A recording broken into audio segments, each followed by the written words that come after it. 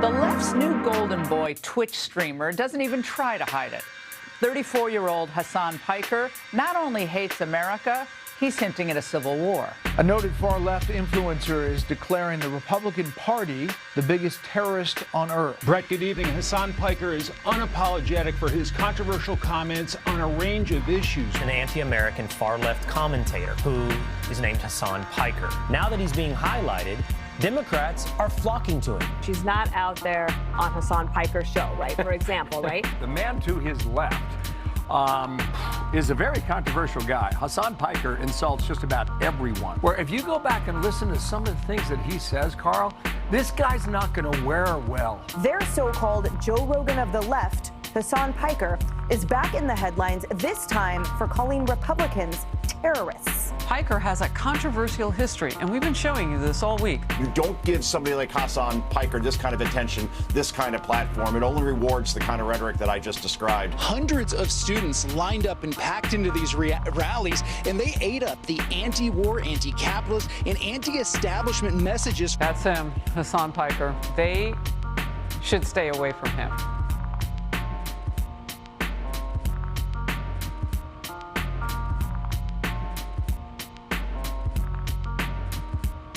What's going on, everybody? I hope everyone's having a fantastic evening, afternoon, pre-noon, no matter where you are in the world. I'm Hasan Piker, and this is HasanAbi broadcast coming to you live from gloomy California, Los Angeles, folks. We're live and alive, and I hope all the boys, girls, and MBs are having a fantastic one because today's a beautiful day. Today's a wonderful day. Today is Saturday, ladies and gentlemen. That's right. It's Saturday, May 2nd, 2026. Coming to you live from stolen Tongva territory here in West Hollywood, Los Angeles, California. I'm live. I'm alive. And I hope everyone's having a fantastic one. Of course, as is the case every single day, we start off by saying Em Israel Chai, and also 10 HasanAbi condemnations. You already know what it is. I condemn HasanAbi. I condemn Hasan Piker. You know? You know what it is. You know what it is. Sorority Girl Chatters, met you yesterday. It was awesome.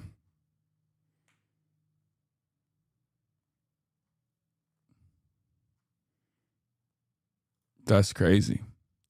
Yeah, HasanAbi his are all over. Like they're everything. We got people in sorority. I don't know if they are in sororities. I don't know if that's you and you just like post your own tweet here, but like, you know, baristas, delivery drivers, construction workers, we got it all. You know, this community is vibrant. But yeah, folks, this is part of the broadcast where I tell you about my personal news about what's going on in the world of HasanAbi Piker in between the time period where I press the stop streaming button and press the start streaming button. So help me God, that's what I'm gonna do. A lot has not really happened in the world of HasanAbi Piker in the time period because I'm a chud ass loser. At least I got, as a chud-ass loser, at least I got my soundboard back, though, so that's pretty good. Anyway, yes, I, as always, as is the case every single other day, I condemn HasanAbi Piker, and I hope you guys also do that as well. Where do I begin? So, I ended the broadcast yesterday in... HasanAbi. Okay, that's how they say it. That's how the locals say it. The slew or the loo. But I ended the broadcast, and then after I ended the broadcast, I literally just went to sleep. It was like 9 p.m. March came into my hotel room at 4 a.m. so we can get on a 4 a.m. so we could get on a flight. Lap of luxury type shit, you already know. Get on a flight and fly back to Los Angeles, California, so I could be live and alive, ready to go in a timely manner for this broadcast, as I always do. Now, I went. He never went to sleep. He instead went to get barbecue. Then he went to a Dodgers game. Then he apparently went to a club and then he went to a casino and he got shit-faced. He basically bouldered into my room, fucking hammered. Okay? Bouldered into my room, hammered out of his goddamn mind. And I was like, what is happening? He just, like, I straight up, he's probably sleeping right now so I can talk all my shit, right? All the shit that I want to talk. We get in the car, we're going to the airport, and this guy is like explaining to me how much St. Louis sucks. He's just like regular chud. He's like, oh, there are no black cars around here for you folk because they steal them. I was like, damn, okay. Like, because he overheard me tell Marshall, like, I was like, oh, I'm trying to call it Uber Black to get it fast, but there's no Uber Black in St. Louis at this time, right? And he's like, yeah, because black cars don't drive around at this hour. I was like, okay. And then he proceeds to tell me how they've defunded the police, and that's why St. Louis has had, tremendous crime and how much it sucks and this and that. And I mean, he was like a fine gentleman. He was like a normal guy, but he was just probably the wokest chud you could find in that proximity, in that region. But, yeah, it was just an interesting experience. So,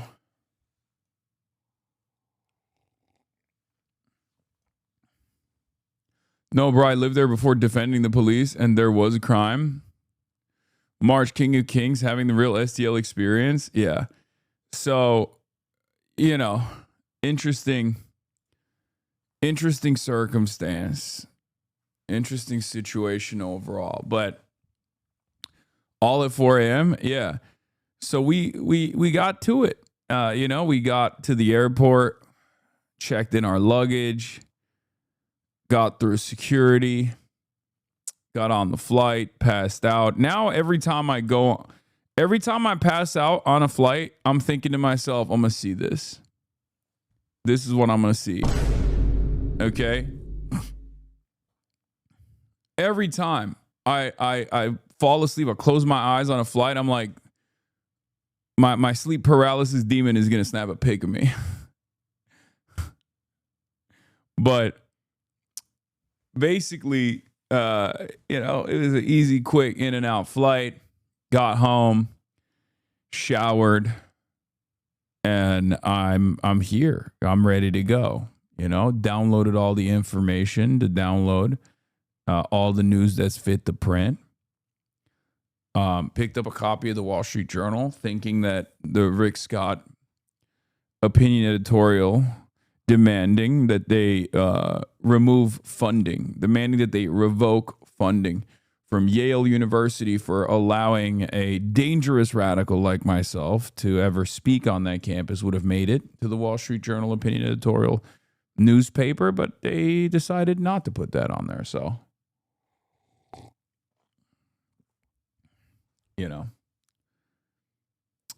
came back and hugged and kissed and cuddled with Kaya. She's very excited to see Daddy.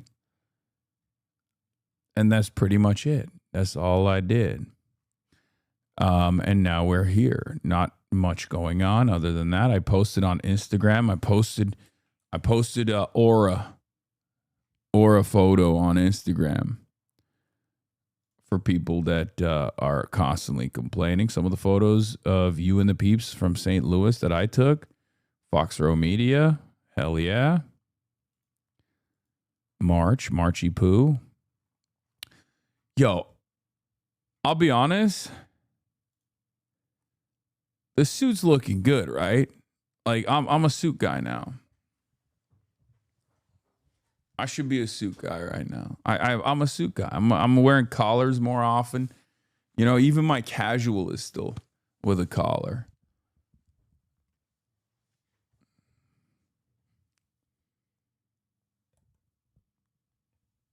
Yes, I was asking for the brand yesterday. I don't think you saw it. It's clean as fuck. I think the top is Hugo Boss, if I'm not mistaken.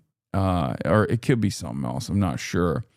But the bottom is Issey Miyake. I have a pair of Issey Miyake pleated pants that are kind of tight on me, but honestly, it works with how tight the top is. So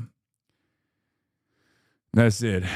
Shirt is tailor-made from China, and the tie I think is like Brooks Brothers or something.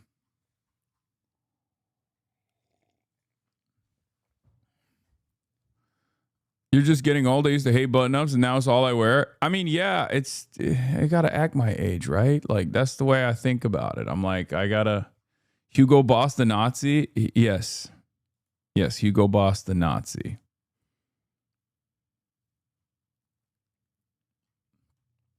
Did you like STL? I loved it.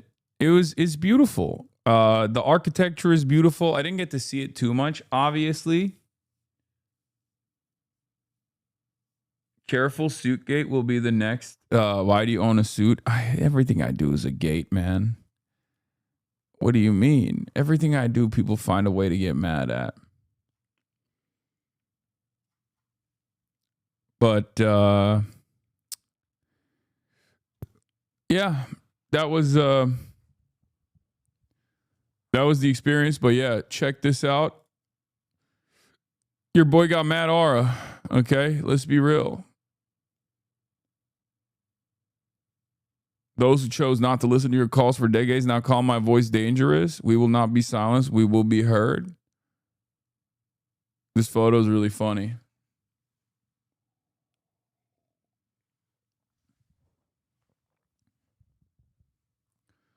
Hasan used name brand tissue instead of supporting local brands. Yeah. I don't know why these photos like lost a lot of its the quality, I guess. What is this?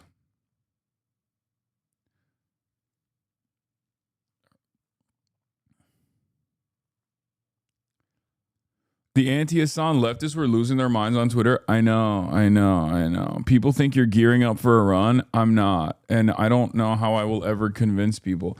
Also, gearing up for a run when? Like for president? Like when would I be gearing up for a run? The midterms are happening already. You know what I mean? Like, they're so stupid. People are so dumb.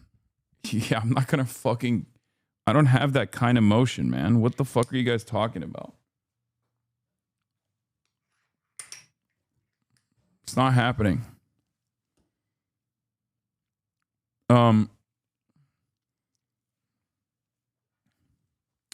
I have been busy this year, though.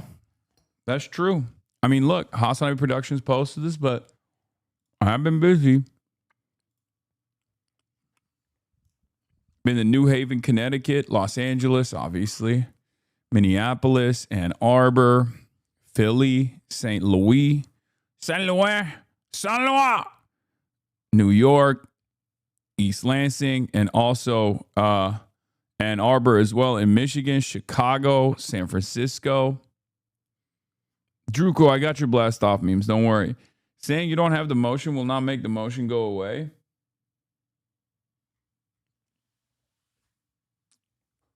Yeah, I've been to Vancouver as well. I've been to Cuba, Vancouver. No, this is just the United States of America. This is just the U.S. tour, you know? But yeah, let the people chirp. It is what it is. Yeah, we're still doing it. We're still doing the damn thing. Not to be parasocial, but I don't remember you ever traveling this much in such a short amount of time. Hope you don't get burnout, King. Chatters will say not to get parasocial and then say the most parasocial thing you've ever heard in your entire damn life. I love it. Come to the UK to talk with Zach Polanski? Yes, I will be doing that. I am going to the UK anyway for South by Southwest, and I will be linking up with Zach Polanski when I'm out there, obviously. But yeah. That's a given.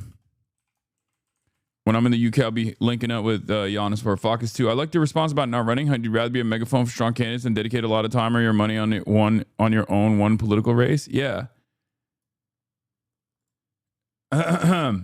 Ohio will turn blue if you visit one time. Maybe. You should look like the image of who you are and what you want to present. Go bespoke and tailored. You owe it to yourself while you're in the UK. Okay. Dude. Afix Twizzy, I feel like you love this. You love this shit. Like, I've literally had to give you a 1-day timeout, and you love doing this shit. I saw, man. I saw. All of your wonderful work has finally gotten you written up in the California Post. Okay, socialist at Mamdani's alma mater, Bowden, to host mayor's Israel-hating dad and Marxist influencer Hasan Piker. Okay, you did it. You got the notice. You got the fucking New York Post notice. Congratulations. I swear to God, I feel like you're trying to get your chapter closed down or something. Like,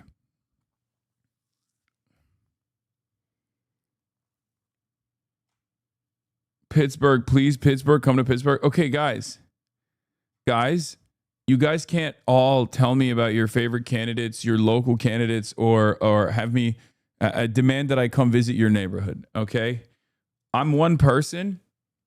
First of all, not only am I one person, I'm spending unbelievable amounts of money too. Like, this is all out of pocket shit. Okay, it's not like none of these speaking engagements I get paid to do. You know, most people. Here, let me put you on some game real quick.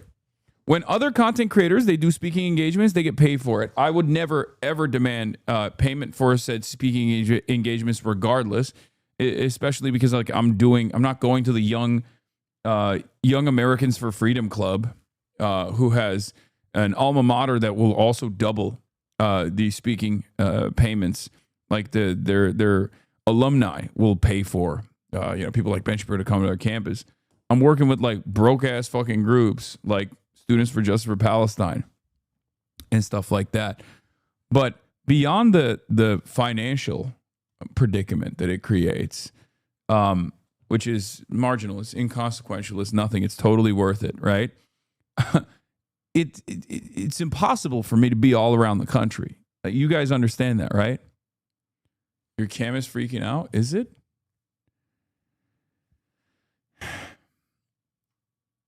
It's just impossible for me to be everywhere all at once. I'm one person, okay? I assume you pay your way too? Yeah. Like, not to give you guys, the boring background stuff, but yeah, I read this Salon article on the flight today. It's actually pretty good. It's pretty solid. Like, I can't teleport. As much as I wish I could, as much as I wish I had the capabilities of teleporting from one location to the next in a moment's notice, I can't do that.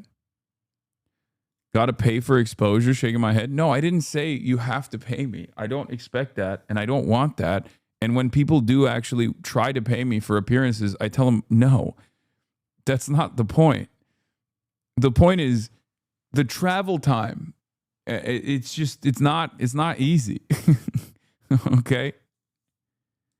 Oh, you meant like Salon wrote that article. I paid for that exposure. Yeah, of course. Would you ever start a Zateo style org where you employ a couple people doing what you do? No, I will not be doing that. Because that's not what I'm good at. I'm good at this. Okay.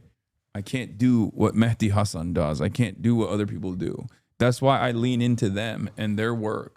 I work with them. I work with Zateo. I work with Dropsite News because they do that work and they're good at it. I'm not. This is what I'm good at. I try to watch Hasan, but to be fair, y'all are insufferable in this chat. To be fair, this is the parasocial hour. This is when the most annoying demands. This is like a mini struggle session for all the parasocialists, the Red Guard, to come in and just give me a couple lashings about like, you need to do this, you need to do that, you're not sufficient enough. Have you written a struggle notes on how you haven't been sufficiently Maoist today? Stuff like that. And then some keep that energy up for the rest of the broadcast, and then I have to yell at them. I do want to watch the New York Times Tucker thing. Yeah, I think it's very interesting. HasanAbi, I know you, but you don't know me, and that's the extent of our relationship, and that's how I'd like to keep it. Thanks. Nah, it's too late. Dog's lyrics is too late. I'm learning everything. I'm downloading all the information about you right now. I have a valid criticism. No, you don't. No, you don't. I promise. Yeah, it's downloaded. Yeah, you're in the chat. It's cooked. Your Centrism fan account is losing his mind on Twitter. He lives in PA3 and now Rab is surging. Nice.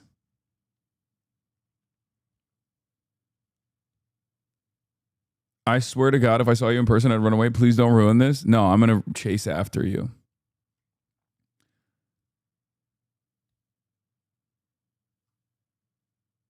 Please don't ever perceive me as spooky. We perceive T-Blasian.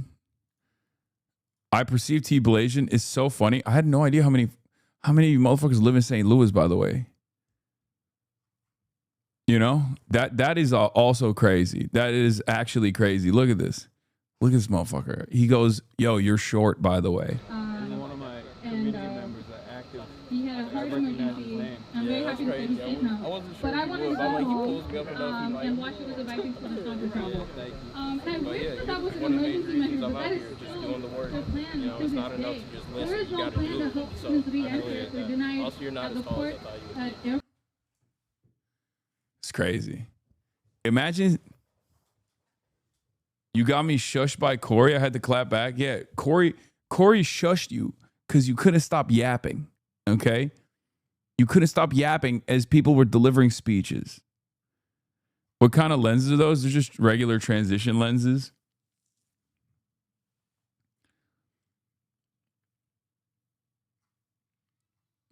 Fuck you, I held back so much. That's crazy. There is no plan to help us complete our studies and our work and grad. Come to Wisconsin, complete the Midwest. I have to go to Wisconsin. I know. I have to go to Wisconsin for Francesca Hong. Never mind. I'm being told that Fran is actually going to be in Los Angeles, so I'm going to have her here instead. I was standing behind Donnie for your entire interview. He's right. Donnie was height-mogging the shit out of you. Can't believe you've been lying this whole time. Hello. Look who it is. Look who it is. The little lady. Hi. Hi. Hiya.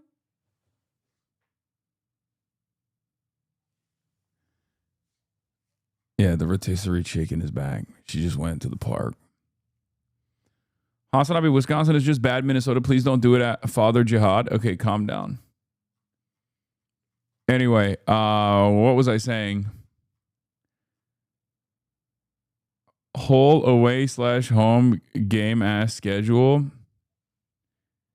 It's literally not a Midwest trip without Iowa. Okay, y'all gotta. Oh my God. Yes, I know. I have to go to every single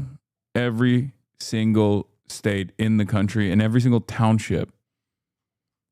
I have to go to every single township in the country. I promise. I know I have to. I will eventually. Okay, I'll get to your township too. Yeah, I saw this. This is funny. In any case, folks, every unincorporated community. Yes. When you game Father Jihad, nothing ever happens anyways. Yeah, that's definitely not true. Things are always happening. Things are happening at an alarming rate.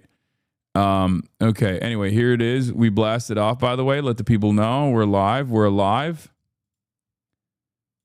Yeah, the arch communist Father Jihad is here. Also, I have the poster behind me. If you noticed, I brought it back. Our glorious infidel poster from our glorious infidel poster that the Philly fans made. I took it back with me, even though it was massive. We're gonna get that framed up. Quickie before news time. What is this? What's up? How are you doing, Taylor? How's it going? Good. My name is Josh. I'm actually in the sports card industry. Are you really? Gotta say, I love that you've been tweeting about the cards. Oh, yeah. So I'm not gonna lie, I did a little research on you and found that your favorite player growing up was Dale Murphy. Yeah. So I wanted to give you His Oh Dale my Murphy gosh, autographed that's awesome. cards. Oh, thank you. Absolutely. Oh man, yeah, I didn't have it autographed, but I had that back in the day. So thank you. Absolutely, man. Now, what do you do it online or how do you? Yeah, do it? pretty much everything's online based. Yeah. I do some shows too as well. Okay. So we travel, like we're doing one in Hard Rock in June. We did one in Boca last weekend. Okay. So the hobby's exploding. I know. It's absolutely insane. Ready? 1, 2, 3. Perfect. Thank you Yeah. so much. Yeah, thanks a lot. That's Absolutely. pretty cool. Thank you. Yeah, my kids, so I have kindergarten, second, third grade. They like WWE cards. Okay, and that's what actually I specialize in. Oh, really? Yeah, it's oddly that enough. box, it's like, you buy a box of the universe, it's like $250. It's like, Exactly.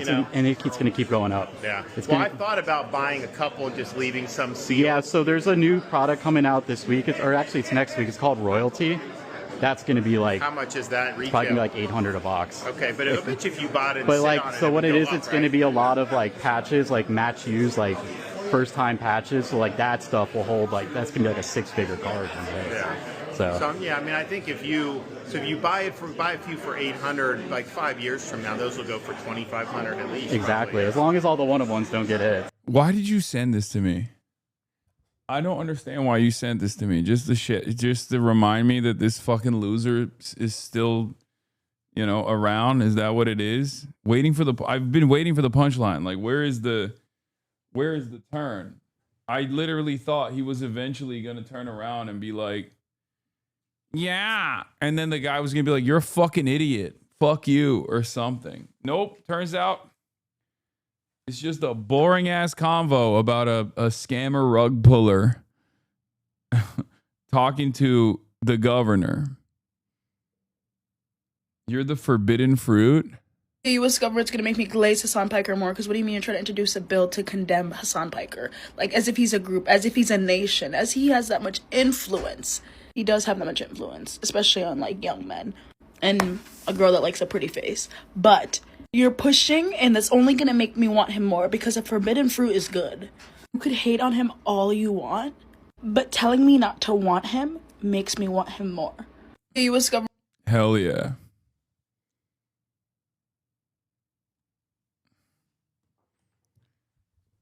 That's what I'm talking about. That's what I'm talking about. Chat was on Fox News today. May Day activists push left-wing's pro-socialist agenda. Are you going to be covering the upcoming attempt to gerrymander Tennessee for the second time in 4 years to strip Memphis of representation like they did with Nashville? No. Maybe. Possibly. He's clicking all the links, chat. You can poop sock him. Yeah, I feel like you guys are taking advantage of my weakness here, and you're sending me links that is, it's not good. All right. Yeah. Recap wise, what is this, a poop If sock? you think Hasan Piker is the problem, you're actually propagandized. Every time I hop on. Oh my God, this is amazing. Okay, first of all, this demographic profile is the backbone of any active movement in the United States of America. This is like, we got the moms. We got the white moms in the suburbs on our side. It's over. Online recently, I see both conservatives, liberals condemning Hasan Piker. Whether he's a radical communist threat to democracy or somehow impeding Democrat voices by being too left, he streams all day, every day, talking about the flaws in both parties, which I all think we can agree that there are flaws in both parties right now. And if... Okay, to be fair, I don't know if she's a mom or not. No disrespect. I didn't... This is giving suburban sweetheart, though. This fit is fitting. You know what I mean? his valid complaints and concerns about our political system trigger you, maybe you're the problem. And I'm not saying that you can't disagree with him on certain aspects, certain viewpoints whatsoever. However, if you feel triggered by what he is saying, maybe take a step back. It is glamorous. It is glamorous. It's glam. Too late. The nuke already landed. I'm just saying, dude. This is giving country club, okay? Ask yourself, whose interest is my belief serving? Because for the most part, if not all of it, Hasan represents the working class American. He wants people to have healthcare. He wants people to afford to go to school and to live good lives without prioritizing billionaires or foreign countries. So if something within that triggers you, maybe you need to take a step back and figure out who actually is benefiting from your viewpoints. Because what is this?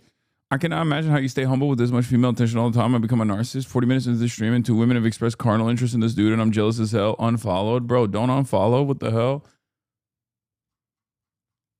If Hasan is the problem, then your viewpoints benefit somebody else. Think of Hasan as like ayahuasca.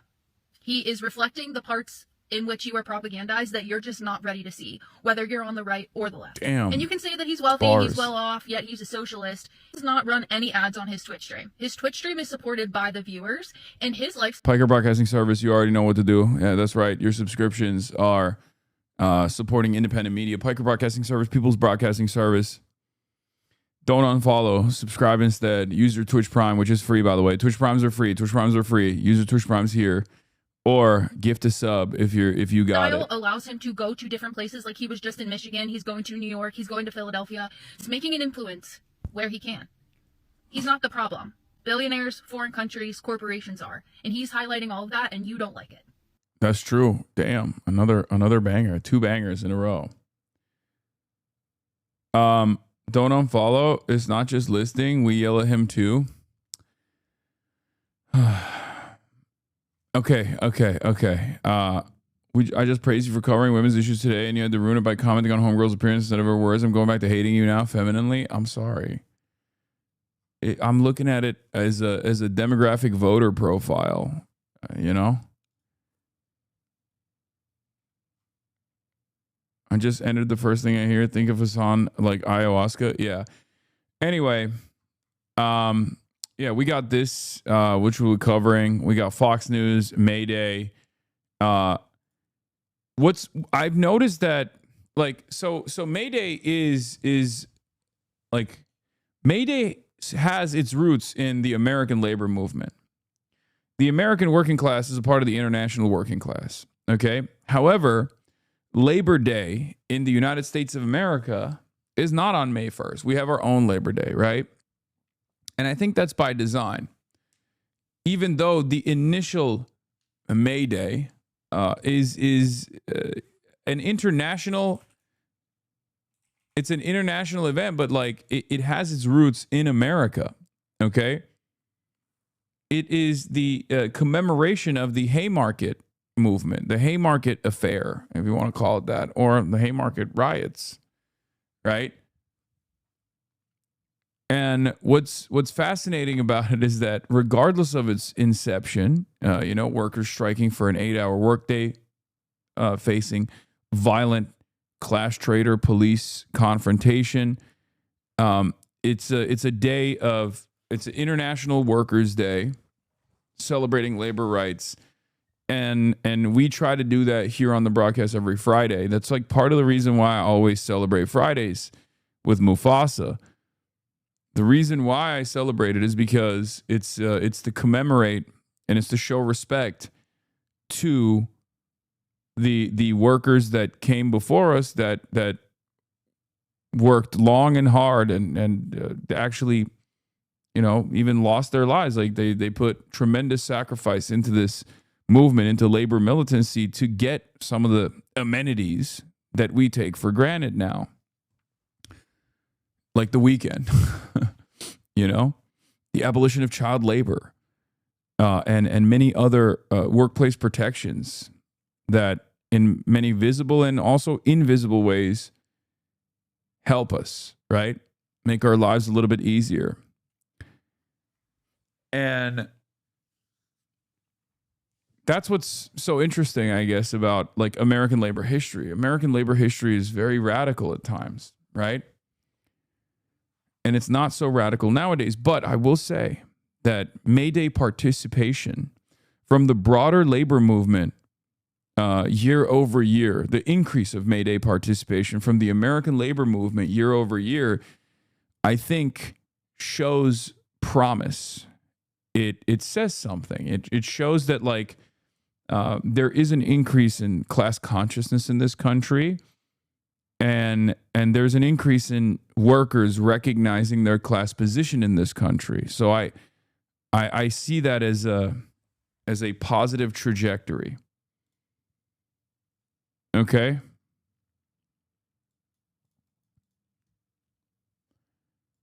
The Haymarket Memorial is a smallish statue on the side of a busy street that didn't go up until 2004. The plaques on it from all around the world kind of fucked me up. The rest of the world genuinely cares about it more than anyone around here. Right?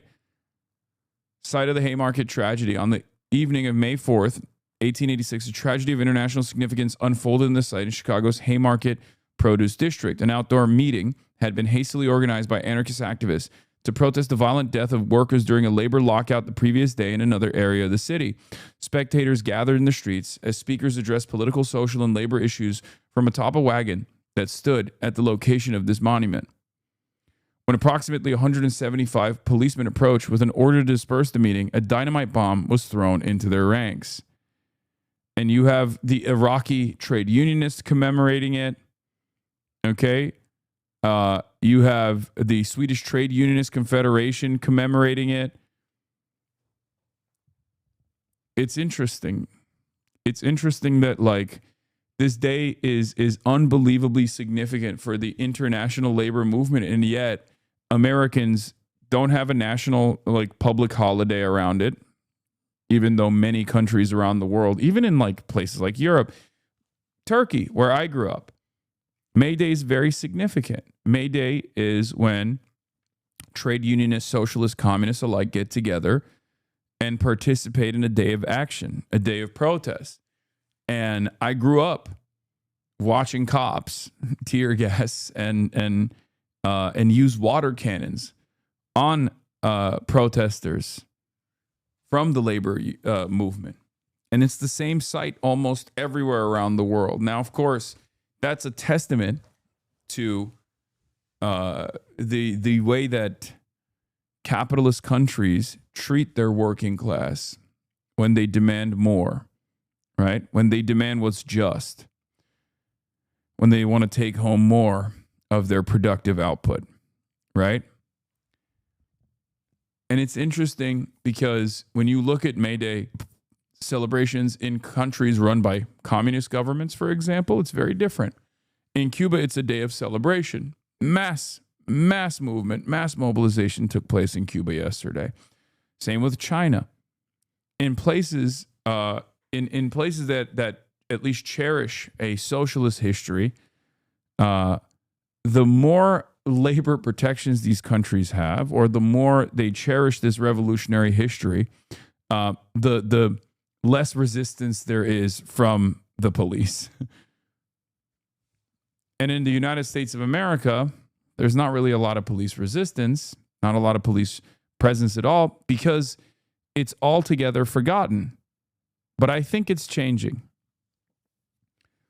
It was very interesting to observe this significant day for the international working class have more mobilization than I have ever seen in the United States of America in my lifetime. And it's only going to keep growing from here on out. That's the way I see it. But let's take a look at how Fox News covered it. They're sweeping the country with left-wing groups organizing on a pro-socialist platform, calling to tax the rich. Watch. The idea that my politics are too radical, I find somewhat laughable. It's not surprising that the Republican Party is going to attack me with that. I mean, these are a lot of people who've never worked a day in their lives. And if they have, it certainly hasn't been with their hands. I think the claims that millionaires are going to leave our state are like super overblown. And if, you know, the ones that leave, like, bye. The reasoning has always been from centrist Democrats claiming that people like AOC, people like Zohran Mamdani, people like Ilhan Omar, Rashida Tlaib can only win in deep blue areas. Deep blue areas where the electorate resembles a genderqueer English major that is getting an education in a liberal arts college with 150 other people. Okay, that's not the case. Some blue cities like Chicago are even disrupting schools to drive student participation, letting them skip class. They put Father Jihad on there. I mean, You're dead ass on the news regularly. How's that feel? Feels weird. Feels very strange. I don't like to be perceived like this. I like to control who perceives me. Things were a lot better when it was just us in here. You know what I mean? Nowadays, the HasanAbi Clips industrial complex, as the chatter just pointed out, has moved to mainstream media. They are my clippers. The drama farmers on the independent side of YouTube have nothing on Fox News at this point. They're in here all day, every day. Oh my God, look at this. Virtually every single outlet has written a piece. New York Post has, oh, Jesus Christ. Post has two articles.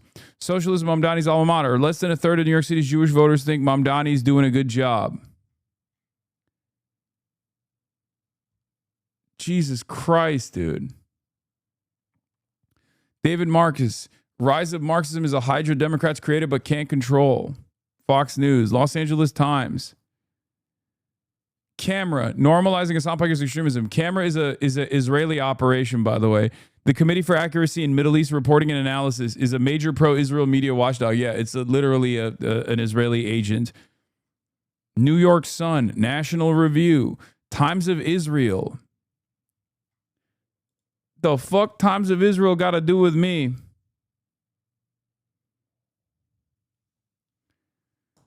I hope the chatter that made this site got some free merch or something. Whatever the chatter wants.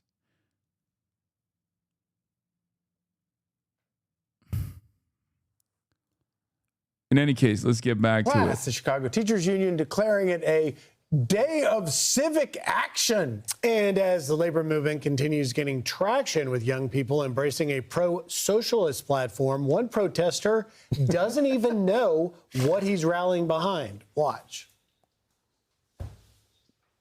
You got the Party for Socialism. You believe in socialism? Not necessarily. Kind of. You know what socialism is?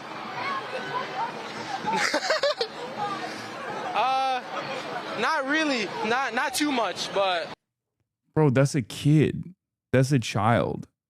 You're putting a microphone on a child. He'll learn. Leave the child alone. He's like 14 years old, man. Yeah. Saturday in America host Kayleigh McEnany is here now. You know, Kayleigh, I look. Who stuck the little man with that PSL poster, by the way? That's so funny. Look at this, and I really miss Charlie Kirk. Yeah. I mean, he was somebody who was on the campus. I mean, come on. We are Charlie Kirk. We carry the flame. We'll fight for the gospel. We'll honor his name. This is in the most effective way possible, which is why I think they took him out, why they executed. Bro, what are we talking about? Are we really talking about how stupid people are in any movement? Like, we're talking about the lack of knowledge amongst Americans on issues like socialism. All four of these dumbasses don't know what socialism is either. Why? Why is that? If that's the standard for intellect, I mean, which, by the way, benefits our side of the argument, let's be real. But if this idea is that if you know what socialism truly represents, then you're a truly intelligent person, then none of the four dickheads on this panel actually meet that standard at all. And most Americans don't either. Most Americans are unbelievably propagandized against what socialism is. They're lied to about what socialism represents. They're told that it's a terrifying prospect. They're told it's a bad thing. Most Americans don't know why it's a bad thing, right? At least that guy is somewhat curious. I will take intellectual curiosity instead of shutting off this alternative mode of organizing the economy. Curiosity towards socialism is infinitely better than assuming you know what socialism is and you hate it, especially when you're a working class individual. Anyway. he was effective in pushing back on what the left has been trying to do. They've had a captive audience for decades with indoctrination. And Charlie and Turning Point were providing that answer on campus, weren't they? Yeah, and Charlie... Well, Turning Point USA still exists, so why are you shitting on Erica Kirk? Are you saying that currently Erica Kirk is not carrying the flame? We are Charlie Kirk. Like, I don't understand. Is that the frustration here? Because I feel like Erica Kirky is carrying the flame. It's not like Charlie was like the most competent individual either, you know? He got carried a lot. He got carried by massive Republican mega donors, you know, titans of industry. He also got carried by the TikTok algorithm when the Chinese Communist Party was like terrified of TikTok being blocked in the country. So they were like, oh, we'll lean into this Trump shit, you know, which I guess gave him a stay of execution. And then they inevitably ended up giving TikTok to Americans anyway, which, let's be real. If I'm Chinese, I'm thinking, yeah, it was an unbelievable W that we got Donald Trump elected. Okay? Straight up. Who could have foreseen this? I don't think anyone could have foreseen this except for that one guy, the one Chinese father who famously said Trump is a great nation builder, but for China. It's true. He is. He has done tremendous damage to American empire, right? He has proven the accelerationist right. He's still doing that. Stay of execution is a wild Freudian slip. Wait, what do you mean? No, it's true. A stay of execution for TikTok. It came because TikTok did everything in its power to open up the algorithmic faucet in the direction of Donald Trump, and the guy who took advantage of that most was Charlie Kirk.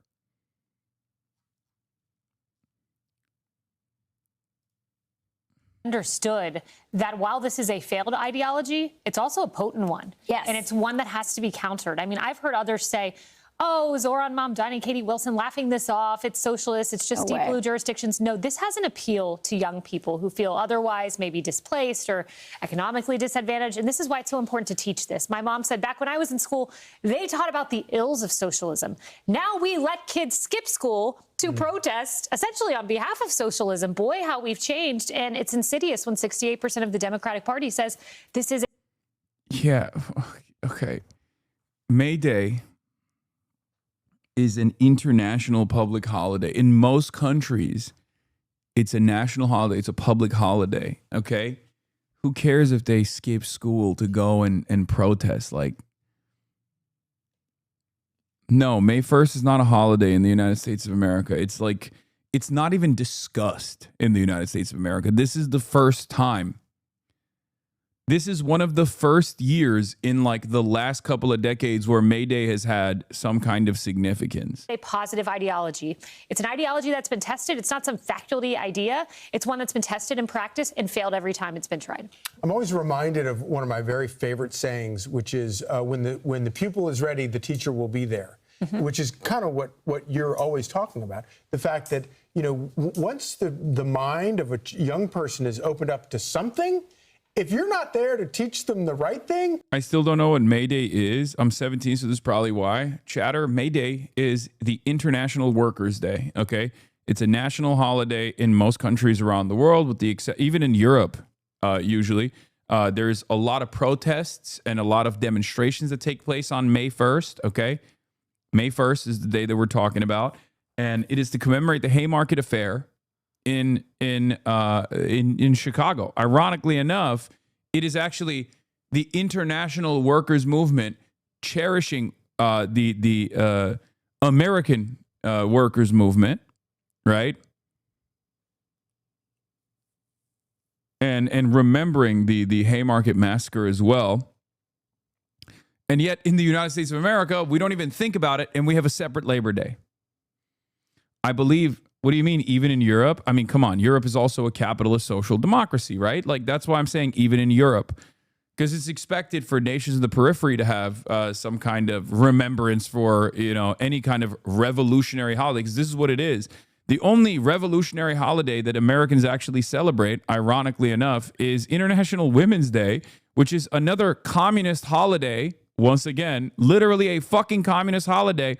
And Americans, of course, don't ever mention that part because it doesn't suit America's propaganda purposes. Here it is, by the way. This is, you know, the only place where Labor Day falls on May 1st. And in many of these places, it's actually a public holiday, with the exception of the gray areas where it has no public holiday on May 1st or Labor Day. America has a separate Labor Day. The Greens have a separate Labor Day or don't have a public holiday on May 1st.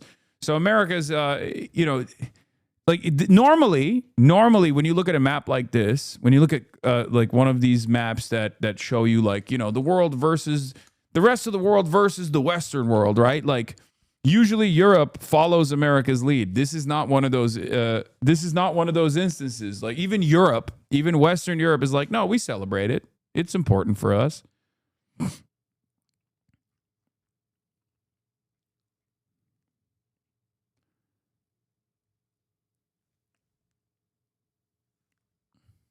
It's so funny though, but it's funny because like America is such a domineering force of culture and also is so isolated from the rest of the world in many respects that most people don't even understand that.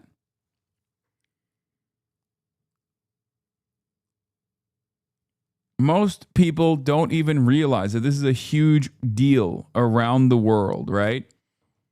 But it doesn't even fucking matter. It doesn't even matter.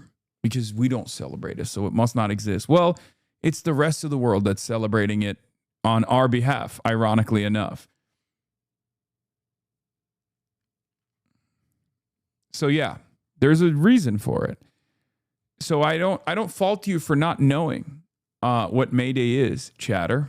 If you're an American, of course you're not going to know what it is. That's the whole point. Pennsylvania Senator Fetterman trashing protests on Fox, yeah.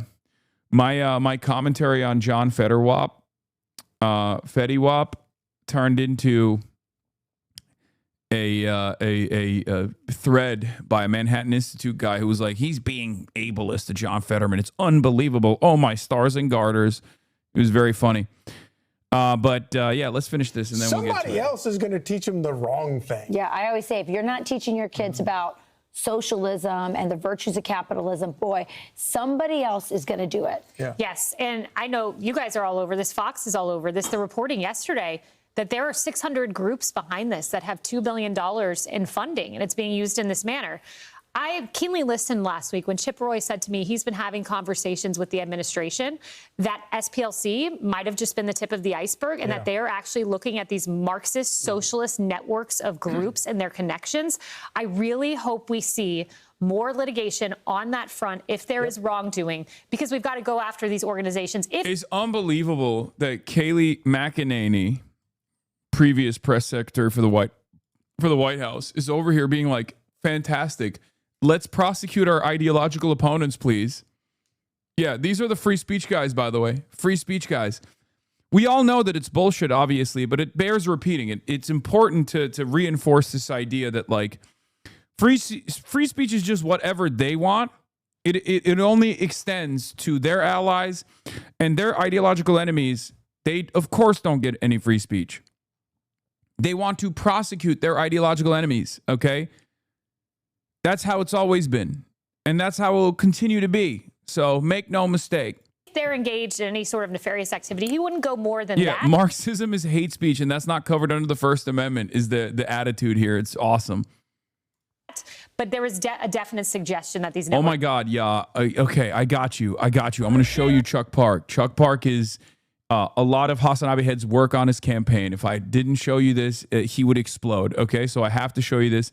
Here's Chuck Park getting arrested, being taken to One Police Plaza. He's a progressive running for Congress in New York 6, okay?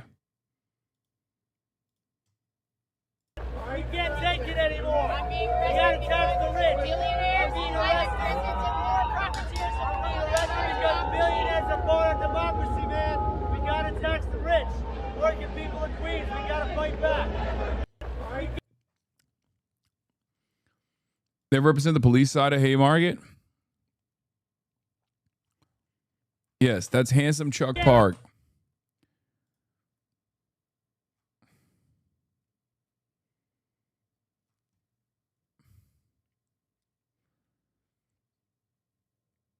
Don't you feel like this getting arrested has become such obvious political theater lately? No. I mean, everything, by that estimation, everything is performance. Like, okay, yeah, you're doing a rally. That's performative.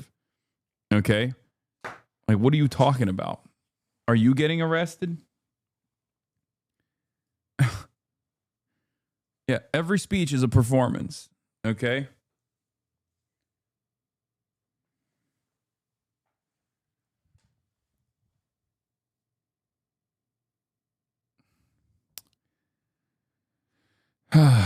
Okay, let's continue. Kaylee, let's broaden it a little bit, though, because this message is getting through in elections because we now have a list of socialists that I have said that the Democrat Party is now officially the party of Bernie Sanders. These are candidates running on the platform that 10 years ago Bernie Sanders was saying it and people were laughing it off. Now candidates are getting elected. It's not just socialist-style Democrats with growing presence. Zohar Mamdani, Katie Wilson, Annalena Mejia, Graham Plattner, Hasan Piker, Alexandria Ocasio-Cortez. Why am I on this list? I mean, this is an awesome list to be on, but it's so funny that they just like slam me onto it.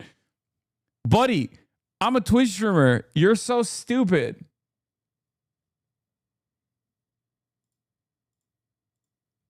You're so dumb.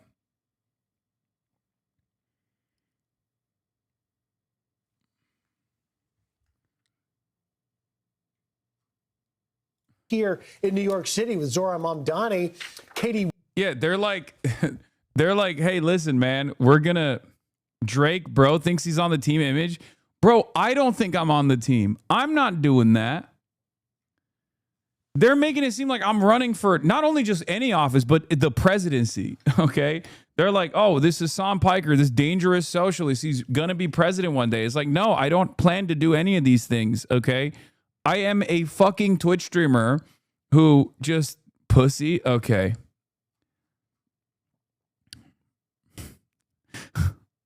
What does that mean? Do you want me to run for president? Is that why you're calling me a pussy? Is that what it is? First time chatter? You're like, oh, dude, you're a pussy. You should. Now, what's funny about all this is that, first of all, and pussy too. That's the only thing I'm running for. Okay, I'm running in that direction. I'm running in the direction of, and pussy too. That's right. But also, these guys are so funny. All my haters are so funny. They're like, bro, you never go outside. You never put yourself out there. Now I'm putting myself out there, and these guys are up my ass. And then they're like, oh, you're a pussy. It's like, buddy, you lose your mind when there's like a second of attention on you. Like if this community were to figure out what your other social media accounts look like, and then they start, yelling at you about your perspective for even like approximately 30 seconds, where you lose like a fraction of your anonymity, you genuinely lose your mind. You freak the fuck out. I have to exist under this microscope on a daily basis. Wilson out in Seattle, Annalena Mejia in New Jersey, who won Mikey Sherrill's seat. She was a moderate, and Mejia is now possibly the most liberal far-left member of Congress. And then, of course, you've got the oysterman, Graham Plattner, who's a neophyte politician that has a Nazi tattoo and wants to abolish ICE. Hasan Piker, that's been driving it, getting more and more traction with young people. And of course, AOC, that if you think about it, AOC was really kind of the first major win, if you will, for Sanders taking over the Democrat Party. That's right. And Rachel makes a great point in saying if you're not teaching your children about this, someone is. You brought up the fantastic point today that preschools are teaching about social justice. I started thinking about my 3-year-old who can barely put a sentence together. And thank God his school doesn't engage in this activity, but there are schools that are. It's wild. That's what they do in Cuba. Yeah. My 3-year-old came out and said, Mommy, isn't sharing caring? And I said to my 3-year-old, you shut your stupid mouth. What are you, a socialist? Absolutely not. I told my dumbass 3-year-old, you have to extract as much surplus labor value from the people that you hire Otherwise, they will steal from you. It's theft. Lack of exploitation is the true theft. Thank God I shut it down real quick. Made sure that my dumbass 3-year-old knew sharing is not caring. Sharing is communism and therefore terrifying. Kaylee, that's what they do in Cuba. Exactly right. And it's so subtle. Yeah, sharing is a moral hazard. Stupid ass 3-year-old baby. Watching a pop culture series, one of these series you follow show by show, I ended up stop watching it because midway through, they were bringing these socialist ideas forward in a way that was packed. Oh my God, she's not joking. Oh my God, she's sincerely saying that right now.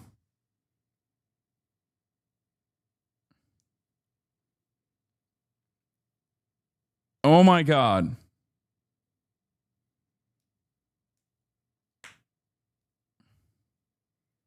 That's unbelievable. She literally is like, no, my baby is not going to share the crayons. My baby, it's not even a bit. She's unironically being like, Bluey's a fucking communist.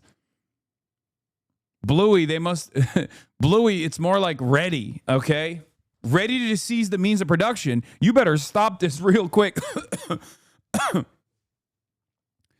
Capitalism is anti-human. As far as ideologies goes, it's sociopathic, okay? All of the foundations, all of the social conditioning that you learn normally about, being a kind person, being a good person is antithetical to the capitalist indoctrination. And that's why you're seeing, as contradictions worsen, as people recognize the design of capitalist society broadly, you're going to see a lot of propagandists who are servants of capital make increasingly insane statements. Package so bright and shiny. The girl didn't have health care, and it was a sad story. And she gravitates towards taking on the higher ups and the elites, which makes sense on a surface level until you dig down and realize Ken Griffin is creating 15,000 jobs. Yeah, that's what I told my 3-year-old. Ken Griffin is creating 15,000 jobs, stupid baby. Stupid 3-year-old. No pied-à-terre tax for Ken Griffin, please. That's the kind of high-level intelligent conversations I'm having with my communist baby. I hate my communist seed. Permanently 7,000 jobs with the project, and you run the billionaires out, you run the jobs out, the wealth, the taxation, the charitable income, etc. What's the response, though, for the right? Like, how should the right respond to this trend? And, I mean, it's always been there, but now we're seeing them take power. I mean, there's nothing you can do about it because this trend is not a trend, okay? It is a never-ending struggle, okay? All history revolves around exactly this struggle. That's number one. Number two, the trend that you are recognizing is just people recognizing their current class position and their current day-to-day experiences worsening year over year and deciding to look for alternatives that have always existed. But it's an inevitability. The only time where this movement, this kind of movement, has been successfully tampered, successfully suppressed is both militarily through increasingly fascistic, increasingly authoritarian initiatives implemented not just in Nazi Germany or fascist Italy, by the way, certainly in the United States of America as well, under the guise of, liberalism, even though, as we already discussed, Haymarket affair is one great example of this, and there's a million other examples. But also, it's been successfully suppressed by way of the welfare state. The welfare state has given a lifeline to liberal capitalism. And because of the unlimited greed of capital, they've forgotten that if you don't give any amenities to your industrialized labor class, if you constantly take away their well-paying jobs, if you take more and more of their productive output because there's diminishing there are diminishing profits no matter what due to technological expansion and The appetite for more profit seeking never goes away. So you just end up suppressing your labor force because labor is the most malleable aspect of production. The gig economy is the only viable option for many American workers at this point. And when that's their reality and rent keeps going up, when there's an inflation crisis taking shape, accelerated due to the foreign interventions that our unbelievably violent government engages in, and an energy crisis that now is taking shape that's impacting America as well, all of a sudden, people are going to say, all right, well, we need something else. You're forcing their hand in many respects. You're forcing their hand into looking for different alternatives and finding out that those alternatives have always existed and perhaps even existed here in the United States of America before they were militarily suppressed. What should the right be doing? I think the answer is where you began. Charlie Kirk understood it. And the people that Charlie Kirk trained, Andrew Colvett, Tyler Boyer, Erica, his wife, who sat with him and his brilliant ideas every day. This organization is the home. They understand how to appeal to young people. They're on campuses. And this is why the left is endeavoring to create an organization to take on Turning Point. We have to start there. We have to fill schools that do not engage in this activity with our students. And we have to try to fix the institutions that are there by withholding donor money from institutions that engage in this. So this is not just protesters. You actually have Democrats in power who are sort of acting on a lot of this stuff. The Department of Justice is still uncovering examples where the previous administration, the Biden administration, actually used the Justice Department to actually go after people based on politics. Tell us about some of that. I could not believe, I could, but yet I still could not, this 557-page report. I woke up in the middle of the night 2 nights ago. I couldn't stop reading it because everything we have covered on this network, from the parents being targeted to the priests being targeted, the radical traditional Catholics, the pro-life protesters, some of whom I sat across from and interviewed, we now have the text messages that went on in the DOJ behind this.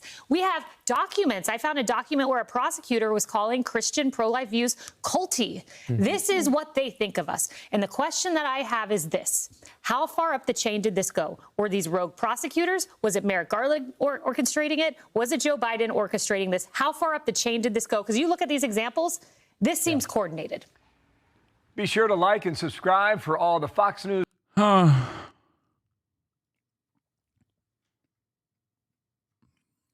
Here's Jesse Waters having John Fetty Wap on Fox News to respond to these May Day protests as well. John Fetterman. Okay, Senator. How big of a threat do you think this communist movement is? Well, I mean, there's that phrase where terrible or bad ideas refuse to die. And it's very sad to see that kind of things being revisited in this kind of way.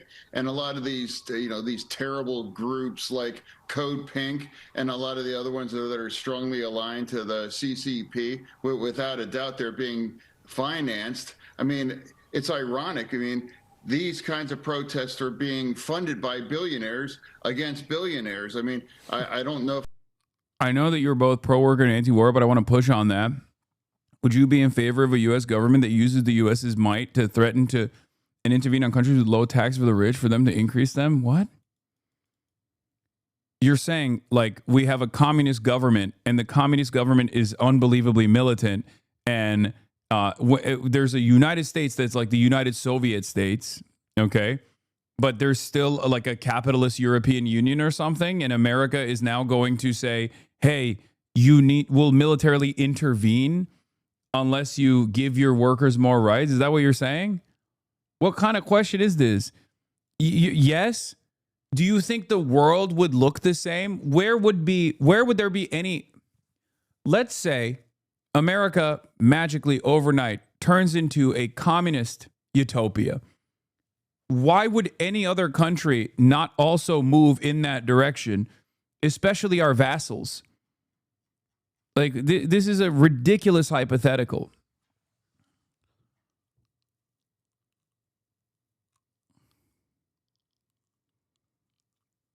doing Trotskyism, but as a Maoist American.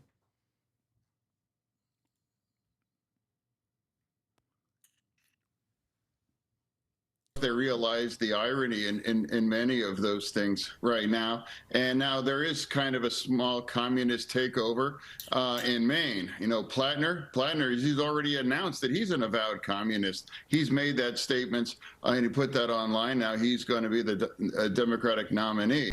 So there is a resurgence about the socialism, and that's becoming more and more part of it. And now there's more. Yeah, would you be in favor of a permanent international revolution in the hands of a Trotskyist American militant state that will invade Switzerland militarily? Is that what the argument is? Like, let's focus on this current existence, okay? And not like an unbelievable hypothetical that will never take shape regardless. It's so funny. Yeah, we will take our tanks and we will storm the barricades of Switzerland. Zurich, you are next.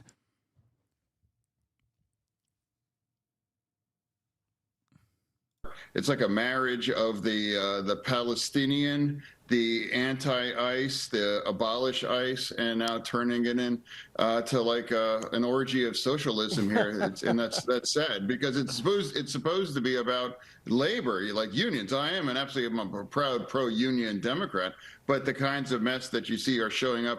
Yeah, it's ironic because labor unions historically have always been about this.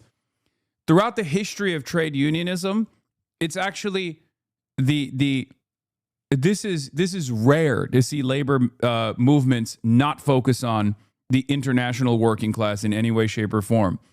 That's what labor unions used to do. Okay, yeah, John is pro AFL-CIO. Yeah, that is the American labor union movement has unfortunately morphed into this this pro-capitalist machine. Now, that is hopefully going to change as well. But the reality of the matter is, for the longest time, the history of labor militancy has always been international. Okay? In many of them, I mean, that is the worst impulses that our party continues. We just seems to can't resist those things. It's so funny that he's like, well, what's up with these labor unions and the international solidarity amongst the working class? Like, what the fuck is that about? What is this socialism shit coming from labor unions? What? Labor unions are not socialist. After all, we made it illegal for them to have any communism in the labor union. That is by law, by the way. It is literally illegal in the United States of America to this day for someone who is a self-avowed communist or any Communist Party member to run a labor union. Did you guys know that? That is the fucking law in this country. First Amendment, by the way. First Amendment, my ass. Anyway, I always appreciate John Fetterman because, yes, he is living, breathing proof that brain damage makes you more right-wing.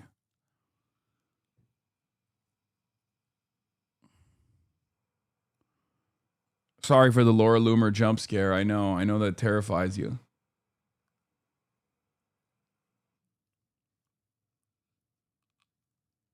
Anyway.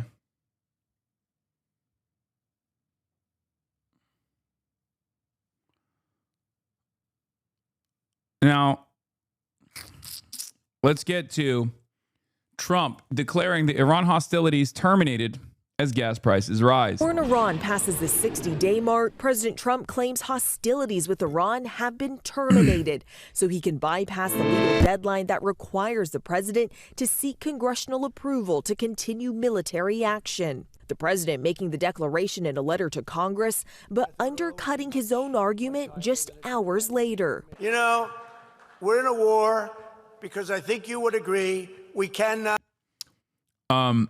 To the first-time chatter who said you should leave the U.S. if you hate it so much. I don't like the current government, okay? I don't like many of the previous governments either. That doesn't mean I dislike the people, okay? Especially because if I hated the United States of America and wanted it to perish, then I would be a Republican, Okay? Now, you might think you love America, but if you vote for the Republican Party, or if you vote for these right-wing Democrats as well, you're basically accelerating America's demise, and you're harming both yourself, your loved ones, and Americans all around the country. Okay?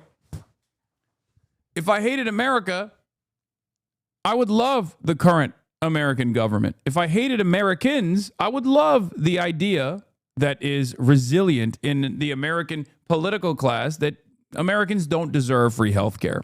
Okay?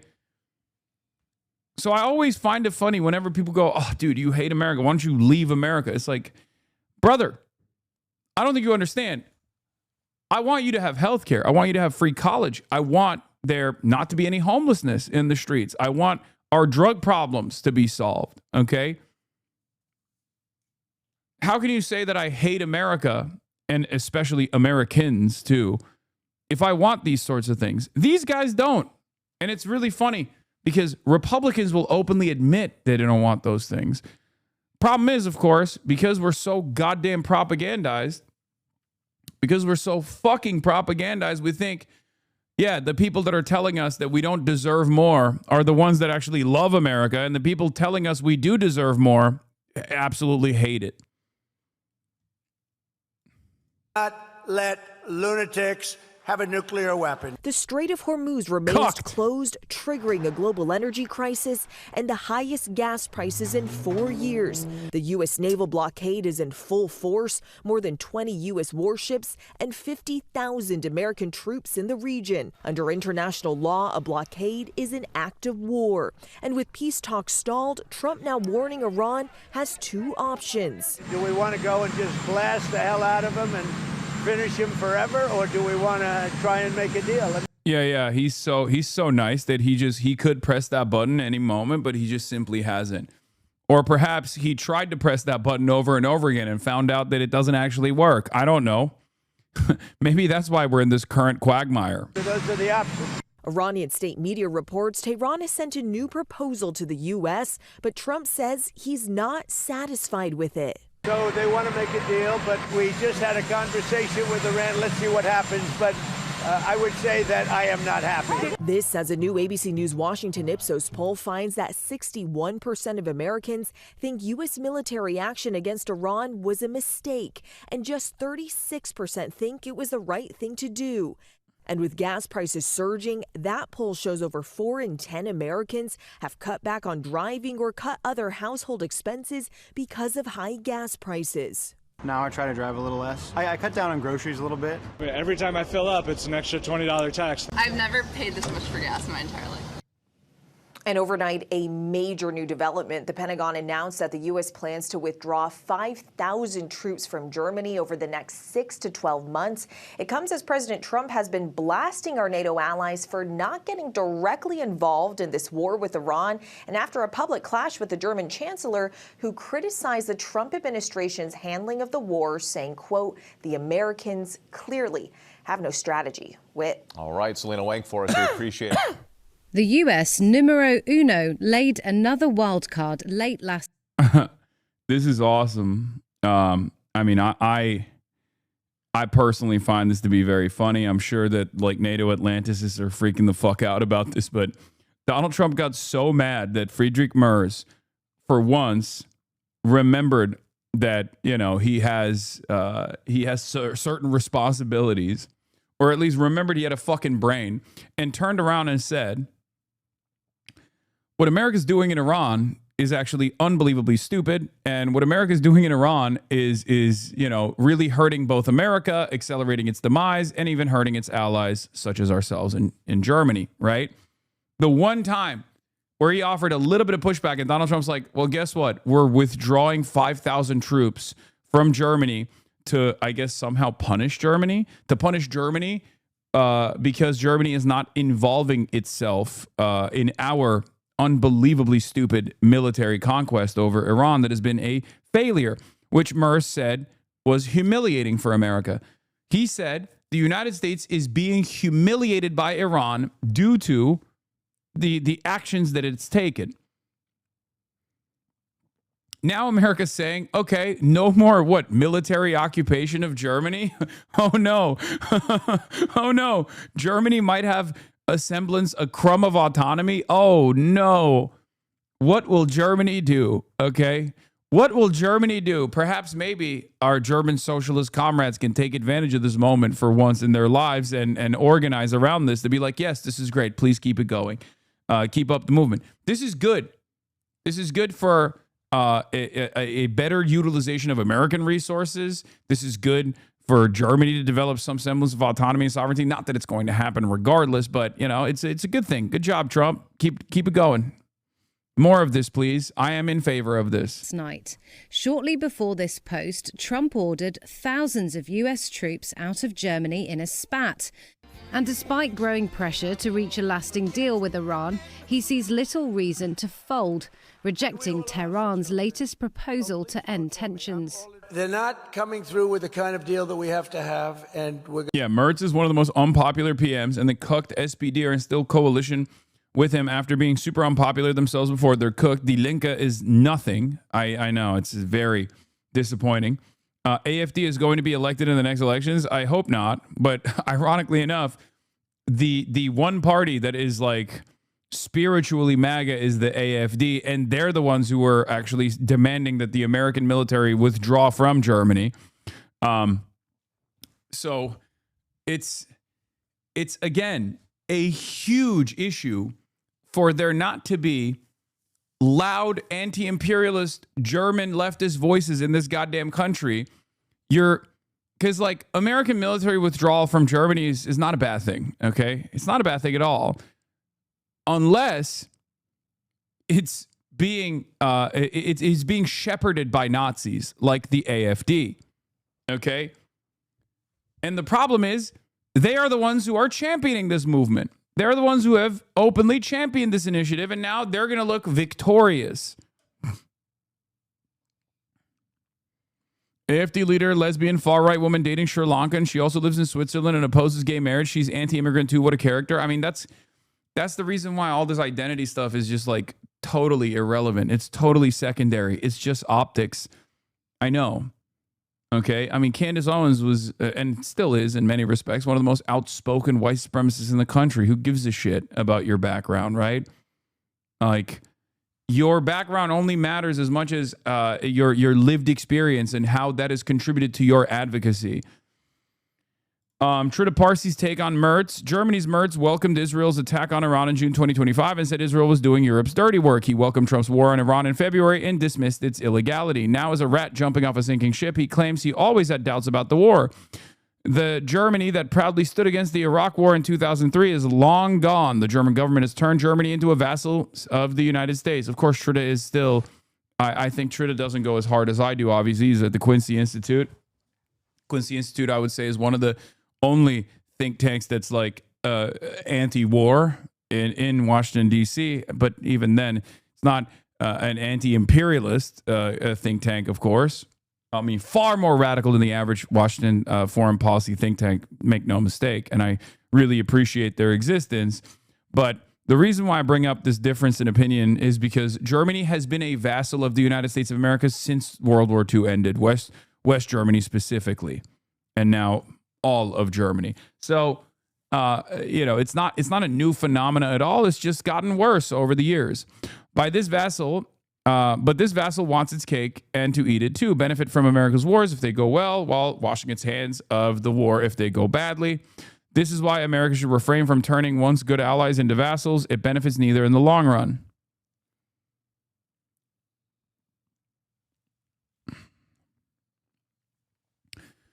AFD politicians also farming sympathy by criticizing Israel before any other party, even if it's out of anti-Semitism more than anything else, but in a vacuum where nobody ever raises their voice. Yeah.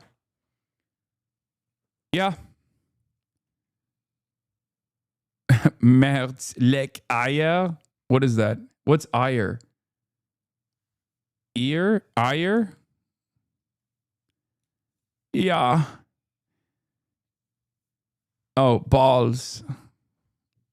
Oh, testicles. Ja, jawohl. Ja, jawohl. Merz, he is always licking the Eier.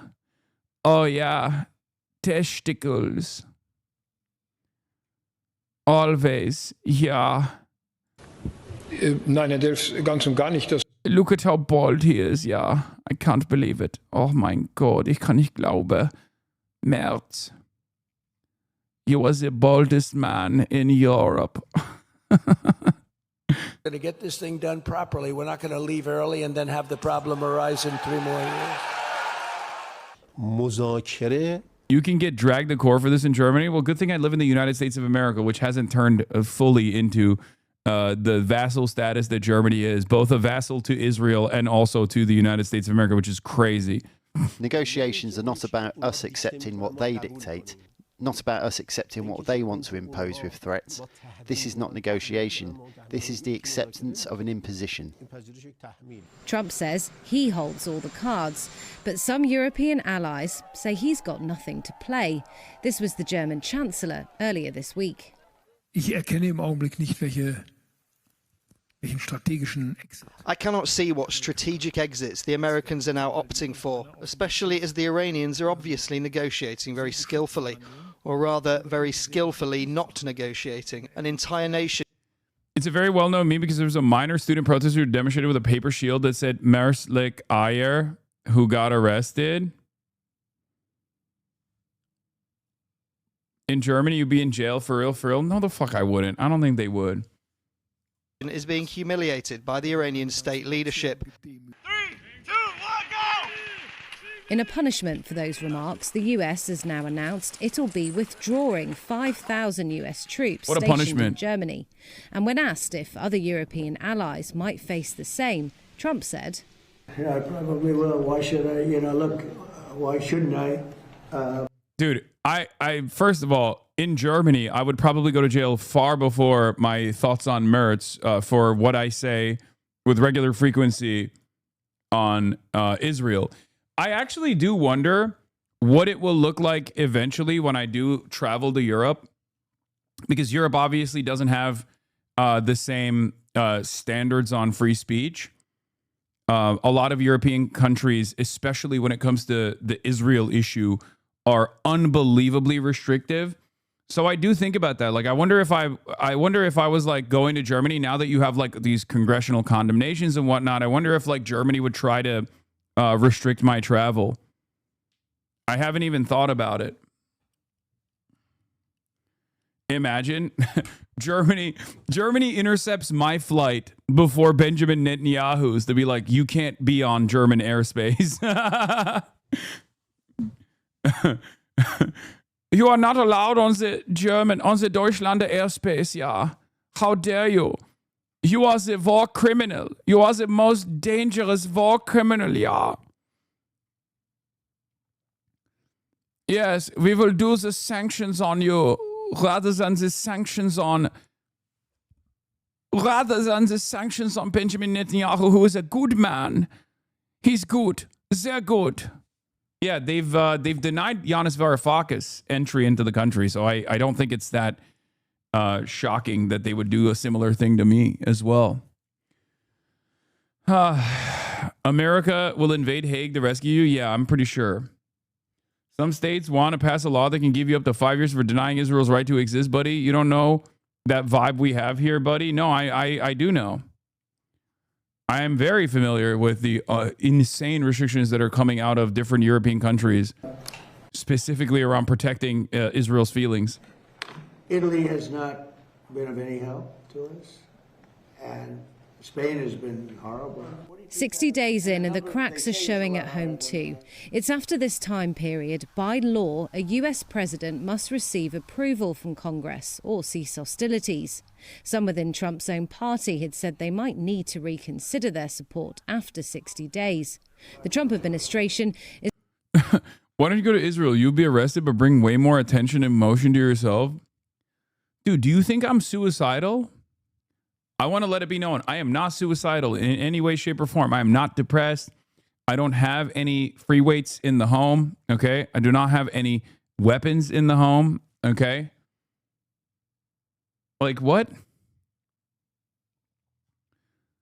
I'm not doing this for self-promotion. And not only that, but also all of this ends, at least for me, if I go to Israel and die. Okay?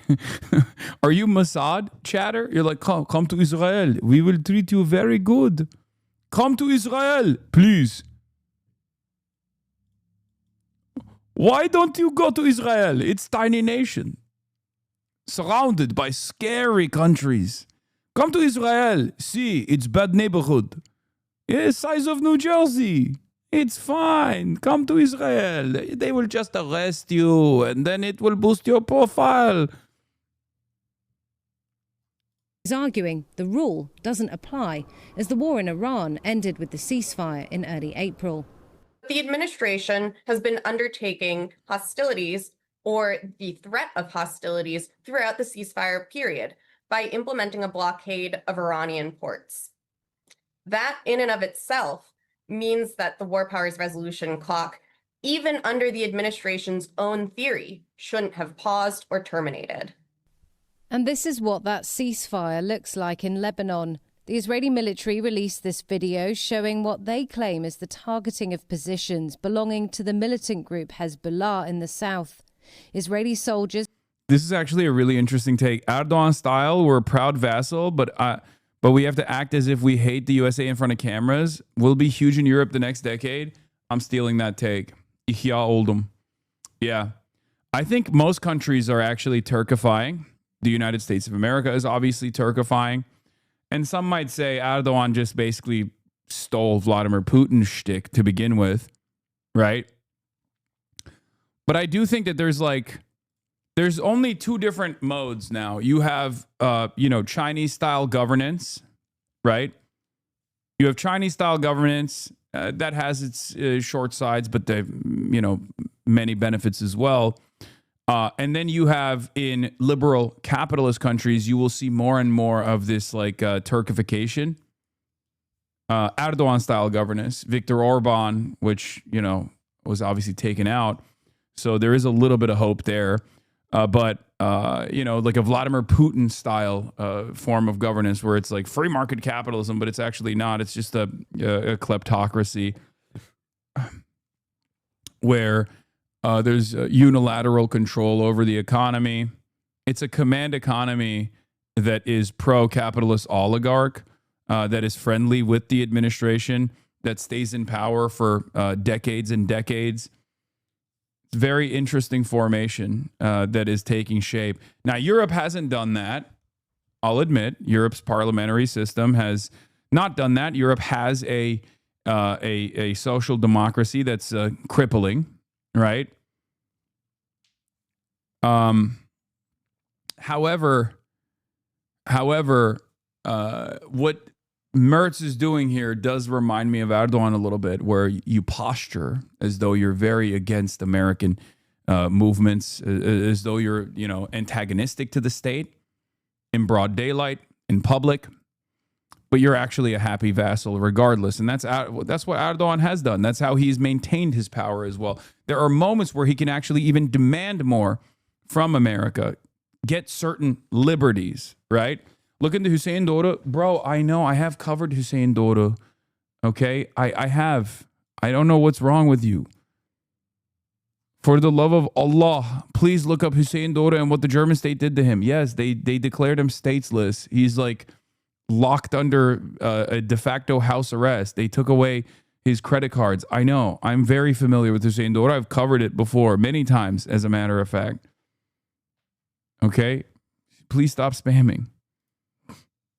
Yes, Hussein Doğru, head of Red Media, was basically declared stateless. He can't even fucking travel. His family can't even bank in Europe. It's like EU-imposed sanctions. Open Presence is back. Never here to judge you. Appreciate your analytical takes more than any other. Open Presence, where you been, dude? As soon as Qatar started getting bombed, you went away. It freaked us out a little bit. This man used to drop Restream. What does that mean? This man used to drop like hundo bombs multiple times throughout the fucking day, and then he just went away. One day he vanished. When the world needed him the most, he vanished. Yeah, Open Presence was the primary funder of the People's Broadcasting Service. It's odd. It's odd that once the Strait of Hormuz closed, so did the gifted subs.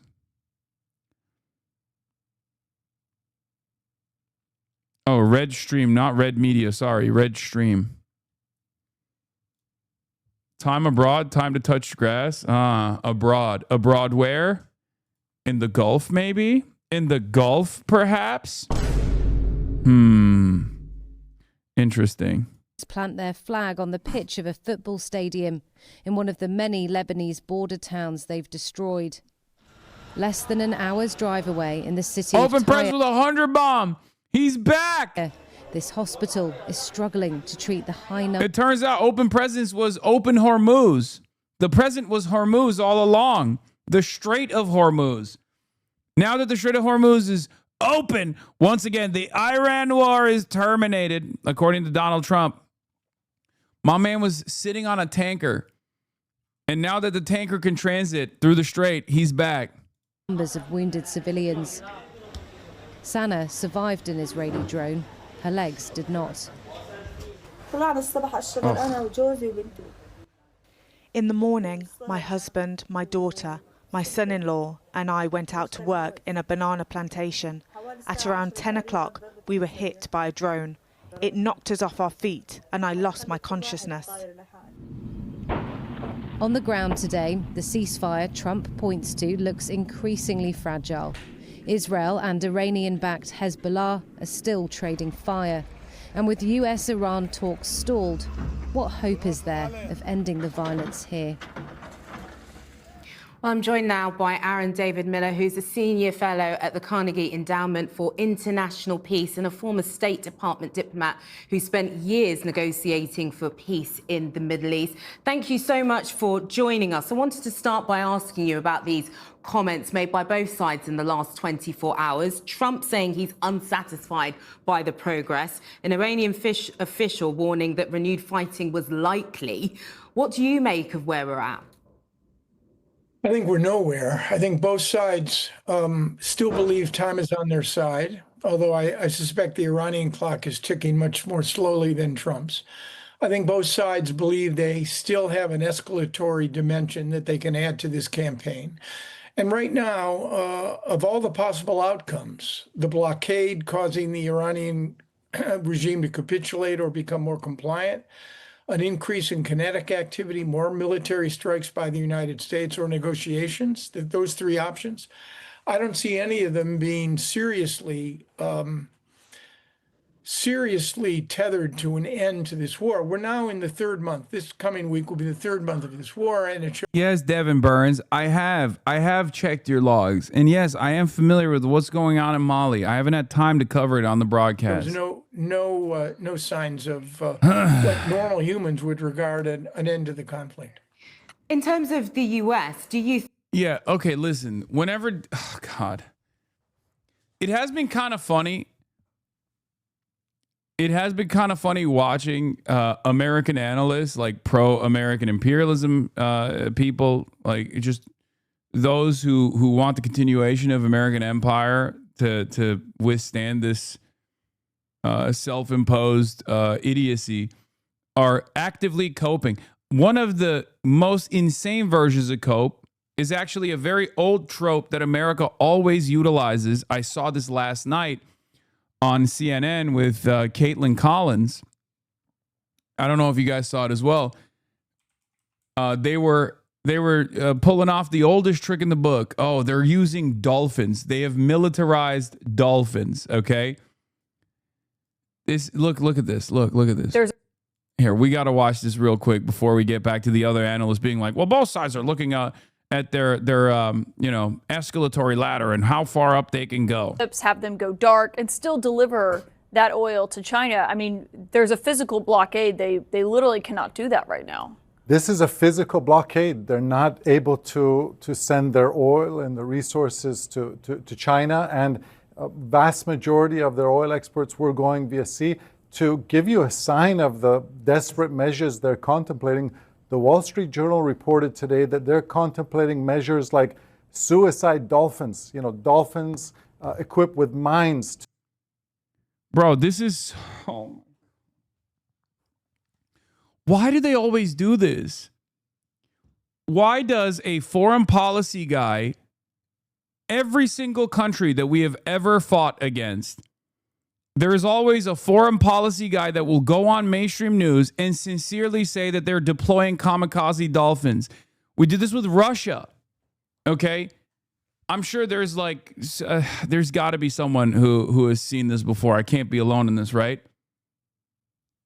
Like in the age of loitering munitions, in the age of like drone warfare, okay, both underwater and also in the air, why would anyone try to train tactical dolphins?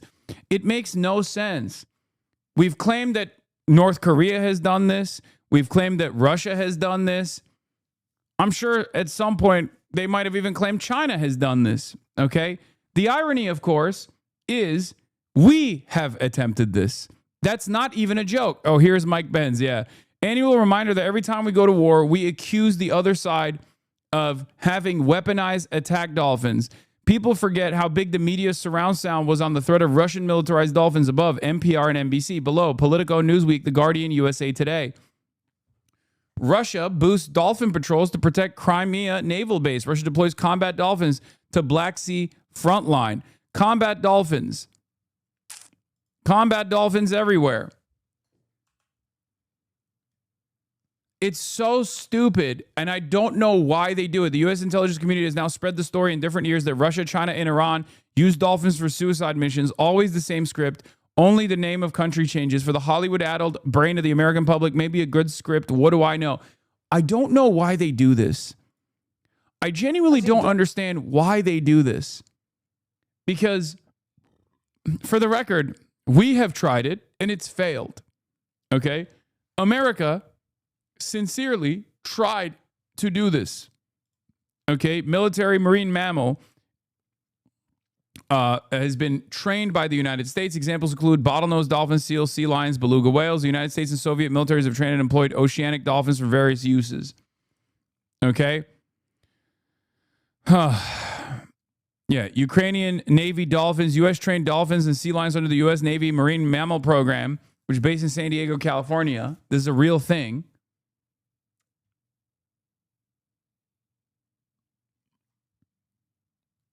Has tried to deploy these dolphins, beluga whales, and things like that for military purpose. It doesn't make any sense. I don't understand it. I don't know why they keep saying that this is the case, because it's so not cost effective. It's so stupid.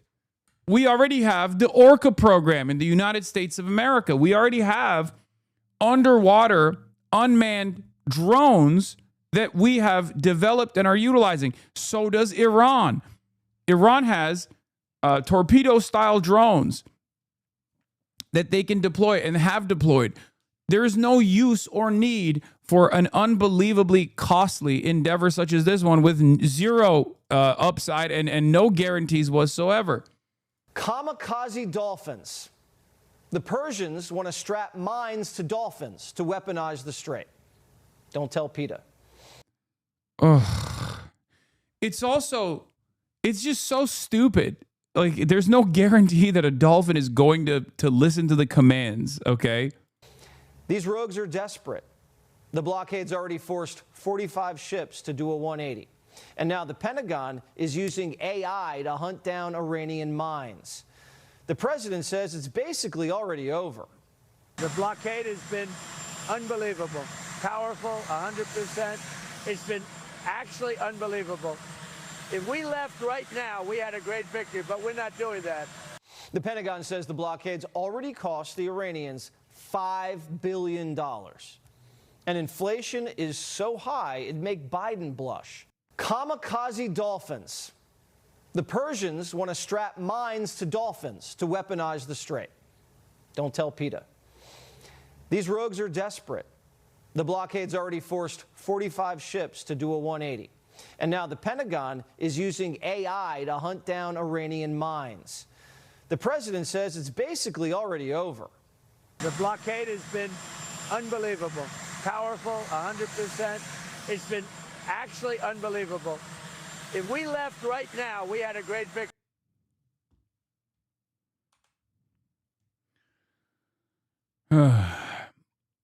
My uncle unironically did dolphin demolitions 30 years ago in our Navy. Yes, it's been attempted. It's definitely a real thing.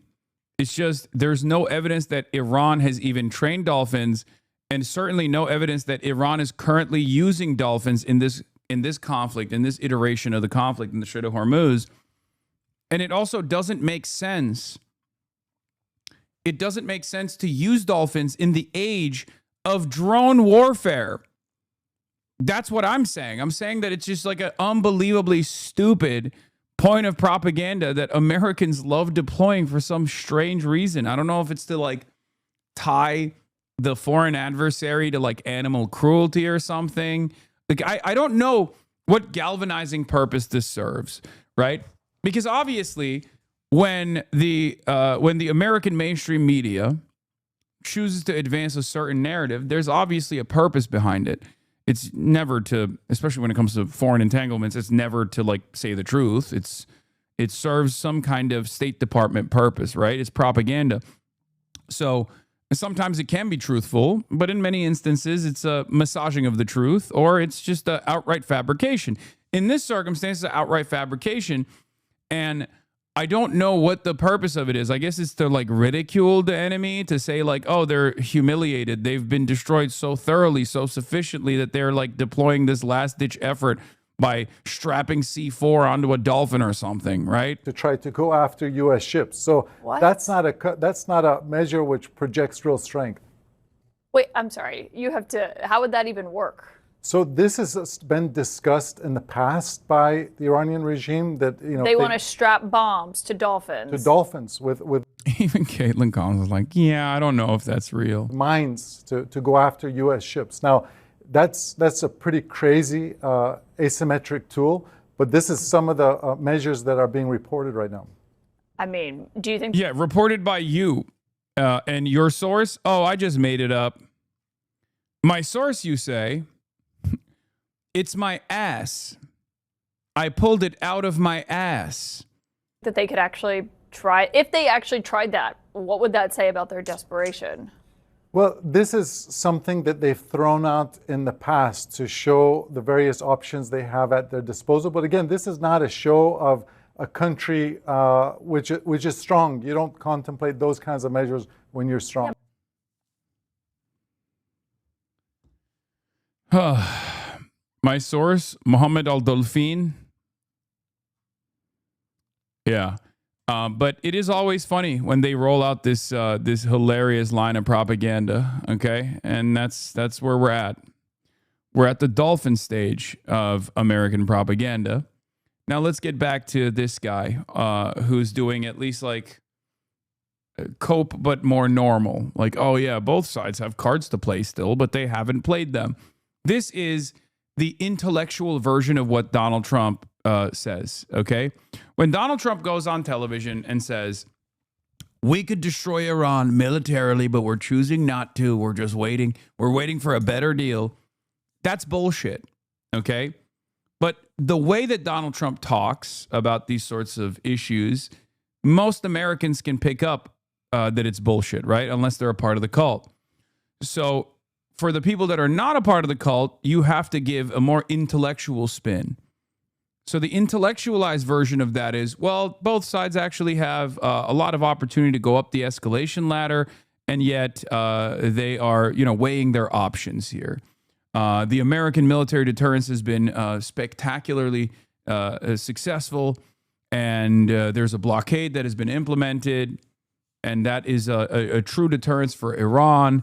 And Iran is really suffering right now, and time is not on their side. When they say stuff like that, just know it's bullshit, okay?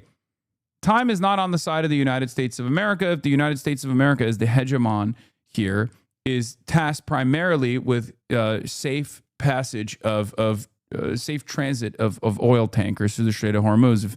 If the oil tankers are not passing, every moment that passes, every moment where oil tankers are not transiting through the Strait of Hormuz unimpeded, is a moment where America is the responsible party and is seen as the party to blame, and therefore it's bad for American force projection capabilities. It's bad for the relationship that we have cultivated with our allies. It's just not good at all. However, on the Iranian side has a lot more time in this game of attrition. They've been forced out of the international markets regardless by way of sanctions, and therefore they're used to eating this kind of instability, this kind of volatility. Think that Donald Trump will be under more pressure domestically with these 60 days that he's meant to go to the Congress. He said that he doesn't have to go. Do you think that Republicans are going to start backing out with their support for a war that is not popular with lots of Americans?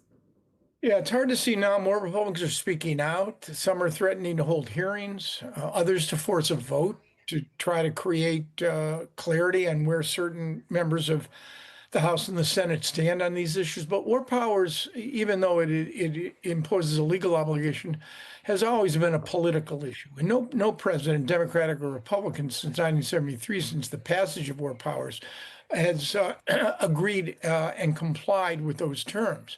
And it's largely because in our system, the president, unlike the Supreme Court or the Congress that goes in and out of session, the presidency never goes in and out of session. It has access to intelligence, and the Constitution gives the president extraordinary discretion and leeway with respect to foreign policy. So I don't see war powers being a hindrance. It's usually a tool that the opposing party uses to criticize the administration, or in the case of this one, you will, if the war goes on another month or two, I think you really will begin to see Republicans gin up efforts to try to pressure the administration to stop it.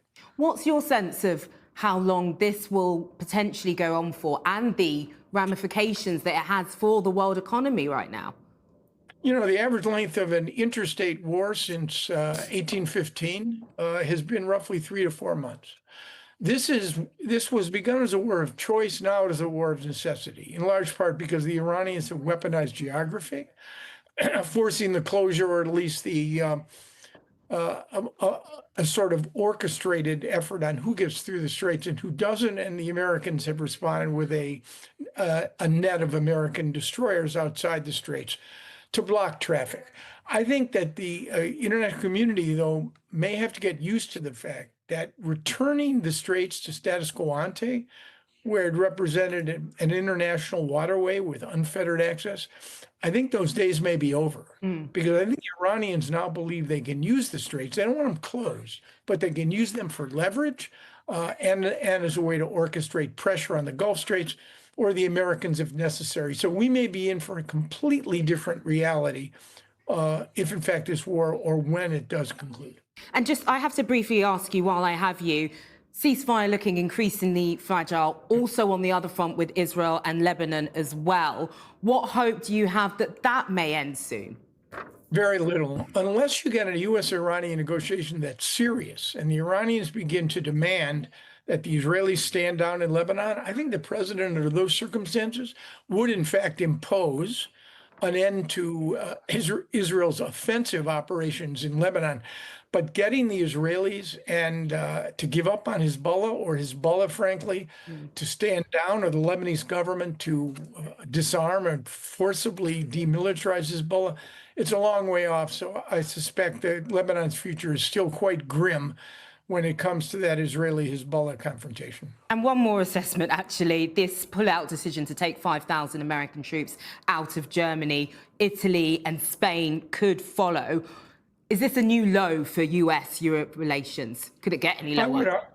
I would argue it is, and the Germans have stepped up, which is the irony here. I mean, why punish the Germans? They're actually trying to remove constraints on military spending. They've ramped up their own. They now. It's so funny that, again, fascism is a suicidal ideology and it's self-defeating, right?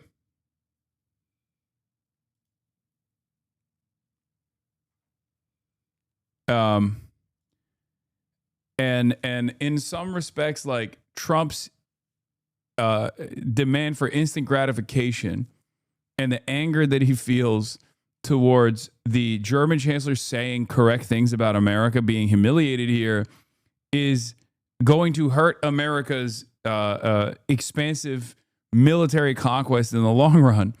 Like, yeah, pulling out of NATO or like removing a number of troops from German soil is not something that I ever imagined would take place, but it does actually move the needle against American empire, so I'll take it. I don't have an issue with that. I think it's good. Let him do it. Take out 10,000 troops. Bring him back here. What the fuck are they doing in Germany? You know? Respect.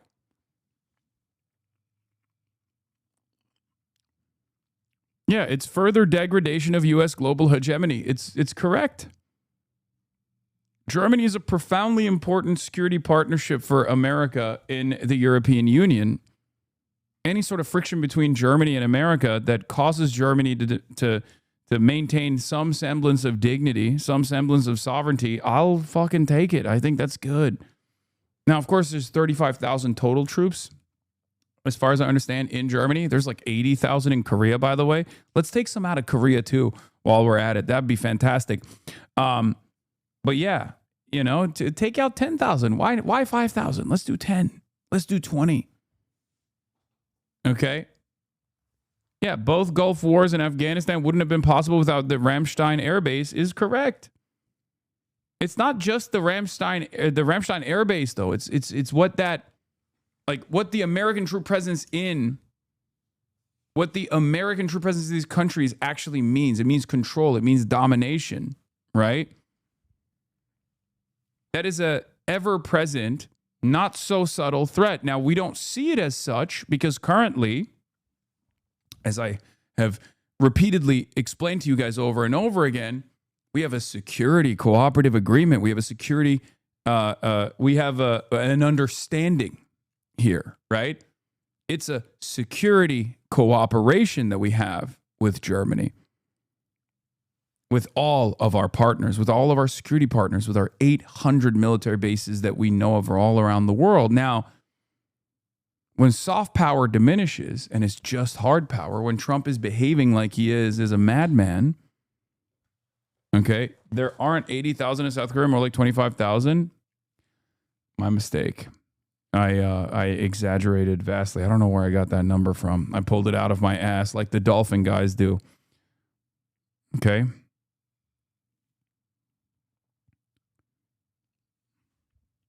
However, as I was saying, by the way, think about how insane that number is regardless. Like 25,000 troops, still insane.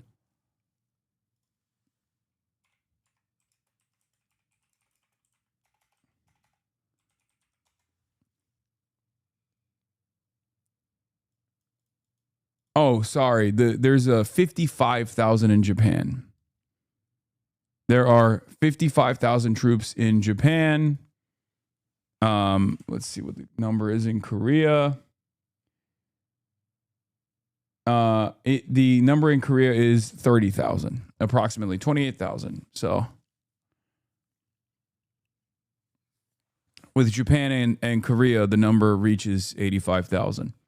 South Korea and Japan together come to about 85,000.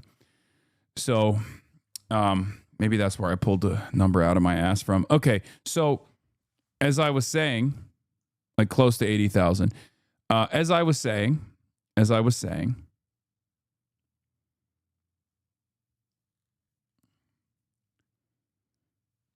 800 military bases can turn into 800 separate invasions overnight. Okay? It's all a matter of the relationship that we have with these countries. So as long as it's positive, then we're happy, right? Everybody's happy. But if the relationship is no longer positive, it turns sour, all of a sudden, the 35,000 troops that you have in a NATO base, in a NATO facility in Germany, is now 35,000 armed combatants on enemy soil. Do you understand? Represent the largest conventional military in Europe.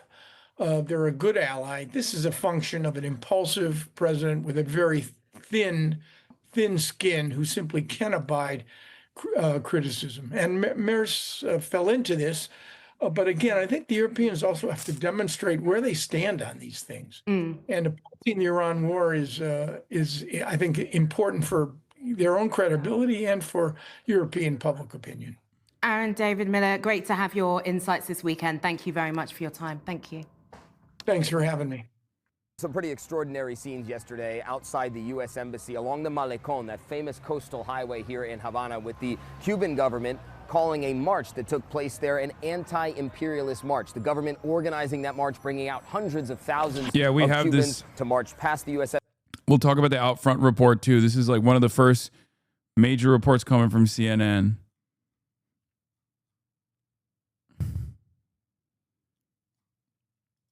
Embassy actually ending that march right in front of the U.S. Embassy. We'll get to that, the Iranian, the damage that U.S. bases took. And that's still a fraction of the information. Intended to be sent to the U.S. government, that the Cuban government in its current form is here to stay. That is what the Cuban government is saying in the face of continued pressure campaign from the U.S. government. Nothing more impactful within that campaign than the oil blockade that has been going on for months now. We spent the last few days here in Havana really getting a sense of oil pressure campaign that has been going on for swagged out, bro. Look at that buggy. That's a buggy in Cuba with the matte black. Oh my Lord, these people, man. These people, man. God, I fucking love Cuba. The Cuban people are unbelievably resilient and incredibly creative. Okay, look at that. My man slapped on the black matte, the matte black paint.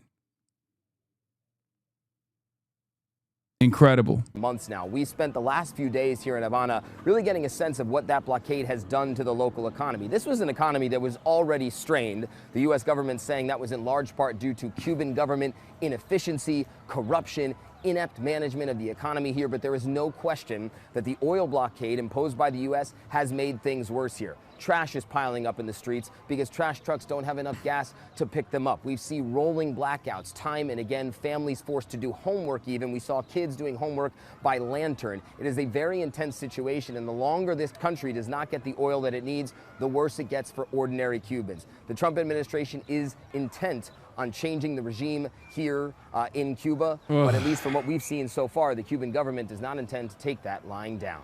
Rhiannon? All right, Matt, thank you for showing us what the people there are going through. We should just let them. We should just let them survive. We should just let them exist, I think. Feels kind of crazy. Feels kind of crazy that we don't. Almost every weekend, it's easy to find a pro-Palestine march, even if it's a smaller one like this in Lewisham, southeast London. Yeah, this is what I was talking about when I was referencing the lack of protections.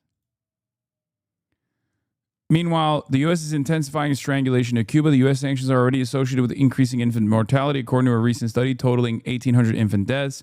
Trump and Rubio are willing to kill babies to advance their depraved imperialist fantasies. This is from CEPR, Center for Economic Policy and Research. U.S. sanctions and the sharp rise in infant mortality in Cuba.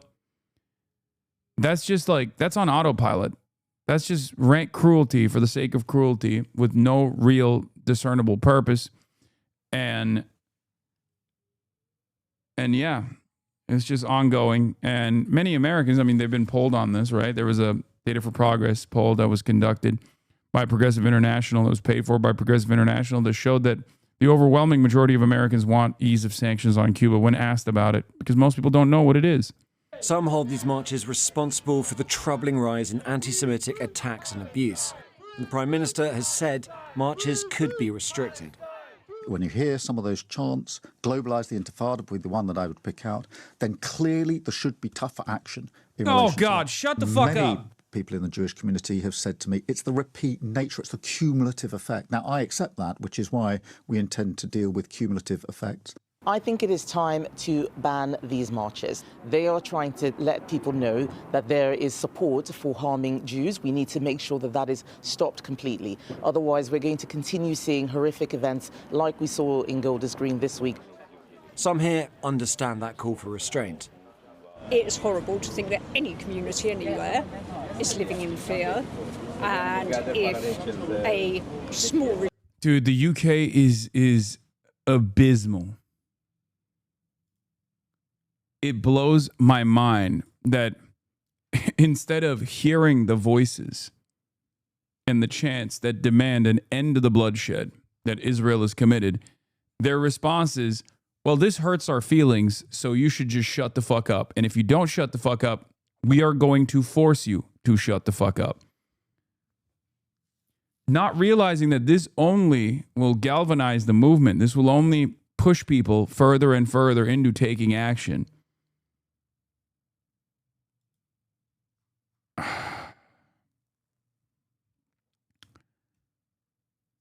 Reduction would help that community to feel more settled.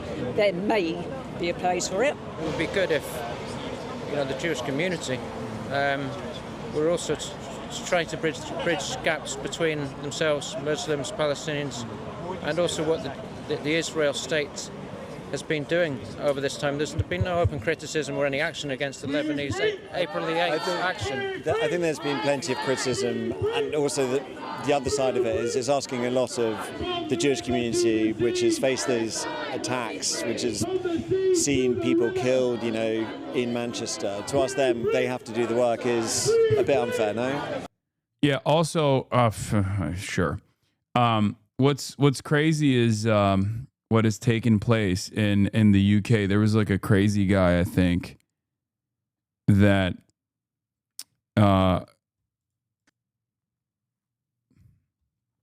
what's crazy is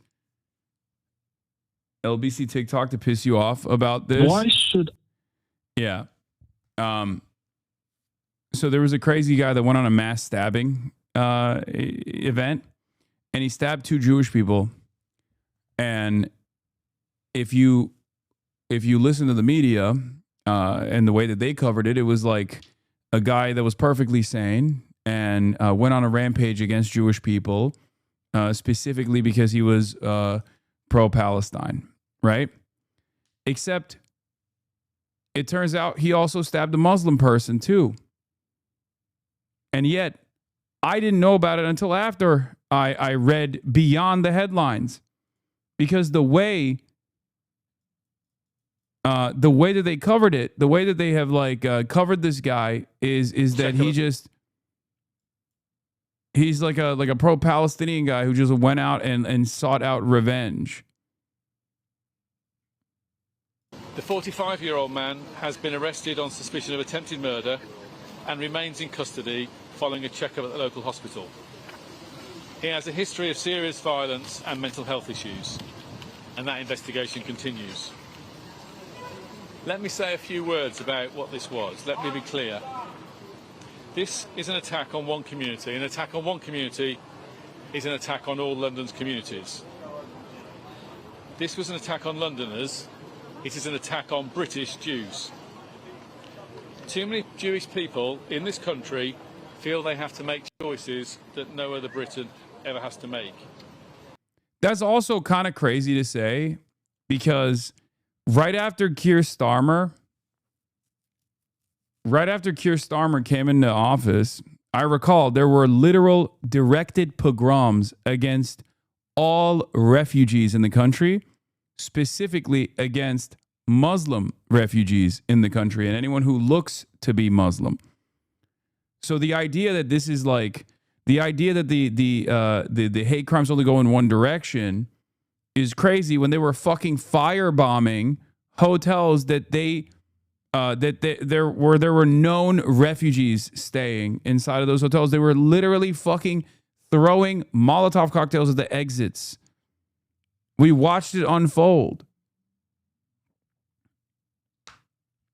The idea that this is exclusive to Jewish people in the UK is crazy. The UK is incredibly fucking violent and incredibly racist towards anyone that they consider at any given moment to not be fully British. Okay.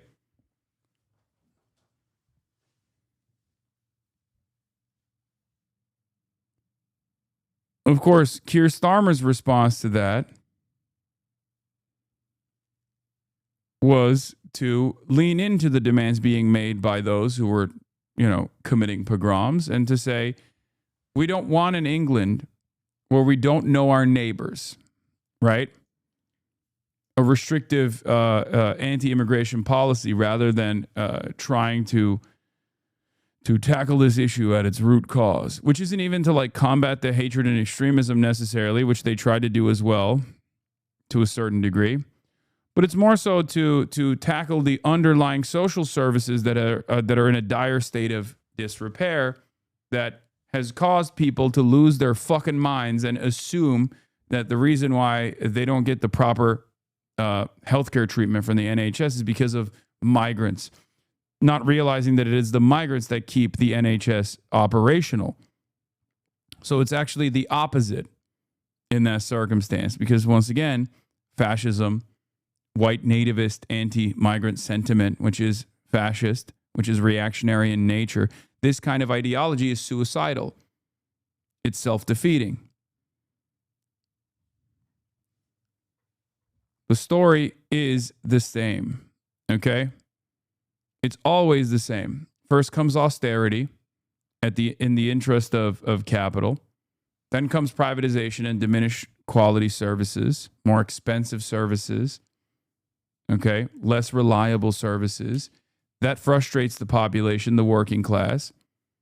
And then right-wing forces take advantage of that frustration, that anxiety, that animosity, and redirect that frustration to migrants, leaning into the idea that these foreigners that you don't know are coming in to ruin this country, and people believe it. This is an endless fucking feedback loop. The solution to that is to say, no, these guys are just your neighbors. They're not any different than you are. They have the same class interests. We must solve the underlying problems in British society. All of this, of course, ironically enough, dramatically escalated after Brexit, which was following the same exact trend. This guy had a history of stabbing. He stabbed 2 cops and a dog before 2008. He was in psychiatric ward, but they let him out, which hasn't been disclosed why. He stabbed a Muslim not long before he stabbed 2 Jewish people. He was someone who needed help, but the system failed him, and the system caused these stabbings. I mean, yeah, this is a direct byproduct of cutting some of these social safety nets, for the record. Like, this person should be in an involuntary hold. Like, he's very clearly, he should be getting the necessary medical treatment. Or he was supposed to be getting the necessary medical treatment.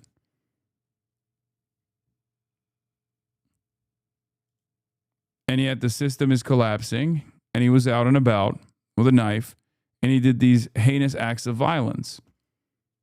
And instead of addressing the root cause of this problem, this incompetent government will turn around and say, oh, this was motivated entirely by the Free Palestine movement, and that's why we have to make sure that you can't say Free Palestine. We have to have even more strict speech rules.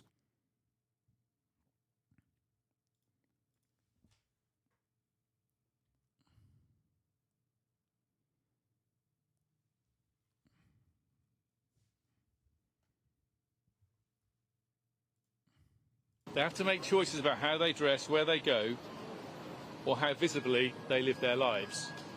That's completely unacceptable.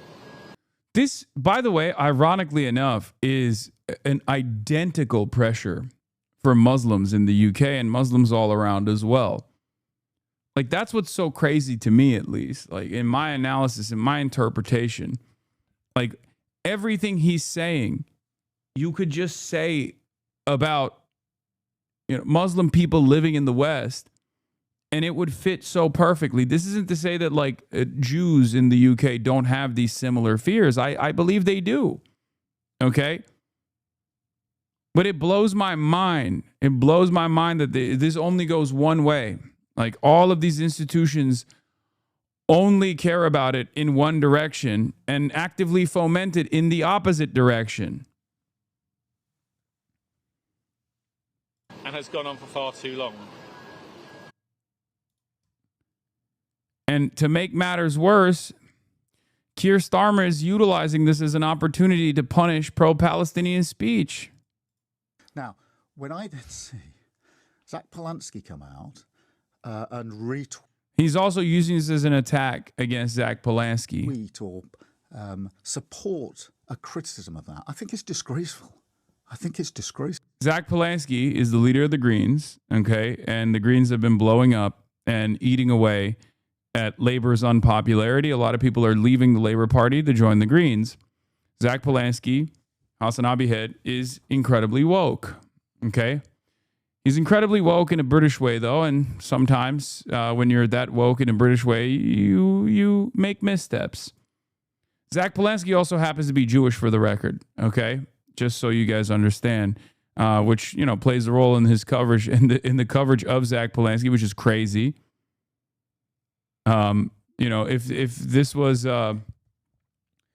if this depiction of a Jewish politician that is pro-Israel was done by a pro-Palestinian newspaper, they would arrest the cartoonist. Okay, this would be the news for weeks.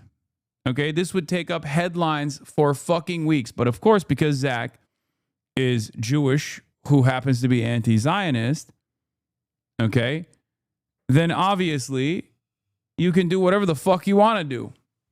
You can depict them any way you want to depict them. Yeah. It's the Goyim blaming a Jew for anti-Semitism, by the way. That's what's going on, literally. Keir Starmer and many others are playing fast and loose with tropes, with depictions, and also claiming that the anti-Semitism is directly associated with the pro-Palestine movement, and Zach Polanski is responsible for the anti-Semitism.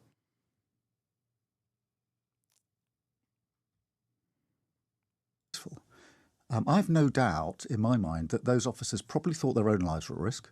And if you see the footage, there's a lot of people in the scene as well. Now, that didn't turn out to be the case, thankfully. But this is the thing about policing. And I learnt it firsthand in Northern Ireland when I was working with the police over there. I sat in the control rooms when they were making decisions about operational matters. You have to make a decision in that split moment according to the situation as you understand it to be. And for politicians to wade in, as Zach Polanski did, is disgraceful. He's not fit to lead any political party. Now, when I then see Zach Polanski come out and retweet,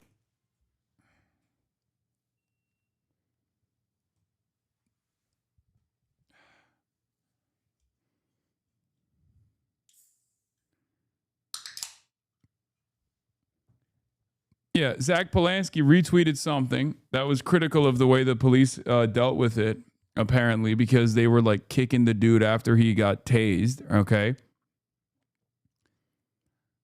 Which, you know, optically speaking, isn't the greatest approach to the subject, right? Maybe a little too woke for British society's taste. They kicked him on the head like 5 times. Zach was not wrong. They made a decision to kick him on the head 5 times while he still had a knife. Only a third Jewish community officer thought to disarm him first. Yeah. Keir Starmer thinks a retweet should disqualify someone from leading a political party, but that appointing the best pal of the world's most notorious pedophile as ambassador to Washington shouldn't. Be serious, says Aaron Bastani.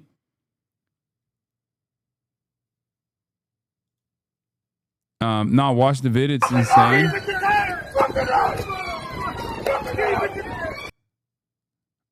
this is America. Oh, I didn't realize they were doing American style apprehensions here. Shit, my mistake. Yeah, that's unbelievable, and it's rank police cruelty, police brutality, and it's also straight up exactly what happens in America all the time. The only distinction here is that they don't have lethal arms here. They're using a taser. Get him!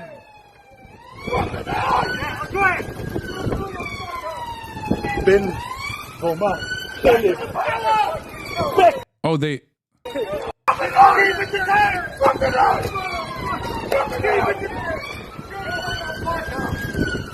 Get him!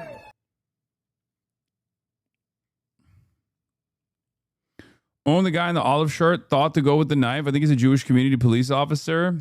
What is it called? Like Shomrim or something, right? I mean, brother, he has a knife in his hand. Bro, have you guys seen the way, awful optics law, he's got a knife in his hand, dude?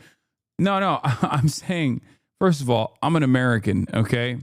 I've seen American cops do this to someone that has no weapon whatsoever, okay?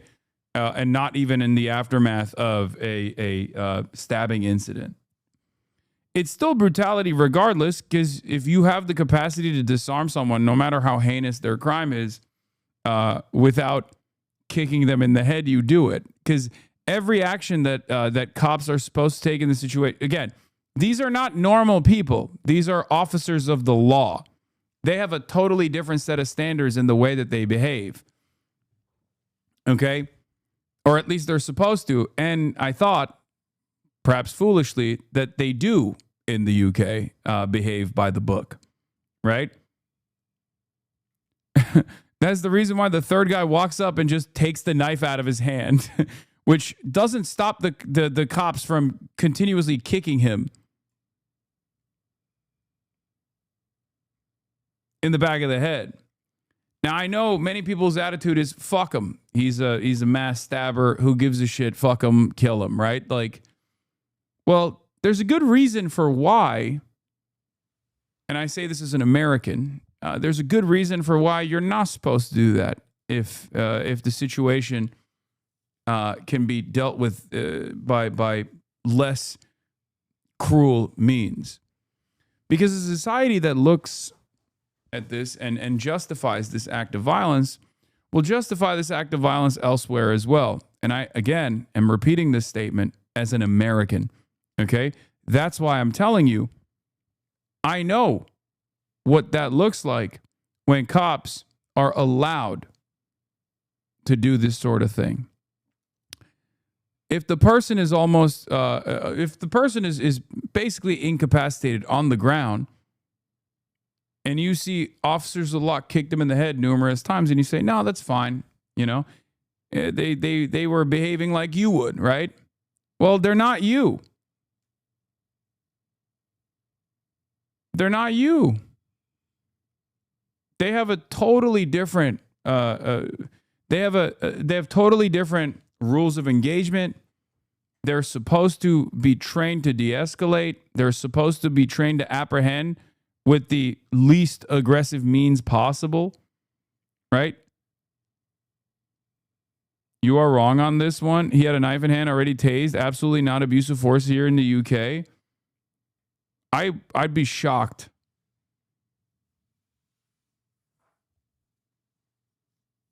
I'd be shocked if that was the case. I don't know if they stop trying to defend the guy. Oh, God. Do we have to do this every time? I'm not defending a fucking stabber, you absolute dumbass. Oh, my God. Oh, God. Every time. I forget that it is moronic. People have only one speed. You know what I mean? Yeah, of course, it's great that they fucking apprehended a stabber, you idiot. Like, that's a given. That's understood. That's, like, well established, right? Stabbing is I mean, this is a heinous act of violence. There's no, you know, there's no excuse for this kind of behavior. Okay?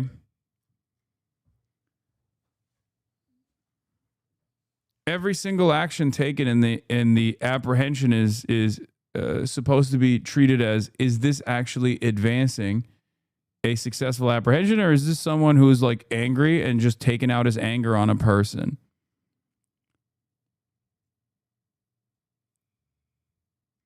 There's a good reason for why. Hopefully it'll be, hopefully there will be enough necessary nuance to have a conversation like this in a community like mine. But I worry that the UK will become the United States of America. I hope the British people in my chat that are watching right now will understand that you let this kind of stuff slide because you're like, oh, it's a passionate moment. It's a heated moment. Okay. And these cops were just like, doing their brave duty or whatever. Eventually, that's how you arrive at America. Okay. So if you're horrified by the rank violence that you see from American law enforcement against both armed and certainly unarmed individuals, understand that we didn't get to that overnight. It didn't happen one day randomly. It happened through years and years of expanding the permission boundary on what cops are able to do to people that have done something wrong.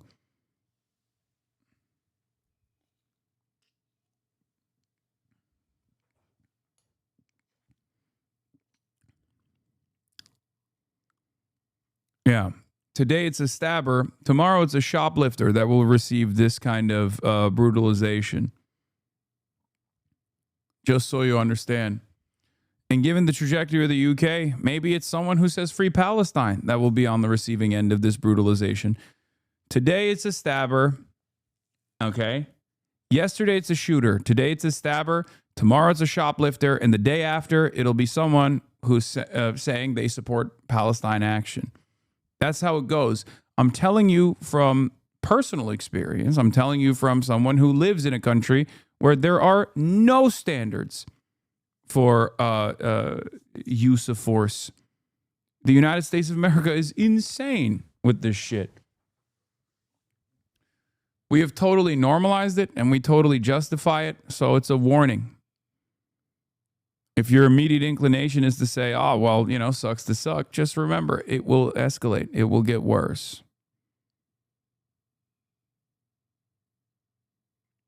We didn't arrive at ICE shooting random protesters for the crime of being in their vicinity and having a fucking bad day overnight. That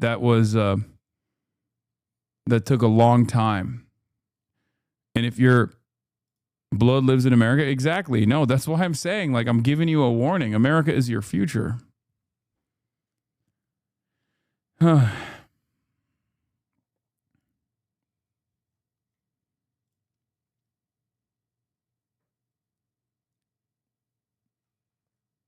any case, let's take a look at the reactions so My far. freedom to go on a demonstration supporting the Palestinians be curtailed because of recent events.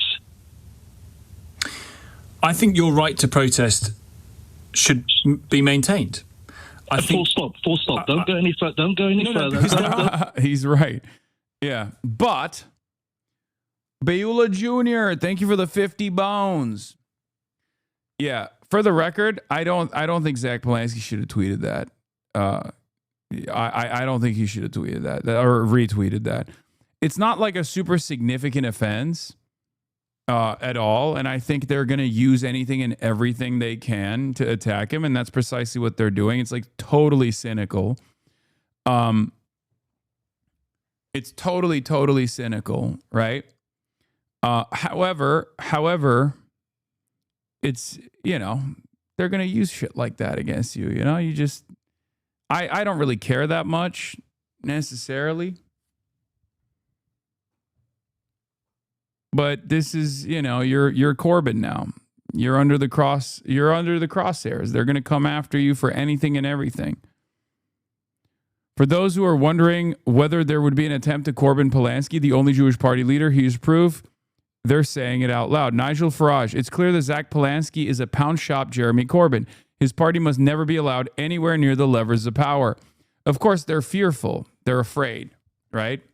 They're truly scared of a rising left flank, a true left political party led by, being shepherded by a true left leader who is an anti-Zionist, and that's precisely the reason why they're doing it. And only in the UK would you expect a fucking Nazi-adjacent politician like Nigel Farage shit on a Jewish party leader, and then the overwhelming majority of right-wing media, which is British media, is terrible, right, will turn around and agree with the Nazi-adjacent party leader, and will say, yeah, this Jew is responsible for the rise of anti-Semitism. Yes, he's doing it Jewishly. The perfidious Zach Polanski must be stopped before he dangerously increases anti-Semitism. I, Nigel Farage, will put an end to his Jewish tricks. It's incredible.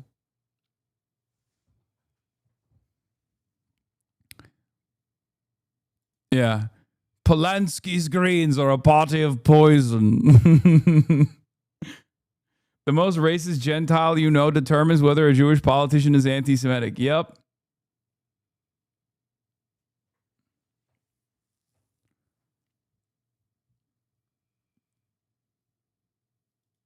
Times of Israel. Israel's deputy foreign minister, extremist UK Green Party leader, legitimizes violence against Jews.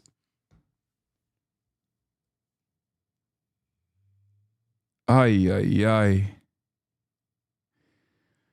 What a time to be alive, man. What a time to be alive.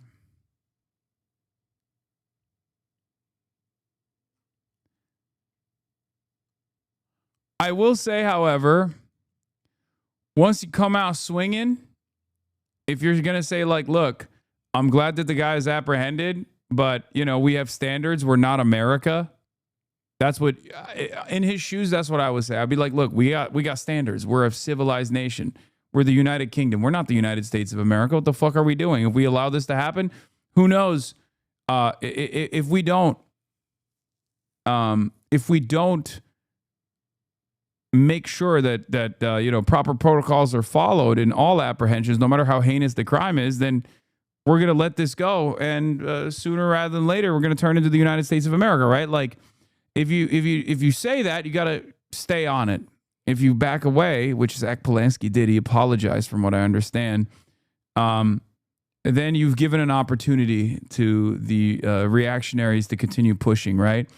Breaking, Zach Polanski has apologized, but once again, he's under tremendous pressure, right?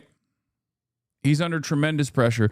Yeah, he apologized for sharing a post criticizing the Met police officers at the Golders Green attack. Everyone in leadership is responsible for lowering the temperature at a time of such tension, and I apologize for sharing a tweet in haste.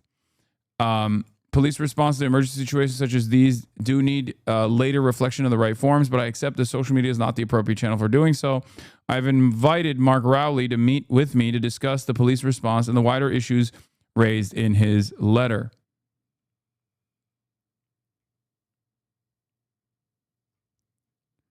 Zach Polanski needs to speak to Zoran's team. Buddy.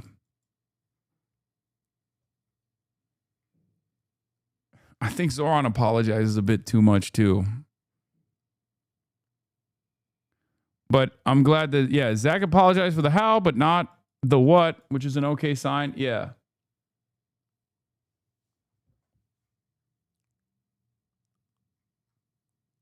Caveats, sir. There are caveats. For instance, the caveat about where you can protest and what you can say on those protests are legitimate caveats to put in place, I think, given what has happened. So caveats over what?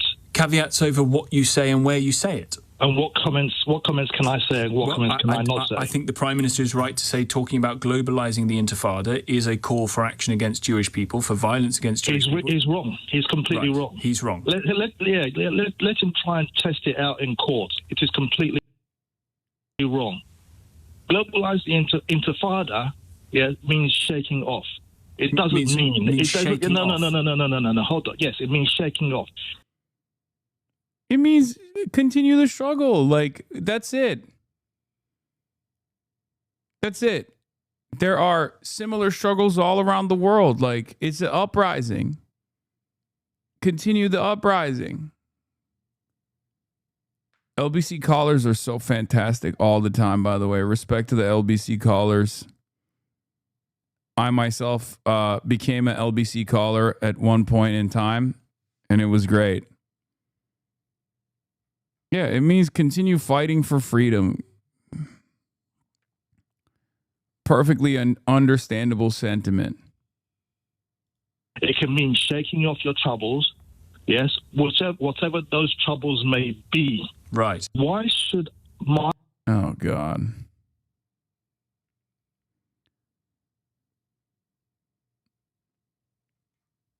I'm not sure Zionists quite understand the implications of the way Candace Owens dismantled Ben Shapiro and the Daily Wire, but they are profound. Zionism is done on the right. It's just a matter of time.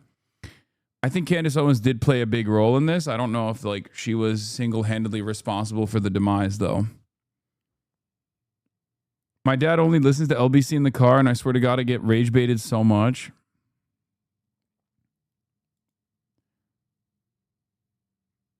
UK.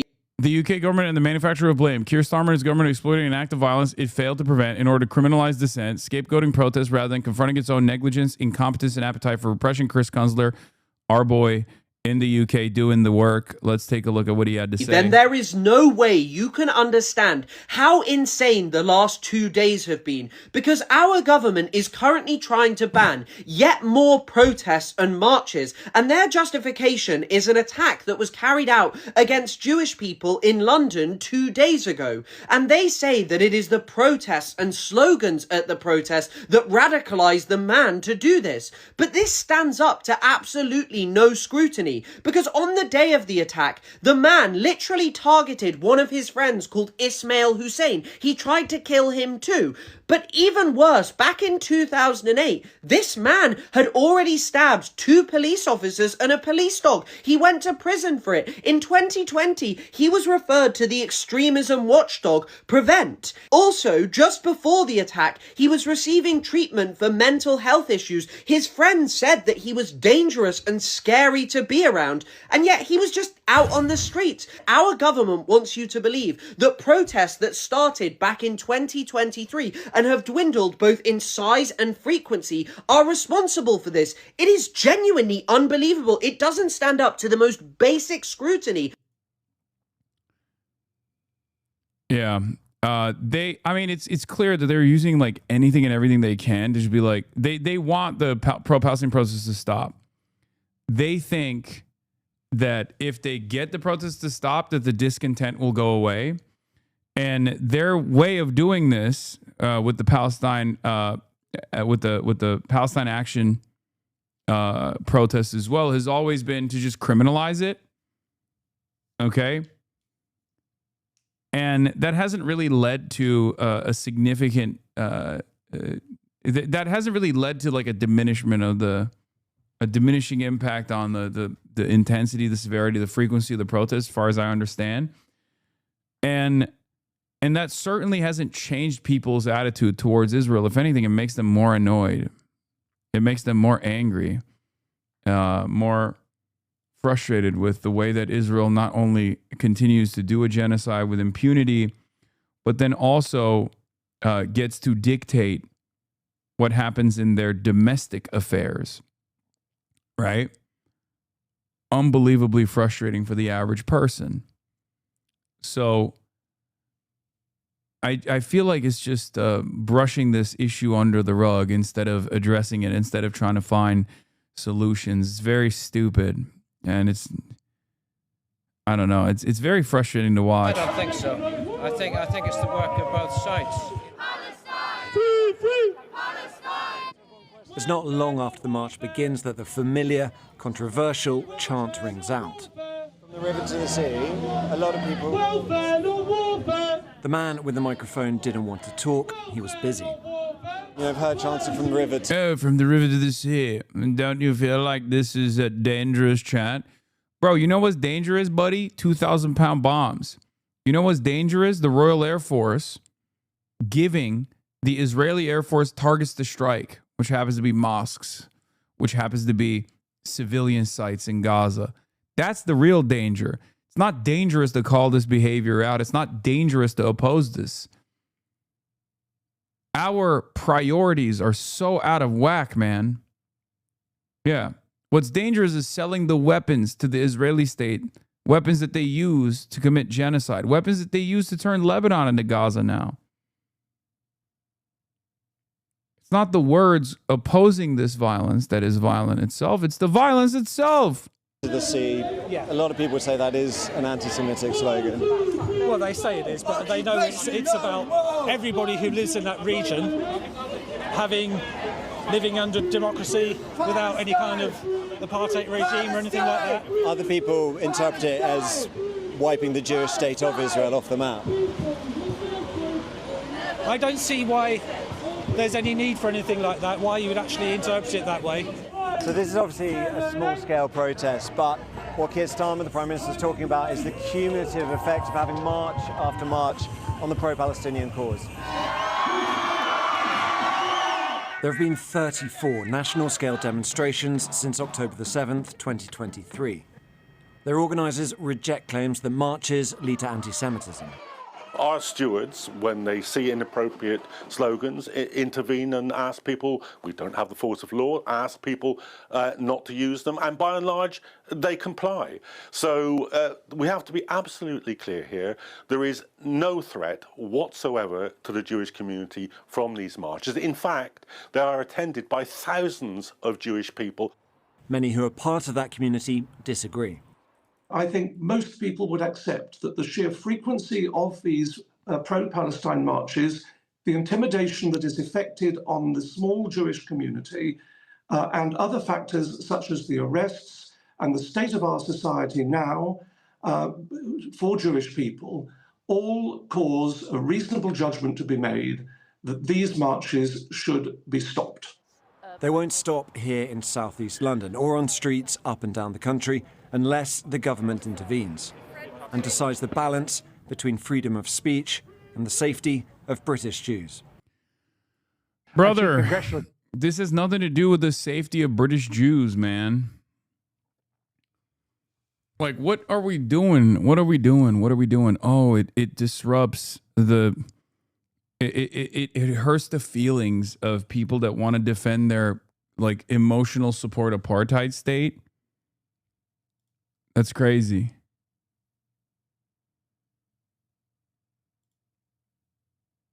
That's crazy.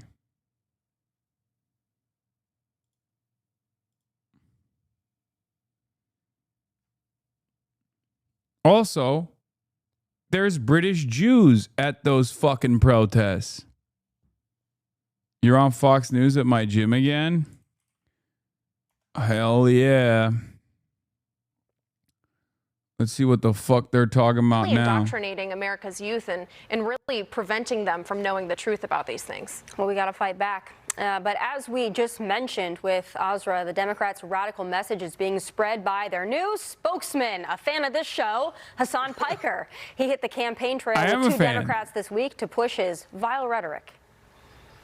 We all know the Republicans are corrupt. We all know that they're monsters, they're racist, they traffic in hatred. Yeah. But we are here to say we are no longer going to vote for do-nothing Democrats either. This is not just a battle that we are fighting against the Republicans, the fascists, the reactionaries, but we are also fighting for more responsive politics to make sure all of your voices are heard. And he's not the only one spreading these anti-American messages online. So dangerous. We need socialism because reforming capitalism isn't a solution. It's a Band-Aid. Have you ever wondered what America would look like if it wasn't run by oligarchs and capitalists and worked for everybody? America has the worst culture of all time. America sucks. Piker's ideas seem to be resonating with the rest of the Democrats, too. Less than half of the party has a positive view of capitalism, while 2/3, well, they support socialism, whether they know what it is or not. Dr. Siegel, I want to talk about some of these podcasters and the influence that they have. Listen, I love the First Amendment. Hasan Piker has got the right to go out there and say whatever he wants, but there seem to be more and more young people that have caught on to what he's doing. But we should maybe throw him in jail. Resonating with them. Do we have to worry about young people gravitating towards socialism in a way that's going to disrupt our elections and give us more socialists like Mamdani? Yes. And the reason we have to worry is something Asra just pointed out. It was such an honor that she brought up an old book of mine, The Inner Pulse, because I talked there about what makes somebody cognitively susceptible to something. And it's emotions. It's appealing to emotions with hatred, with rhetoric. You hear how your friend there talks? How Piker talks? He's appealing to non-rational thought, where you don't know what socialism is. My wife came from the Soviet Union. She never stops thinking about it. Immediately became a Republican when she came here. She said, I want to get as far away from what I grew up with as possible. The young people don't know what it was like or what it is like in Moscow. Yeah, they certainly don't. I don't think Hasan Piker does either, Joey. And like I was saying with Dr. Siegel here, we love the First Amendment. We love having ideas on display so you can choose. But what do you make of his recent comments and the fact that so many Democrats are cozying up to, if not campaigning alongside him? Yeah, he's a paper tiger, and he'll have his moment. People will enjoy it, and then it'll move on because there's no substance there. And I hate that for him. Maybe he'll learn and grow. I think he's a pretty young guy. I mean, listen, his main demographic are people I'm that probably haven't lived like only their a lives couple enough years to younger know than you. the bullshit that he's spewing. That's the problem, right? He reaches young people. They're full of emotions, they're full of excitement and dreams, but they're not full of experience. They don't know what's left in life. This is a guy that was raised in a rich household, went to good schools. He says his dad lost everything. I don't have a reason to disbelieve that. But up until that point, his dad made his money on futures trading. So he knows exactly what this system is that he's upset at. It paid for his entire raising. But on top of that, he sits in a $3 million house in West Hollywood and does these videos. From the time of going to college, all he's ever done is talked for a living. He's never, I don't know, laid brick and block, framed a house, welded something. He's never done something to where the fruit of his labor is something that will outlast him. He makes videos online, so he can advocate for workers in this country for the rest of his life. He'll never understand them, thus he'll never understand what they want, what they actually want, and what they want is a chance at mobility. He is an entrepreneur. I'm sure he owns a company to get his videos out there. Why would he advocate to take that dream away from the welder or the plumber or anyone else by straddling them and chaining them to some union that one day the government controls? Oh, yeah, but unions that's what he are does bad. because he doesn't know any better. He's a little young guy. He'll grow and learn, and he'll figure it out. And then hopefully there's enough grace there that we'll welcome him on this show when he does. Socialism and communism. A lot of those countries don't have the First Amendment, and you can't make your videos and post them online. Just fruit for thought. But still ahead on a jam-packed big week. Wait, what the fuck? But they want that here. Okay, they didn't even, this was actually kind of polite. I like that their argument was, you know, he's just a rich guy. He doesn't know what it's like to be a worker. It's like, okay, in spite of my background, I have a much better understanding of the problems that the American labor force faces than a fucking Fox News commentator, clearly, you know? You just advocated against labor unions. That's not even a concession at that point. It's like bare minimum. Unions are the first necessary step. They want to convert you. They said they want to give you a job. Yeah, I see that. Also, their guy is Donald Trump. Donald Trump comes from a real estate dynasty. He's an unbelievably wealthy person. He's never had to fucking work a day in his life. At least I did, you know? Everything they just said is basically glass house. They make their living talking politics, and they're not tradesmen. Yeah, I know. Yeah, if only I laid one brick instantly in the aftermath of laying that brick, I'd be like, I hate labor unions. That was interesting, though. They were basically like, hey, we like what we're hearing. This guy clearly has a little bit of emotion, so maybe we should bring him on our team. But yeah, I saw this earlier. This is why there's a bajillion articles in a congressional bill about him. They're scared. Today. They said you couldn't post your videos in communist countries. You literally did in Cuba and China. I know. That is also funny. Yeah, try that shit in a communist country. Try that shit in a communist country. Well, I did. I did do it in Cuba. I did do it in China, and it was perfectly fine. So,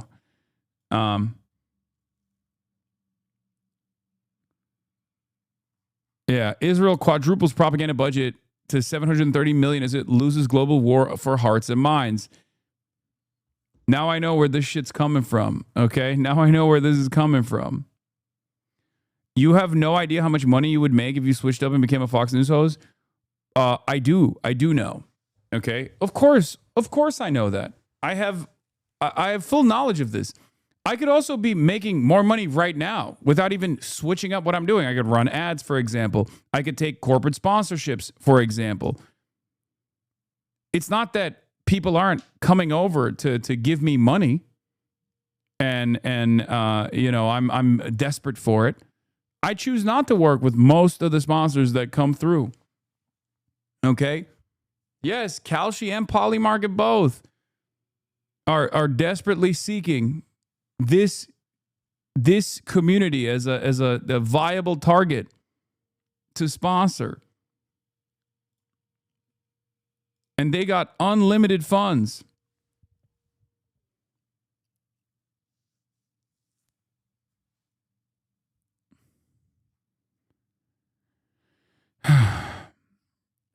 There's a reason why I choose very carefully who I work with, okay? And I make sure that any sponsorship I get is a good fit, and I choose not to work with most.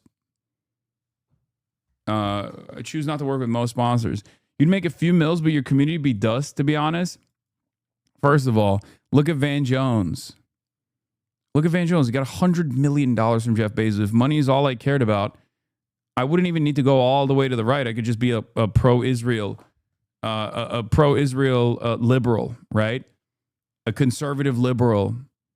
I'm sure plenty of these outlets that are, you know, calling me a demon would love a story about rehabilitation, a guy who was inside of the movement, a guy who was deeply embedded in the socialist movement, one of its leaders, as a matter of fact, the arch communist turned capitalist once he learned the dangers of communism, once he truly faced it for the first time ever. Do you know how many funds would be expended in that direction? Do you know how much money they would love to fucking throw my way for me to turn around and just be like, yeah, this communism shit was so fucked up. I just never understood the dangers. Okay? Yeah, liberals love a redemption arc.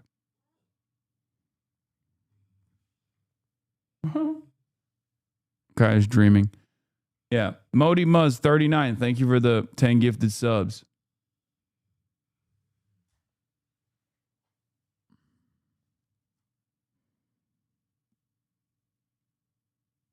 Would you sell off for $1 billion?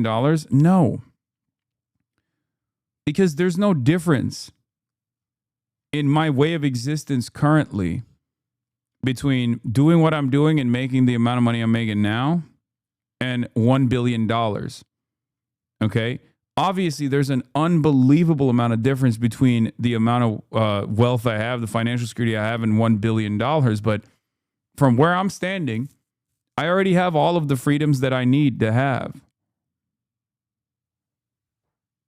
If anything, the amenities that come in that situation isn't like the financial, the generational financial freedom. It's actually the lack of hit pieces.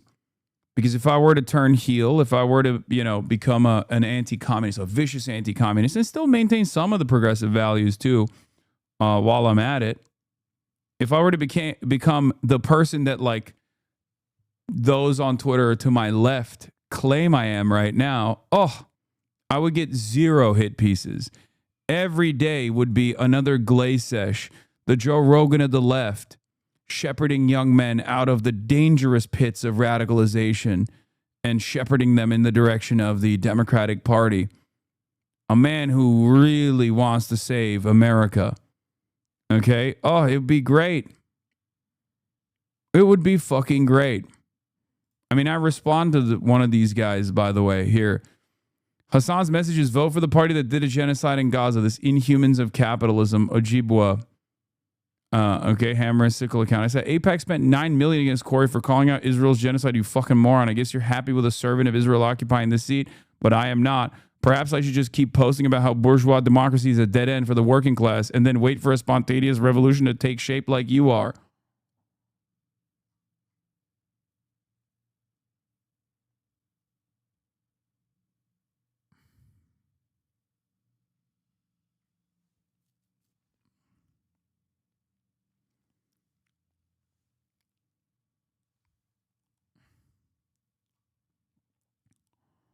That guy's ACP, I think. I don't know what it is, but there are a lot of people that don't understand what I'm trying to do.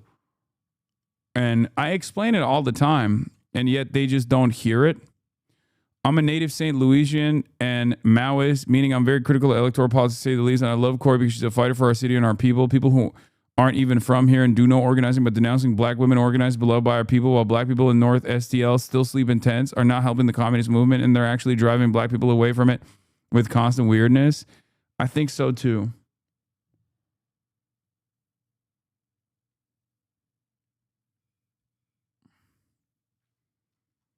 But what's really strange is like they don't even fucking understand. Ojibwe is not ACP. He's a Maoist Sakaiist. Oh, Jay Sakai.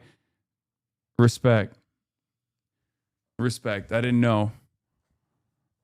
I didn't know we had a Maoist Sakai enjoyer. My mistake. My mistake to the JD Pond constituency. Okay. So wrong of me to even respond because he's probably functionally illiterate. So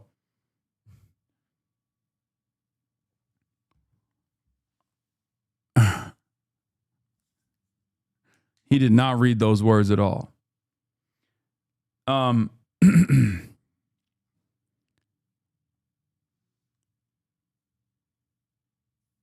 In any case,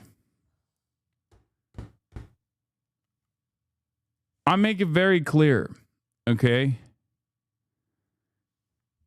I'm not standing in opposition of a communist party in this country, okay? I'm not standing in opposition of building a vanguard in this country. But you have to match up your organizational efforts with where the masses are. Americans self-identify as liberals. Many of them actually do have revolutionary potential that they do not identify with. They do not understand. They don't have the class consciousness first and foremost, and they don't have the political education. Okay? You have to first build the awareness. And then you have to move in the direction of action, organizing to engage in action. Okay? Saying start building it is unbelievably stupid. There is no better mechanism of building a mass movement than using the largest megaphone readily available through the election system. Many of you prior to 2016 did not know what socialism was, and many of you who are now critical of Bernie Sanders are totally oblivious to what American socialism looked like prior to 2016. These things take time, okay? There is no spontaneous revolution. It doesn't work that way.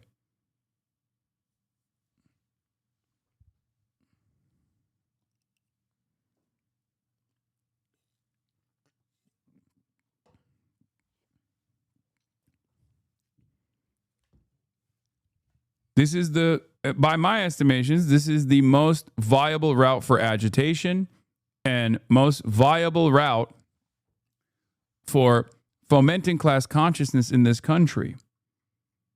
Okay? A lot of people look to what I'm doing and say, oh, this is entryism. You just want to take the revolutionary potential of the masses and feed it back into a dead end. Bourgeois electoralism. That's not my goal. And I make it very clear, ironically enough. Would you explain why it takes time and what the future timeline would look like? I don't know. Maybe because we live in the fucking imperial core. Of course, this is an unbelievably pro-capitalist country. This is a country that has actively suppressed the labor movement. This is a country that won't even allow like trade unionism to exist, okay? It's worse than Europe. Look around, talk to people about what they think is communism and socialism, you know what I mean? And you'll learn very quickly that the average American's perspective on this. Lying ass, you literally said it was entryism. What? No, I always say that it's not entryism. It's using one of the only viable, üç buçuk gibi. Evet, bir saat sonra. Why are we having this convo? We're having this conversation because people don't understand my methods and will actively claim that it's something that it's not.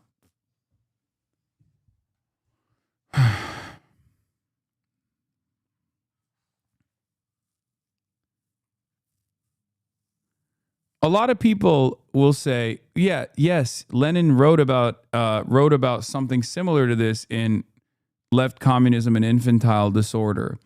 But the final goal here isn't to just stick to a liberal capitalist party and be an arm of a liberal capitalist party and operate within a bourgeois democratic process. That's not the goal here, okay? I'm adjusting to the current material conditions. I'm adjusting to the current social conditions in this country. Okay?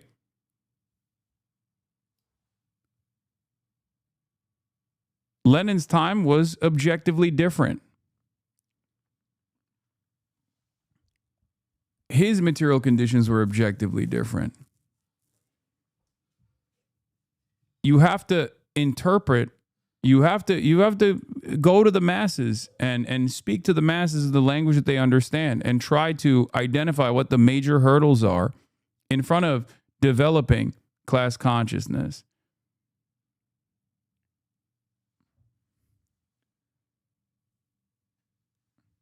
In the United States of America, the number one hurdle is class consciousness, a lack of class consciousness. The thing that ultras and centrist liberals both fail to understand is that the Democratic Party isn't an actual political party. It's an empty signifier, a slot on the ballot. You pay no dues, and there are no positions you are required to hold. We take it because we can.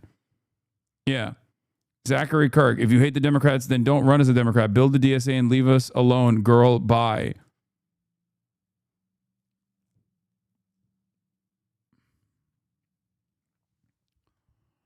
Like, my question is this. If America had like a parliamentary system, for example, currently, and there was a robust communist party, and then there was also a liberal Democratic Party, and maybe even a social Democratic Party, like, do you think I would be participating in the party system alongside or inside of the liberal Democratic Party? No, of course not. We have a duopoly in this country. We don't even have a real parliamentary. We don't have a parliamentary system anyway.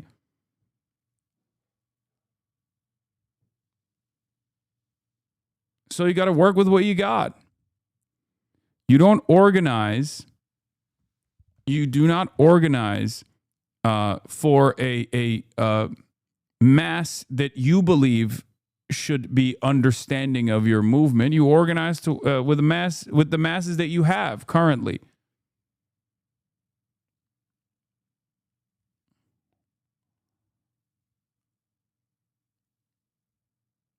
I'm bored of this politics thing. Please cover drama. Well, sometimes you have to interpret politics through the lens of drama. If you guys actually read Lenin, you understand he'd probably respect Hasan's contributions to socialism a lot more than any of yours. Hasan's approach to electoralism is far more Leninist than any of your petty subculturalist abstentionism. Read Lenin, don't just fetishize him.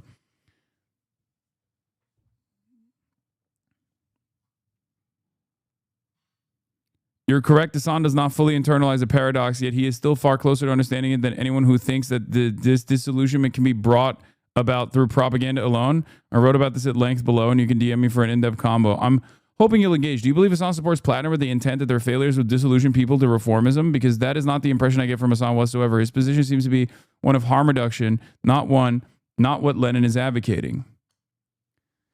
There is no current, operational, existing, viable communist or socialist movement in this country. Okay? We don't have the numbers. We don't have the movement.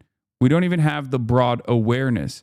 Many people who even are a part of the Democratic Socialists of America, out of the 100,000 in their ranks that are paid party members, right, are not even fully understanding of what socialism is.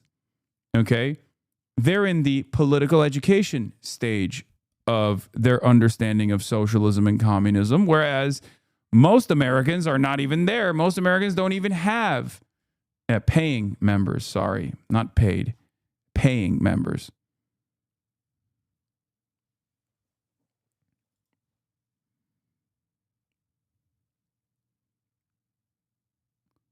The Democratic Party, especially as it's unbelievably weak at this moment, and yet still much stronger than any sort of third-party movement that would have to fight for ballot access regardless, everywhere, all at once, an impossible task, even with all the grassroots organizing.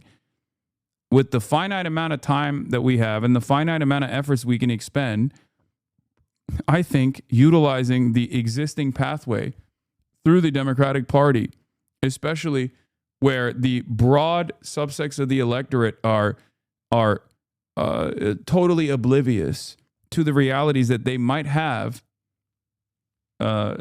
They might have a lot more socialist tendencies that they think they have, is the appropriate measure to engage people in a viable electoralist route that they are used to engaging with. Because like even the Bernie method was seen as a foolhardy endeavor. The idea that you can get the non-voters to go out and vote for Bernie Sanders. Okay, it kind of failed because the primary system is purposely. The primary system does not really activate the masses in the way that like the general voting system does. But what's even, they will betray you? Bitch, you think I don't know that? What are you talking about? They will betray you. What have they been doing for the past 3 months at this point? What are you talking about? They will betray you. They should, if I was this person that those to my left claim I am, the Democrats would be going crazy. They'd be like, oh my God, finally we have a guy who can hide, who can behave like a radical, but is actually a sheepdog for us. Oh, thank God. What are you talking about? Why do you think they don't talk about the Maoist LARPers and the hammer and sickle LARPers on Twitter and they're just like fucking up my ass nonstop? Why do you think that's the case? Do you think that's the case because they're too afraid of how good your opinion is? They're too afraid of engaging you in any way, shape, or form because they're worried that, Maoist JD Pon, Revolution Now account is actually going to be mentioned on Fox News and boom, instantly, lights off, permanent revolution, permanent international revolution tomorrow. Is that what you think is going to happen to all the trots? The one time that they mention you on Fox News, every suburbanite is going to take out their AR-15s and immediately foment revolutionary warfare. Is that what they think? Is that what you think is going on? They're afraid of your Marxist reading group?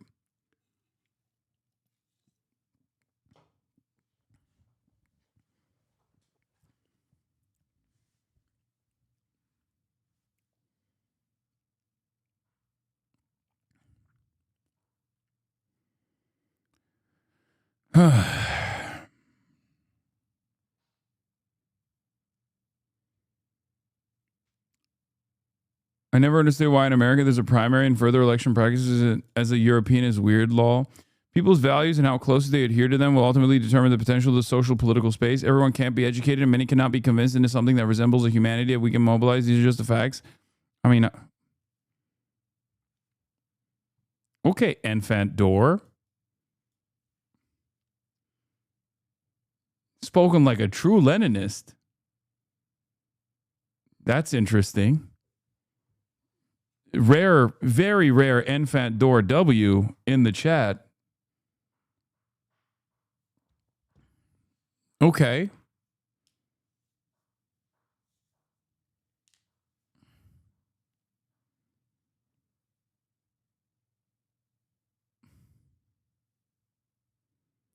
In any case, account probably got hacked. Yeah.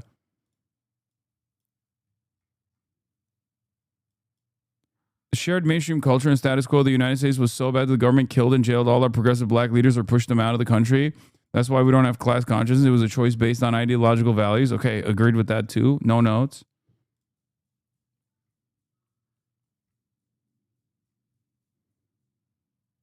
Anyway, where the fuck was I? Why was I talking about this? I forgot. All right, let's get back to tables turned. ICE opposing Senate candidate backed by AOC and Bernie Sanders. Chad Pergram's got the latest on the Plattner campaign. He's live for us at Capitol Hill. Chad?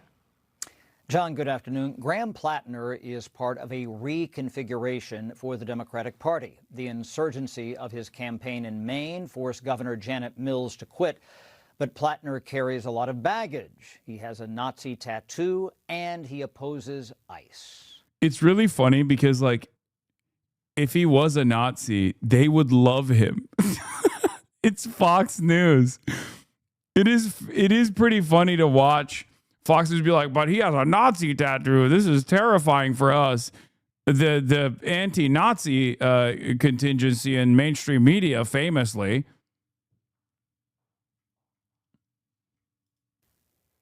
Any road to a Democratic Senate goes through the state of Maine. And we know the Republican Party's coming for us. We've known it since the beginning. And we're going to continue in many ways just doing what we're doing as we continue to mobilize the people of Maine and organize them and show them that politics is theirs.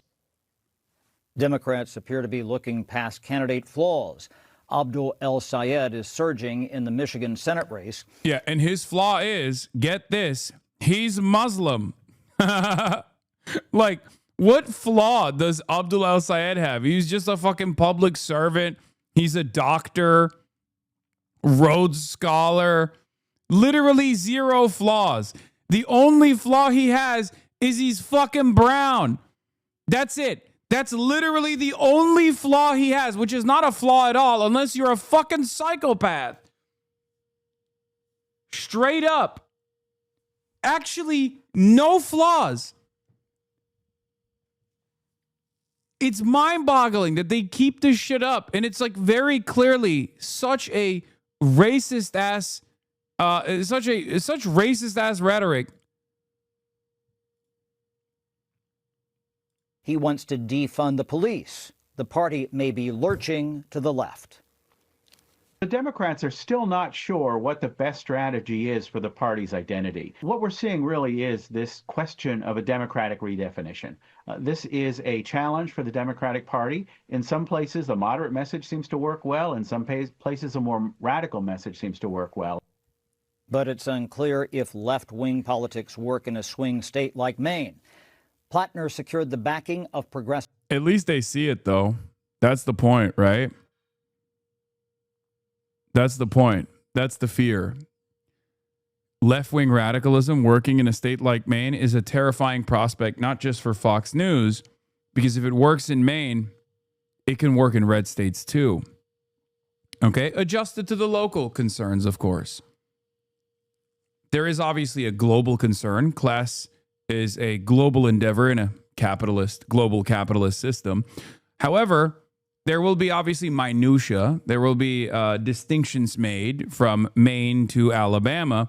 But the real fear is if it works in a purple state to unseat a red Republican senator, then it can work in a red state too. And if it can work in a red state, it can work everywhere, all around the country. And that's what's so terrifying. And that's not just terrifying for the Republicans, who obviously want to make sure that they are competitive in any way, shape, or form in this country. It's terrifying for the interests of capital, right? That worry that a robust socialist movement could potentially undermine their interests, could harm their goals of increasing profit margins. Okay, but also,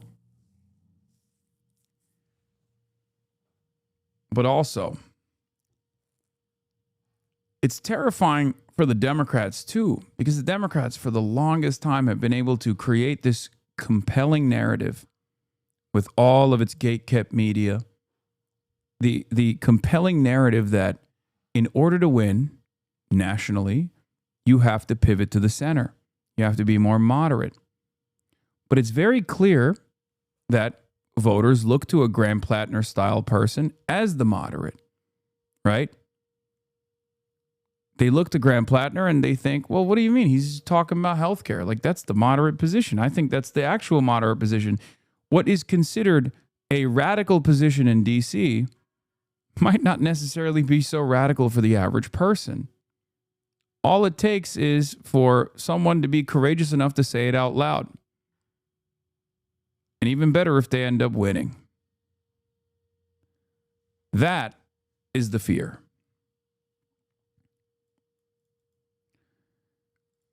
John Wakefield says, the funny thing is that Chuck Schumer clearly knows he's utterly loathed by the Democratic base, which is why his interventions against Plattner were so sneaky and indirect, but the asshole just refuses to go because clogging up any serious action is just too important to him. Yeah. Same with the Mallory McMorrow in Michigan. Chuck Schumer coming out and quietly endorsing Mallory McMorrow is the funniest iteration of the events that have taken place so far. And that implies that there is obviously a recognition by even Chuck Schumer that he can't say publicly how much he thinks Mallory McMorrow would be fine. So he has to quietly endorse Mallory McMorrow, knowing full well that the voters despise him. Of icons like Bernie Sanders, Elizabeth Warren, and Alexandria Ocasio-Cortez. That race has always been about Mainers, and it's been about working people, and it's been about who folks are really resonating with and who they're excited about, and that's very clearly been Graham Plattner. Now, Democratic voters prefer younger candidates. Plattner is 41. Janet Mills is 78. His likely opponent, GOP Maine Senator Susan Collins, is 73. Yeah, they old Democrats as hell. Are also swapping pedigree for pugilism. John?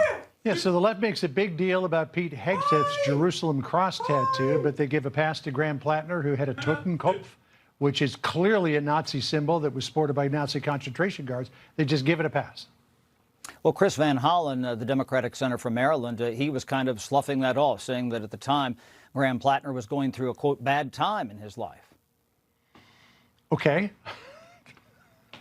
All right, we'll take that one to the bank, maybe. All right, Chad Perkman for us. Chad, thank you. Sandra? Thank you. Be sure to like and subscribe for all the Fox News latest on YouTube and catch full shows streaming now on Fox One. The June primary is now less than 5 weeks away, a precursor to the pivotal midterm elections in November. Almost half of Latino voters across the country supported President Trump in 2024. Now, nearly half of those voters say that was a mistake. CBS 13's Steve Large caught up with one of those voters today. Do you regret voting for President Trump? At that point in time, I think no, but now, yes. It seemed like the right thing to do at the time for you. I think so, based upon the data and what we were seeing and what we were being promised. It made sense, and that has not bared itself out. Jay Martinez is a Sacramento small business owner and 2024 Donald Trump supporter who says he voted with his pocketbook then and says the economy remains his biggest concern now. How do you see yourself as a voter right now, as a Latino voter? Yeah, well, different than I did a year and a half ago. Martinez is part of the 48% of Latino voters who supported Trump in 2024. New research shows 40% of those Latino supporters regret that vote now. So does the Latino vote matter? It matters far more than it ever has before. Mike Madrid is the author of Latino Century, How America's Largest Minority is Transforming Democracy. Latinos are the largest ethnic plurality in California. He moderated this California Hispanic Chamber of Commerce gubernatorial debate. Madrid calls Latino voters spurned voters, swing votes in search of political support. When a party's failing you, you leave them. Latinos are the only group that has shown a propensity to move away from the party they supported in the last election cycle. And a lot of folks other Latino men and folks that I know feel kind of politically homeless in a way. For Martinez, besides the economy, the way that Trump immigration policy has rolled out has been another key concern. There was a feel, and I think that Trump won 50% of the Latino men vote, particularly because we thought that there was going to be some sort of, common sense policy going forward. What are you doing? He's a U.S. citizen! Martinez called this ICE Sacramento Home Depot raid last summer an example of the problem for him. It's just, that could have been my dad easily, Now, Martinez is reassessing his support. A voter without political party allegiance, seeking to share his support for someone. Candidates who care about these issues can articulate them well, and just care and do the people's work. Martinez says he switched from registered Democrat to registered Republican in 2020. He says he may switch parties again this year. Appeals court just ruled to temporarily block access to mifepristone. Do you guys want to know mail. something, by the way? So I'm not going to say which campaign, but I saw some internal numbers. One of the campaigns that, let's just say one campaign polled me, okay, with a push poll to determine whether or not aligning with someone like myself was actually beneficial or problematic. Okay. And what they saw was that I do LeBron numbers with extremely liberal, because the polling doesn't have like socialist or DSA aligned or whatever. I do insane numbers with extremely liberal. And the one group that I do insanely well with, Latinos. No, it wasn't Abdul. Also, stop trying to figure out who it is. I'm not going to tell you. Anyway, yeah. It's the Bernie contingency, which also got Zoran the victory as well. Young Latinos and younger voters in general absolutely love what's going on here on the broadcast. And it was the same with Bernie too. And I've said it before, not just young Latinos, all Latinos. But I've said it before. It's because time and time again, Latinos across the board that have been polled, with the exception of Cubans and Venezuelans in Miami, Latinos across the board are very, very pro expansion of social safety nets. Okay? Even older Latino voters are very much in favor of bigger government initiatives. Okay? Older Latinos also, on the other hand, are more socially conservative. Right? Puerto Ricans responded well to your comments the other day about statehood. Whatever Puerto Ricans want, they should get. Perfect. I want you. Your move, Hasan the Hun. Okay, that's Emily. She's a member of this community, okay? That's not just any random Puerto Rican. That's so funny.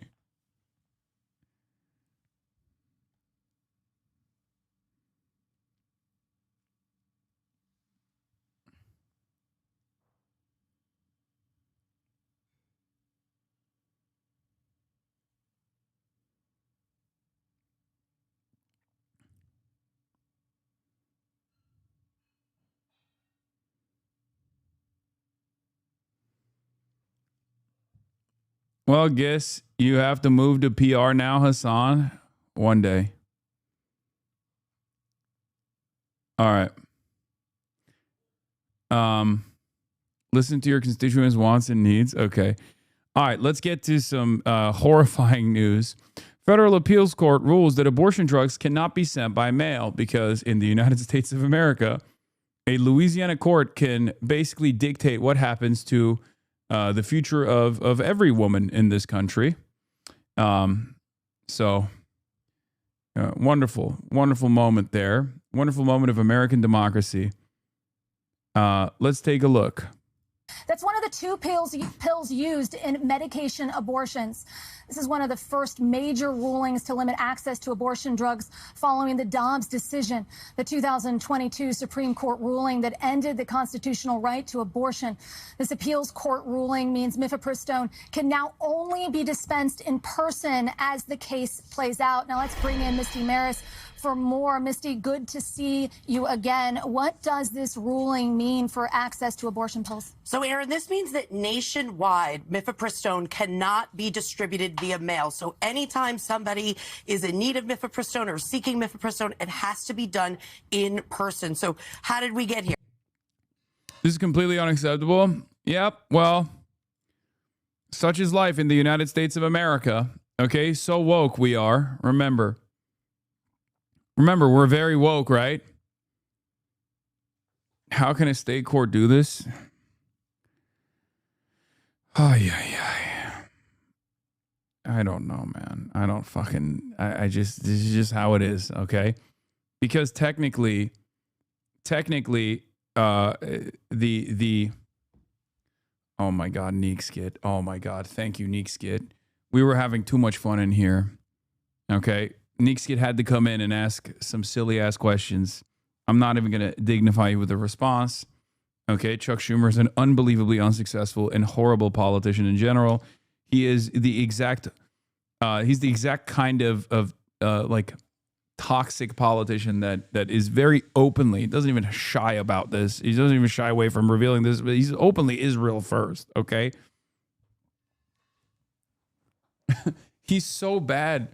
He's so bad at his job that he will come out and be like, my primary purpose here is to make the left pro-Israel, right? Make the Democratic Party pro-Israel. Well, he's failed spectacularly on that front. Okay?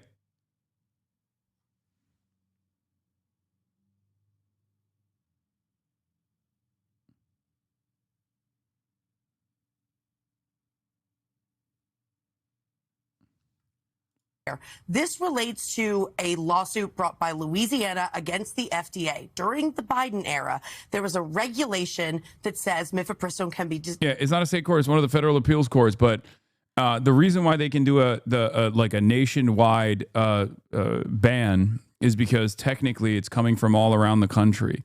Can be distributed via mail. Louisiana said in the wake of Dobbs, they changed their laws on abortion, restricting it. So the federal rule was at odds, allowing people to circumvent the law in the state.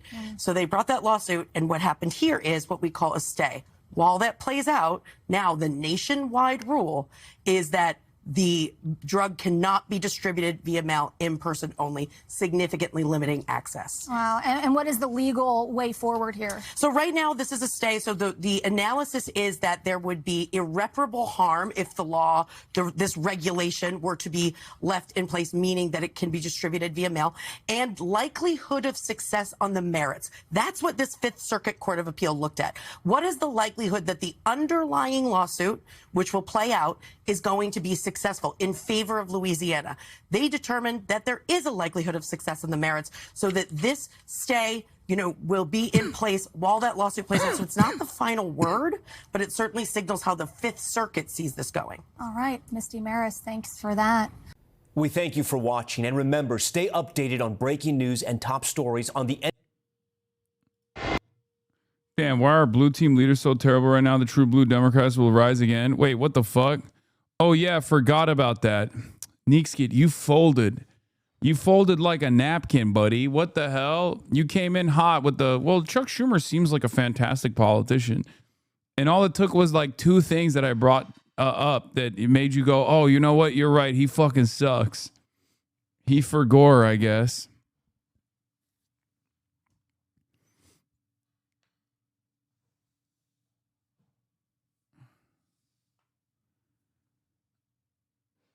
Never said he was fantastic. Damn.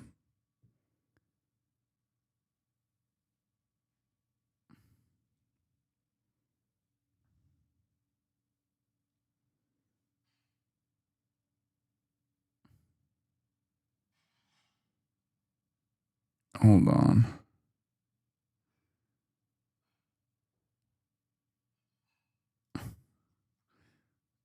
Is there an official statement from Turkey about Schengen trying to call Lagoat soft? LeBron to Schengen, did you say a soft ass call? Nah, not you.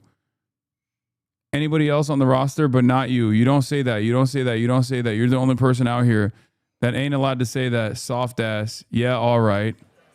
None of his Lakers teammates were on an. I'm conflicted. On the one hand, my epigenetic memories are kicking in as a Turk, as an Ottoman son. I'm inclined to defend the Ottoman here, but also on the other hand, LeBron is or was a bit of a goat.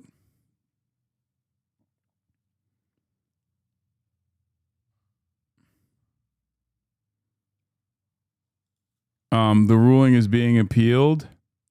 The makers of the abortion pill, mifepristone, filed an emergency appeal to the Supreme Court on Saturday, urging the justice to pause a lower court ruling that temporarily blocked Americans from accessing the drug through the mail. Yeah. Fucking awesome, dude. We're just at the mercy of some of the worst people on the planet. It's incredible. Some of the dumbest, some of the most vile, some of the most awful people on the planet get to dictate what we can and can't do with our lives. And we just kind of have to sit there and eat it. Amazing. Lovely. Wonderful.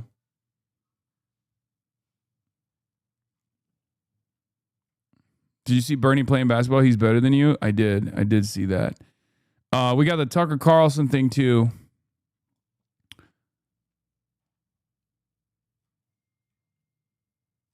I did see Ark and Yugi getting in a fight. But before that, Spirit Airlines is shutting down operations. This morning, Spirit Airlines shutting down operations overnight, ending more than 3 decades in the skies. The low-cost carrier, known for its bare-bones fares, ceasing all flights as of 3 a.m. and what the company calls an orderly wind-down of operations. Spirit is shutting down. I think it's insane. I'm actually shocked. At this point, I don't know what to do. The move leaving employees from pilots to flight attendants without a job and passengers across the country scrambling to find new ways home. On its website, Spirit urging its customers not to go to the airport. Overnight, the Department of Transportation announcing that the majority of other airlines, including United, Delta, JetBlue, and Southwest, will be capping ticket prices for a select period of time for Spirit travelers who need to rebook. Usually we fly Spirit all the time. Usually it's the best affordable flight. The sudden shutdown coming after Spirit failed to secure a last-ditch government lifeline, a proposed $500 million. Spirit's CEO releasing a statement saying despite the company's efforts, the recent material increase in oil prices and other pressures on the business have significantly impacted Spirit's financial outlook. With no additional funding available to the company, Spirit had no choice but to begin this wind down, adding, "This is tremendously disappointing and not the outcome any of us wanted." Trump late Friday insisting the White House was still weighing the deal. If we could do it, we'd do it, but only if it's a good deal. For decades, Spirit helped transform air travel, pioneering the ultra-low-cost model with cheap base fares and extra fees for just about everything, from bags to seats to snacks. But in recent years, the company struggled, hit by pandemic losses, intense competition, and a sharp spike in jet fuel cost. It couldn't come at a worse time for an airline to shut down. Airfares, which were expensive and have become more expensive, might become even more expensive without Spirit. And Spirit says it flew more than 50,000 passengers yesterday and is now working to get its more than... Why doesn't the U.S. just buy some of Spirit? To do what? We don't fucking... we don't run government initiatives like that. Yeah, given the news today, Spirit Airlines is shuttering and thousands of people are losing their jobs. I think we should honestly assess whether the Garland DOJ stopping the JetBlue merger with Spirit Airlines was the right call. Perhaps it was, but any analysis must consider as part of the equation the loss of so many families to decide. A potential federal rescue package fell through after opposition from Spirit's creditors and congressional Republicans. The Trump admin is now blaming Biden, and Biden's own domestic policy director is helping Trump blame Biden to take a pot shot at the antitrust movement. Yeah. She's now getting love from Trump's former FCC chair who shanked net neutrality, Ajit Pai. I obviously think the Iran war and higher prices are the main culprit, but when something bad happens, I'm actually adult enough to assess the facts, regardless of the partisan wars, and blame the police. These are people who are so antagonistic to even like basic antitrust, which isn't like ostensibly leftist. It's conducted by people like Lena Khan, right? Lena Khan, who I love, okay, who I have tremendous respect for and I love, is a capitalist through and through. She just wants to play it by the book. And you got Neera Tanden not skipping a fucking beat, immediately going, oh, well, you know, the big problem here is the antitrust. We should have let these companies consolidate. It's crazy.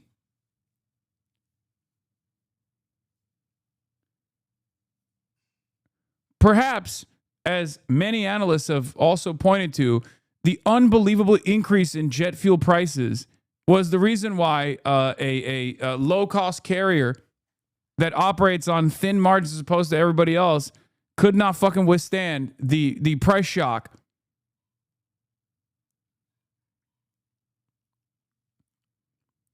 And the irony, of course, is that this kind of consolidation actually does lead to downsizing anyway. Like, what happens after mergers and acquisitions? Job loss. Okay? So she's basically saying they should have done job loss on the terms that capitalists dictated rather than on the terms that warmongers dictated.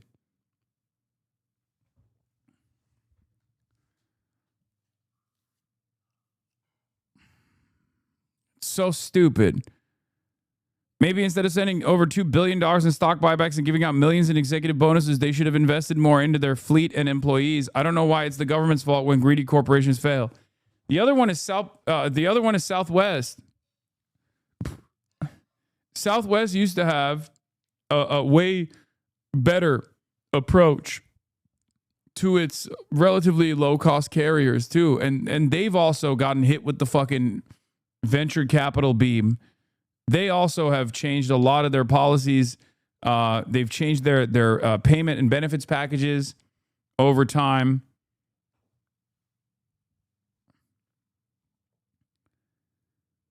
We make it seem as though these companies are not making bad decisions at the behest of capital over and over again, which end up causing their own demise. Açarım bir dakika. Bir dakika. 1,300 crew members back home, but for many of those crew members, the news that they lost their jobs actually came through the headlines. It's hard to imagine that. Okay, Morgan Norwood, we appreciate it. What's up, y'all? So, wanted to record a video real quick on the big thing that dropped earlier today. Namely, they are some corporate Democrats, some AIPAC Democrats, decided they are going to draft a condemnation of Hasan Piker. So, well, I think in fairness, it's a bipartisan effort. Oh, it's a bipartisan effort. Okay, it's so that makes it. Gottheimer and Mike Lawler, who's a Republican. Dark woke commander Kyle Kalinske, alongside the dark woke queen, who isn't necessarily dark woke at all. I'll be honest. I think Crystal Ball is not not dark woke. I don't want to cast that on her. Okay, they're playing the most dangerous game of all. Kyle is driving under rainy conditions, ranting and raving. Okay, yapma baba. Allah Allah. Komik adamsın. Luckily, Crystal's in the car. The queen is in the car to read the articles for our Dark Lord, our dark woke general, okay, our Brigadier General Kyle Kalinske, because otherwise he'd be doing the reading, okay?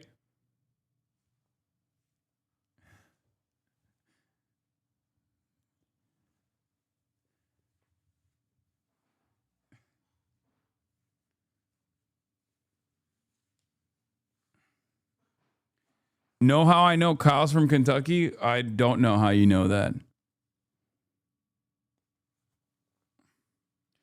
Hasan, come to Hawaii, please. Hawaiian Airlines was bought out by Alaskan Airlines. Oh, I will be coming to Hawaii. I forget exactly when, but I will be coming to Hawaii.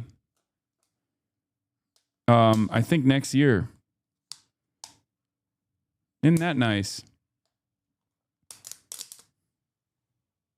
So come to Hawaii, please. Your wishes are my command. Anything but Brazil? No, I'm going to Brazil too. Yes. I'm not only going to Hawaii, but I'm coming to Brazil as well. Hawaii and Brazil. Come to Oaxaca. That I don't have any. I don't know if there's any opportunity there, but.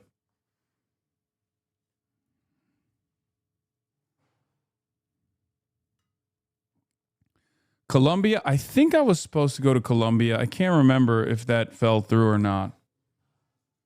Bro, we're global. Please don't go to Ohio. I don't have any Ohio plans in motion currently. This is, by the way, the exact same day that we learned that the Supreme Court gutted the Voting Rights Act. Yeah. That's awesome.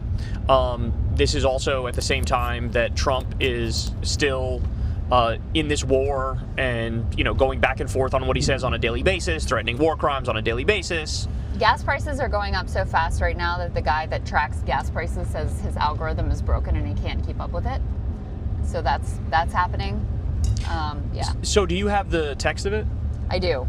Yeah, so give everybody a taste of how ridiculous this thing is. So this is what our elected representatives, these particular elected representatives, are spending their time on. Whereas Hasan Piker, a prominent online streamer, has often used anti-Semitic rhetoric, including expressing support for Hamas, a designated foreign terrorist organization. Whereas in August 2019, during a stream on Twitch, Hasan Piker stated that America deserved 9/11. Whereas Hasan Piker referred to Orthodox Jews as inbred.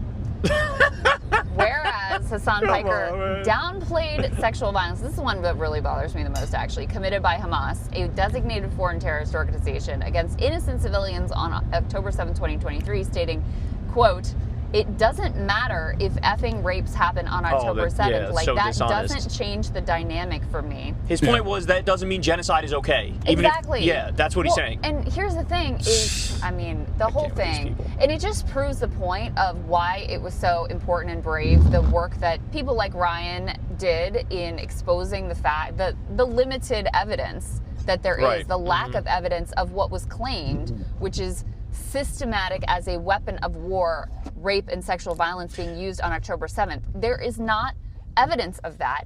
And it's not an accident that they pushed that. And you can see, exactly how they used that to justify genocide. And then they say, no, if you don't accept all of our most maximalist claims, or if you, Hasan has always been careful to say, I don't know, it's very possible that did happen. And what he said in this quote is, even if it did, that doesn't mean that it justifies horrors in response to that, which is just, that's a very basic moral statement. Anyway, the last one here is... Well, wait a second. Didn't they have to retract the article?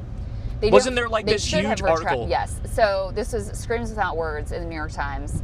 And the person who wrote it turned out to be in the fucking IDF or something like that, right? If I'm trying to remember the details off the top of my head, but there was this big scandal about how basically compromised the person was who wrote it. That this was literally just war propaganda, atrocity propaganda. They pulled up someone who had next to no reporting experience, who was, had a background of bias, and I think had been previously in the IDF, if memory serves. But if you look at the details too, they had to retract some significant parts of their claims because it was contradicted by their own prior reporting. It was so flimsy what they offered there that the New York Times main podcast, The Daily, refused to do an episode on it because they thought it was so weak. And then one of the people who was quoted in it retracted their claims. There were it was a mess. But they didn't retract the article. They really should have. It just now has parts of it that were taken out, long editorial notes, etc. So yeah, and this has always been this very. It's one of those things where you feel like an asshole for being you know, there isn't evidence for this mass rape claim, but you can see now why it was important, because they really did use that as like, this is why it's justified anything Israel does, because these people are barbarians, they're monsters, they're animals, they're not really human. That's what they want you to see, is that there's no negotiating with these people. Like, this is what you have to do. So anyway, it was really noteworthy to me that was in there. It's also like the fake claim that there were 40 beheaded babies. Yes, and exactly that they found like babies in ovens. That was just literally lies. Yes. Directly from the IDF. They were lying specifically to set the table to start carpet bombing innocent people, starving people to death, and again, to your point, to turn around and say, look, these people are monsters. There's like, we have no choice but to do this. Yes. And like everybody who went along with that has the blood of innocent Palestinians on their hands. Yes. And that's what these fucking assholes are doing, is they're trying to like, you know, spread that same sort of atrocity propaganda and make it so like Hasan is untouchable. Somebody made a good point. They were like, the goal here is to make it so that like he gets shunned out of mainstream politics now, because he sort of like was able to sneak into mainstream politics in a way by being interviewed by all these like big publications and shit. Yep. And they're basically trying to like make it so the Pod Save guys are like, oh, they won't touch Hasan again, and Hasan won't be invited on like the mainstream podcast anymore. That's the goal. That's what they're trying to do here. Yeah. Well, and let me just read this last one. Yeah, go ahead. And then and then we can talk more about that. But the last one is, whereas Hasan Piker has expressed support for Hamas on multiple occasions, including on April 14, 2026, stating Hamas over Israel every single time, and doubling down on claims in multiple media appearances that Hamas is 1,000 times better than Israel. Okay. I mean, I see no problem with that. And also, by the way, he's literally doing math. That's the point, is the math. Where, how many people died on October 7th? Let's say 1,000. And how many people died? Let's say minimum 70,000 in Gaza, but I think the actual number is like 200,000, okay? Yeah. But he's doing math. He's doing math. He's saying mathematically the IDF is worse. Well, and look at all the countries that Israel attacks. I mean, yeah, they're doing multiple genocides. They're in Lebanon now doing a genocide. Nation does not they're not in the same plane whatsoever as this, like, you know, this group Hamas and whatever. Anyway, and the worst part of it is, just think about Gottheimer in particular, who is one of the foremost defenders of genocide in the country, certainly in the United States Congress. Yep. And you are going to lecture us on morals? You're going to condemn Hasan when you are using your power as an elected representative to run cover for and support and arm and fund and back relentlessly a genocide? Like, that is what's so disgusting about this. And I'm so sick of, like, we're in like week 4 of the Hasan Piker discourse. I keep telling myself, like, I'm not going to talk about this anymore, but they just keep going. Fox had that stupid graphic that was like all the Democrats that are associated with Hasan Piker, which I would have been very offended if I was him, because it said that Rahm Emanuel was associated with him. It's like, what is this slander? This is outrageous. It's because he said he would do his show, I think. That's why. Yeah. That's why they and put Gavin him on Newsom there. was in there too. I'd be offended Because by he that said he would do his show too. Yeah. But okay, so Gottheimer and Lawler, I saw the thing. It said like one of them takes $1 million from AIPAC. One of them took $2 million from AIPAC. Both of them have taken fawning pictures with Benjamin Netanyahu. Right. So, like, to your point, Crystal, yeah, like, I don't want to hear anything from these people. They can shut the fuck up fucking forever, because they are terrorist supporters. I do love that he's still, like, he's got backup here, but he's still one-handing it, because on the other hand is his microphone that he's holding up.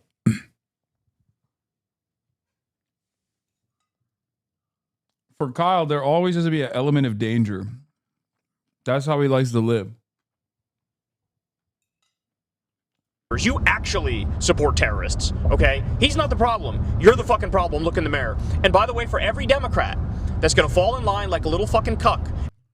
And he's almost always on the left lane. He's like at least at the speed limit or 10 above. You know what I mean? And support this, fuck you. You're persona non grata, and we should primary the shit out of you and kick you the fuck out of the party. Because you don't represent the base. You actually don't represent the base. When the base is like, what is it now? Like 20% of Democrats are pro-Israel? It's something insanely small. Maybe. Yeah, insanely small now. Yeah, because people see the genocide in Gaza. They see them doing mission creep and pogroms in the West Bank. They see them doing a genocide now in Lebanon as well. They see the Netanyahu dog walk Trump into this illegal war against Iran, not to take anything away from Trump himself being a warmonger and a monster.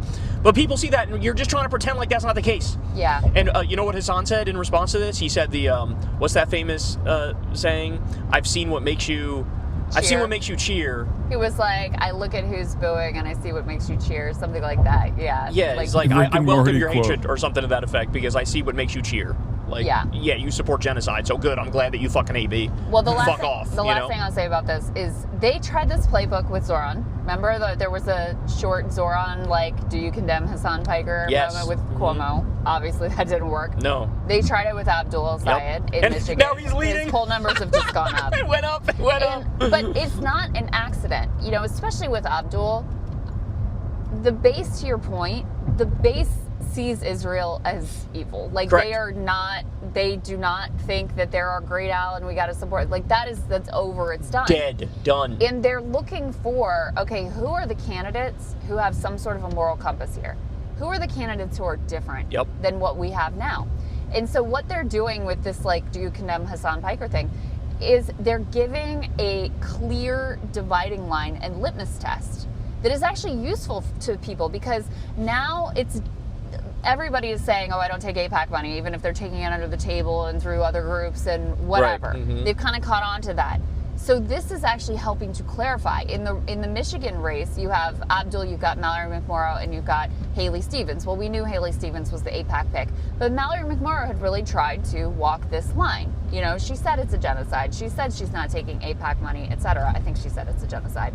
And once they came in and made this big stink about Hasan, it was clear to people, oh, that's the one. Mallory and Haley are over here. Abdul's over here. And Abdul is over here. That's it right. was clarifying to people. And so I think I don't know why they think this playbook is going to work for them this time versus the other times that they've tried it, when it has backfired and actually strengthened exactly the candidates that they wanted to stop. They still think they could do like 2004 type propaganda. It reminds me of like when there was a freak out about a mosque being built near Ground Zero.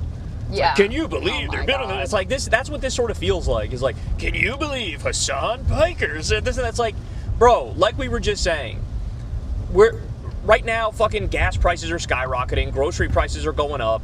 The percentage of the American people who are cool with how the economy is like fucking 22%. Something insanely low. Mm-hmm. People see that we're spending $2 billion a day to blow up little girls' elementary schools in Iran, and you're gonna fucking punch to the left and go after a streamer who's, by the way, actually popular compared to these fucking idiots. Nobody likes these people except AIPAC, right? And who genuinely, I think is one of the most against anti-Semitism in the whole fucking country. Yeah, because who's his audience? It's a lot of young men who could very easily be caught up in a different algorithm and end up at Nick Fuentes' exactly, doorstep. Of course. And instead, he is so careful all the time to say, this is not about Jewish people. This is about Israel.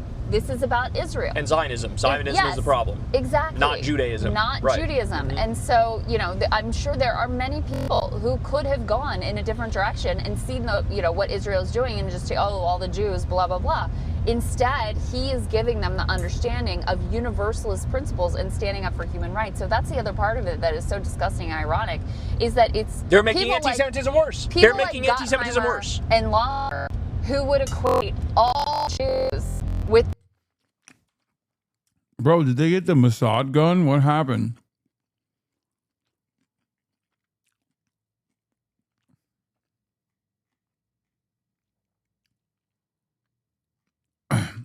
They got hit with the Mossad laser beam.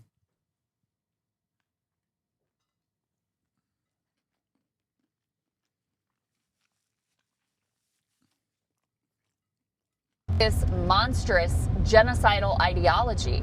They're the ones who are truly stoking anti-Semitism here. So I want a resolution condemning them personally. I mean, I want a resolution condemning them for arming and funding a genocide and cheerleading it on, Yeah. They're just absolutely atrocious. Anyway, I told Hasan that I'm a little jealous that he's the main character. Mark Levin did like an hour on him the other day. I was like, why can't any of these people give me some smoke? I want the smoke. I want the fucking smoke. Ben Shapiro, Mark Levin. It's because you're white. And that's what it is. It's the same reason why Felix doesn't get it either.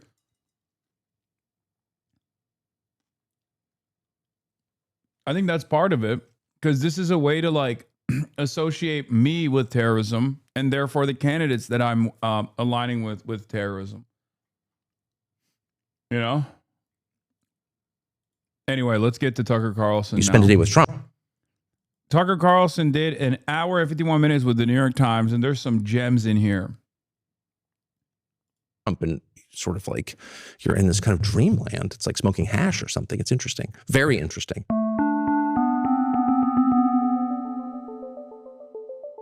I'm Lulu Garcia Navarro, and I'm in Maine to interview Tucker Carlson. For many years, Carlson was one of President Trump's most vocal supporters. I mean, I've always agreed with Trump's policies, always. And here I am with a full-throated, utterly sincere endorsement of Donald Trump. But recently, Carlson has publicly broken with Trump. He's not only come out against Trump's decision to go to war with Iran. This is the single most foolish thing any American president has ever done. He now says he regrets supporting the president. You know, we'll be tormented by it for a long time. I will be. And has become a vocal and influential critic of the administration. This whole thing is like dooming anyone connected to it. A man who can read the motherfucking room. For the foreseeable future, including the entire Republican Party. This puts Carlson at the center of a major battle on the right over Israel, over foreign interventions, and over the post-Trump world itself. Here's my interview with Tucker Carlson. Tucker Carlson. Thanks for having me. Why does Cenk like Tucker so much? Same reason why every Bangladeshi unk loves him. I swear to God. I think I know what the turning point is.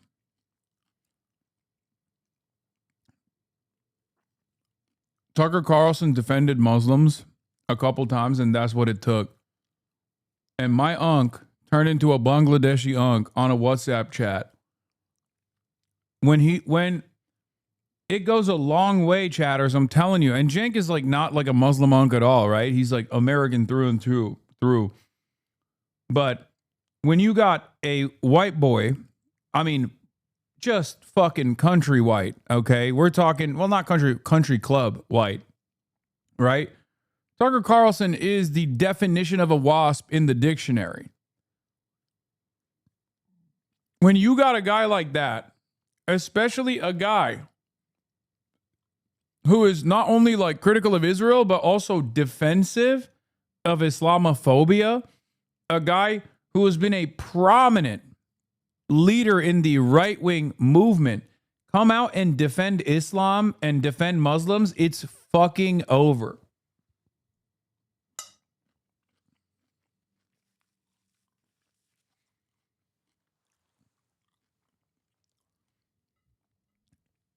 That played a big role, I think, in my unk assessment.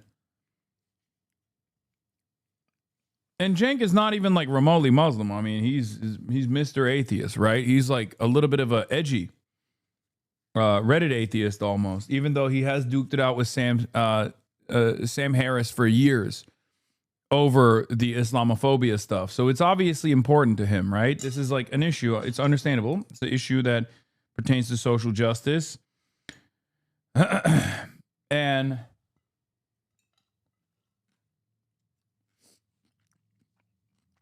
from his perspective, Tucker Carlson coming out and like attacking Islamophobia, saying that like Israel is fomenting Islamophobia, that was huge, I think. Me. Very excited for you to be here. In Maine, we should say. Any excuse to come to Maine is always a good reason. Most people don't come to this part of Maine, so I'm grateful that you did. All parts of Maine are good parts. I wanted to sit down with you for a number of reasons. You've been at the center of conservative media, obviously, for a very long time. By extension, it's politics. And I want to get your perspective on this moment, on your evolution, your worldview. You recently made quite a dramatic break with President Trump over the war in Iran, and so I'd love to hear about that. I want to start, though, in the lead up to the conflict. You said that you spoke to the president several times about the plan to attack Iran before it actually happened on February 28th. I'd love to hear a little bit about that. Was it just you and the president in those meetings? Can you just give me a sense of what was going on there? Well, I've been speaking to him about Iran for 10 years. Right. Literally since 2016, maybe 15, because there was enormous pressure on him, as there has been on many presidents, to regime change Iran. And we know, based on our experience with a much smaller country, Iraq, that's a tall order, and it doesn't necessarily lead to a place you want to go, and it's not good for the United States. So anyway, and Trump knew that, and that was one of the main reasons, actually, that I supported him during my time at Fox News and campaigned for him. And so it was really central to my views of Trump's candidacy and presidency. And so when it became clear in June that we were starting down this road toward a regime change war with Iran, I was baffled. I was very upset, not because I have allegiance to Iran, but because I thought it would be terrible for the United States, as it has been. Worse even than I imagined. But I could see exactly where this was going, and he was under enormous pressure to do this, once again, as all presidents in my lifetime have been. So we talked a lot in June. He embarked on this effort to take out Iran's nuclear program, which was really just the opening salvo in a regime change effort. He knew that. I told him that. Charlie Kirk told him that. We did it. We got out. And then it became clear this winter in January that we were moving toward this thing that we're in now. And I was just absolutely panicked about it. Did he explain to you why he wanted to take the country into war? I mean, I'm just trying to understand the dynamics of that conversation. What was he Well, there were saying? multiple conversations. Right. I flew to Washington 3 times in the month before, 5 weeks, 6 weeks before, and met with him in the Oval Office alone, and people file in and out with the White House Chief of Staff, the Secretary of State, et cetera. Had lunch with him on one of those occasions, and then I spoke to him by phone many times on this topic, and he would begin almost every conversation with, do you want Iran to have a nuclear weapon? To which I said, well, I'm sort of opposed to nuclear weapons. I don't want nuclear weapons. I don't want Israel to have a nuclear weapon. I don't want anyone to have a nuclear weapon. It doesn't seem like a good thing. But that's not the question. The question is, what do you do about it? And that was kind of the end of the rationale for doing this. He never seemed enthusiastic about it, ever. And I would say, well, here are the potential effects of this. Obviously, the geography of Iran being the most important fact of Iran. Iran is not a military power, it's an economic power. That was obvious because it controls the greatest span of coastline along the Persian Gulf, which is the source of a fifth of the world's energy, et cetera, all well known now and well known to him then. And he, I think, perfectly understood the consequences. But why was he taking your calls then? Because if he knew your position and he understood the perils, I mean, was he trying to convince you to back the war? No. He made no effort to convince me at all, other than to say it's going to be all right. Everything's going to be okay. And I didn't feel that way. None of this, I should say, was about Trump or my relationship with Trump or my feelings about Trump. I don't trust Tucker at all. But I think this stuff is very believable. Him having numerous conversations with Trump around Iran, I totally believe it. And especially Donald Trump turning around and going, nah, everything's going to be all right. That has been reported on, okay? That has been reported on extensively, and I 100% believe that that conversation took place like that. Exactly like that, where he was like, nah, it'll be fine. That is literally Trump's modus operandi. That's his MO. He just goes, oh, you think this is going to be a cataclysmic sequence of events that will destabilize the entire planet? No. It'll be fine. I don't understand why he cares about Iran. 2 reasons. 1, at this point, I think Tucker Carlson is somewhat of a Pat Buchanan-style isolationist, right? Which is ironic because for many, many years, he shit on Pat Buchanan.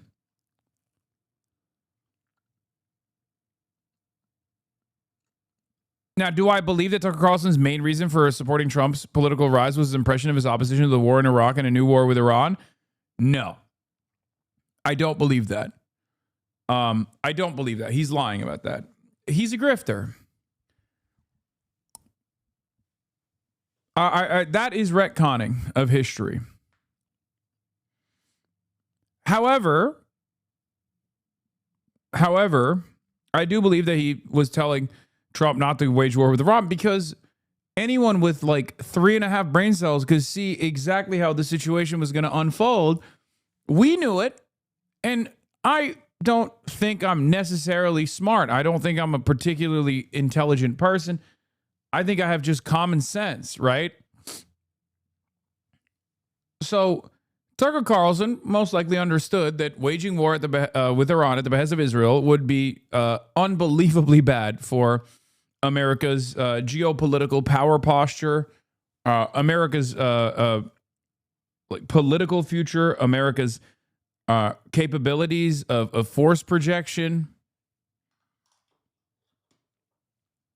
It would play a role in the death of American empire. Tucker Carlson loves the American empire. Or his hair color or anything like that. I just didn't want the United States to go to war with Iran. And my strong feeling by the end of those conversations, which was the last one was probably a week before it began, the war began, was that he felt he had no choice and that he was resigned to it. He was unhappy about it. He didn't seem enthusiastic at all. There was no effort to say, once we do this, the United States will be at peace, we'll be safe, we'll be more prosperous. There was none of that. Zero. I mean, you speak to many people in the administration, and I'm just trying to understand the fault lines over this. I mean, who was for the war? Who was against it while all this was being discussed? I mean, I'm guessing to a certain extent. I do talk to a lot of people there still, but I don't work there, so I don't. Sure. It's hard to really know. There are people with a long record of making bellicose noises about Iran. They still work there. So specifically the Secretary of State / National Security Advisor has said for many, many years Iran is the greatest threat we face, which is a ludicrous statement, but has talking said about Marco Rubio. That'd be correct. But that said, I didn't hear a single time from anyone, including from the Secretary of State himself, who I spoke to about this, any enthusiasm for doing this. My strong impression, and I could be wrong because I don't work there, is that no one in the building was pushing for this, at least overtly, that all the pressure was coming from outside. Constant calls from donors and people with influence over the president, well-known Rupert Murdoch, Mary Mandelson, et cetera, et cetera, et cetera. And then a small constellation of, I guess they'd be called influencers, beginning with Mark Levin, but there were others, Sean Hannity, pushing the president to do this and telling him that you will be a figure out of history, you will save and redeem Israel or something. I think that was the case they were making. And I didn't hear of anybody making a case that this would be good for the United States. I don't think that was ever a conversation. I mean, there's been a lot of speculation about the president's mindset during this period. Yes.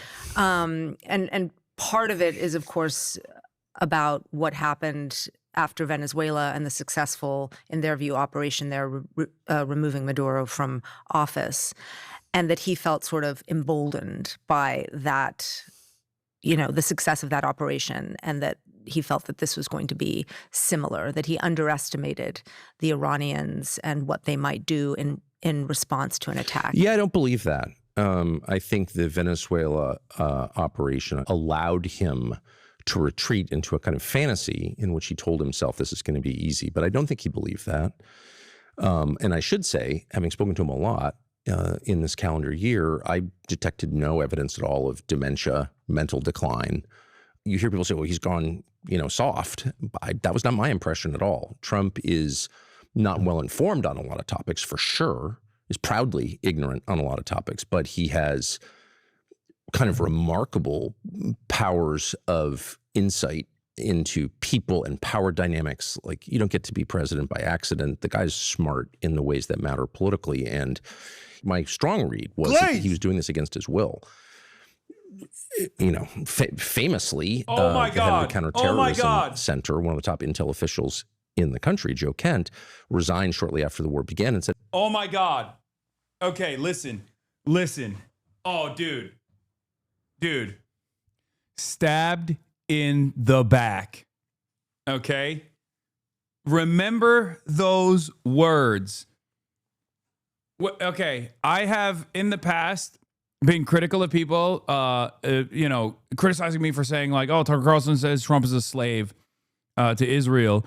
This is him working through the steps of regenerating a stabbed in the back myth for the glorious President Donald Trump and the glorious American nationalist movement that unfortunately made the mistake of listening to the Jews. Okay? 100 P. For those of you who don't know, stabbed in the back is a myth from an anti-Semitic conceptualization from Nazi Germany, the Nazi Germany era, the idea that like Jews stabbed Germany in the back and therefore they must be punished. Okay? What he is doing right here, because look, I also think Israel urged and goaded and maybe even duped Trump into taking action in Iran. So I guess by some estimation, and I think my analysis is factoring in simply the truth, right? There is a little bit of an alignment with what Tucker and I are seeing. But if you actually scratch the surface, you realize that Tucker's sentiment here is to preserve the integrity and the myth of American imperialism being a force of good. Okay? I don't have that assessment. I don't believe that American imperialism and American empire is a source of good. Tucker does.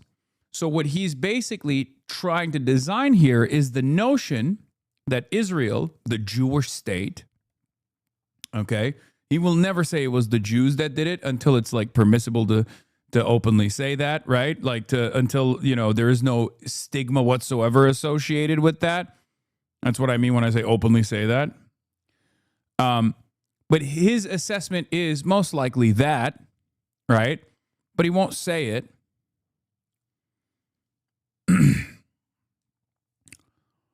But it's very clear that Tucker Carlson is trying to create this idea that not only in Iran, but also in Iraq as well, if you listen closely to what he says, that Israel was the one that manipulated the American administrations, both in the past and currently, into taking action that they did not want to take. The idea that Donald Trump reluctantly waged war with Iran is wrong. It's just wrong. He was not reluctant to wage war with Iran. The most charitable interpretation of actual events that took place is that Donald Trump thought foolishly that it would be similar to the Venezuela operation. But he was enthusiastic about waging war with Iran. I will never believe the idea that like Donald Trump was forced, his hand was forced in the waging war with Iran. He really didn't want to do it. Same with Iraq. Americans just did not want to wage war with Iraq at all, but Israel, got America somehow to go and wage war with Iraq. Did Israel play a role in Iraq? Absolutely. It's obvious. They did. Benjamin Netanyahu came and delivered a very famous speech to Congress. Israel was very enthusiastic, no matter how the pro-Israeli side tries to make it seem like, Israel was not on board. American Jews were not on board, obviously, with the war in Iraq, as they are not on board with the war in Iran either, because they're American Jews. They're American. Okay? They're American first. They're just Jews who happen to live in America. The idea that they are unbelievably loyal and only care about Israel is definitely presented by a lot of Jewish institutions, but if you look at the polling, you realize that that's not necessarily the truth, right?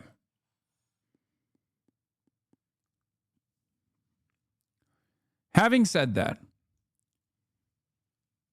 I don't make the same distinction for Iran. And you might say, why? Because with Iran, there is definitely a divergence in interests. Okay, has America always wanted to blow up Iran? Certainly.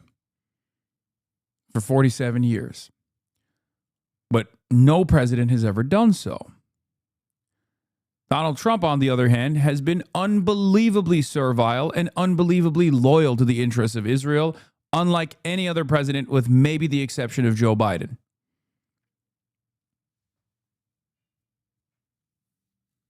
Okay? With Iraq, that was events set in motion far before Benjamin Netanyahu came and delivered a speech in front of Congress. But like I'm repeating over and over again, this is important to understand. And this is something that I've been very critical of, like the Nick Fuentes of the world on as well. Their ideas, their worldview revolves around this false notion that American imperialism specifically, is a force for good. It tames the wild beasts of the world. And America can only do wrong if it's actually goaded into or forced through blackmail, hypnosis, whatever you want to call it. Only when American leadership is forced into taking these actions. And even when the leadership takes those actions, they're actually reluctantly taking those actions. That's what Tucker Carlson is saying here. It's a way to preserve the integrity of America. It's a very nationalistic mythos.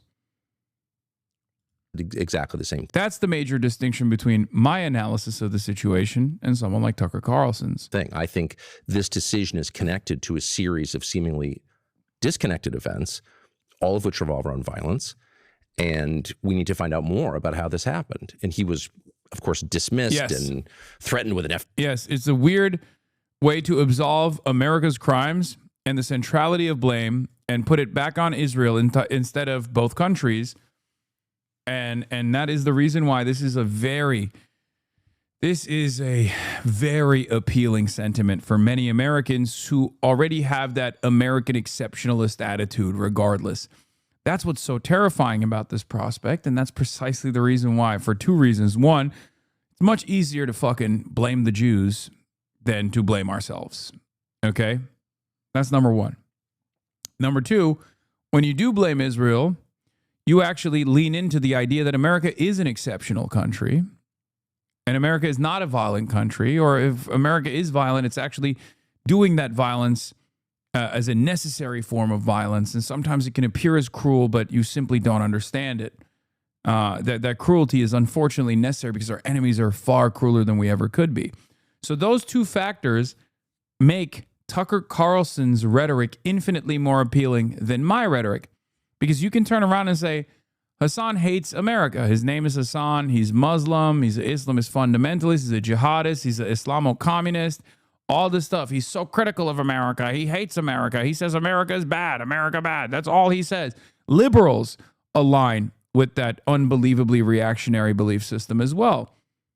It's not just Republicans who 100% agree with that assessment. There are plenty of liberals who agree with it too, because American exceptionalism is bipartisan. And that's precisely the reason why this kind of nefarious propagandizing is, in my opinion, from the perspective of many Americans, much easier to understand. We lay the blame entirely in the hands of Israel. And in the interim, in the short term, this might be a successful way to decouple from Israel, and maybe some people are making that dangerous calculation. But in the long term, this will not solve the problems at all. After all, if it wasn't Israel, but if it was just America directly slaughtering kids in Gaza, would that be appropriate? Because the reality of the matter is, Israel is a vestige of empire, and therefore, when Israel is slaughtering children in Gaza, we are slaughtering children in Gaza. FBI investigation, and no one kind of followed up on that. And again, I don't know the answer, but this was not a normal decision-making process, and my strong impression was that Trump was more a hostage than a sovereign decision maker in this. Well, so tell me what you're getting at when you say the president of the United States, the most... You should stop punching to the left. Oh, you mean to Tucker Carlson? Dude, I'm sorry. I have a policy of usually not punching left, but it's so funny that like everyone that is even fractionally to my left has been utilizing this unbelievably right-wing Nazi-backed media cycle to attack me viciously every single day.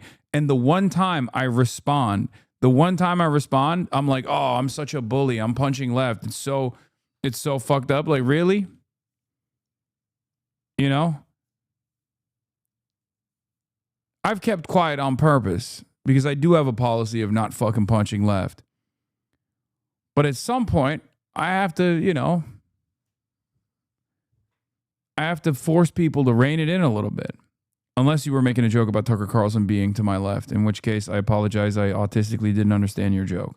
Powerful country in the world had no choice. I don't know what I'm getting at. I'm just telling you what I observed. He seemed, and that's kind of the question. And what I'm really fascinated by is the lack of curiosity on display into how exactly this happened. What are the mechanisms by which a guy who's supposedly sovereign, in charge, granted this authority by voters, tens of millions of them, can't make a decision in the country's interest or even in his own interest? He knew, and I know he knew because I talked to him about it directly, that the consequences, potential consequences, were profound and profoundly bad. The end of his presidency to start, which I think it has proven to be.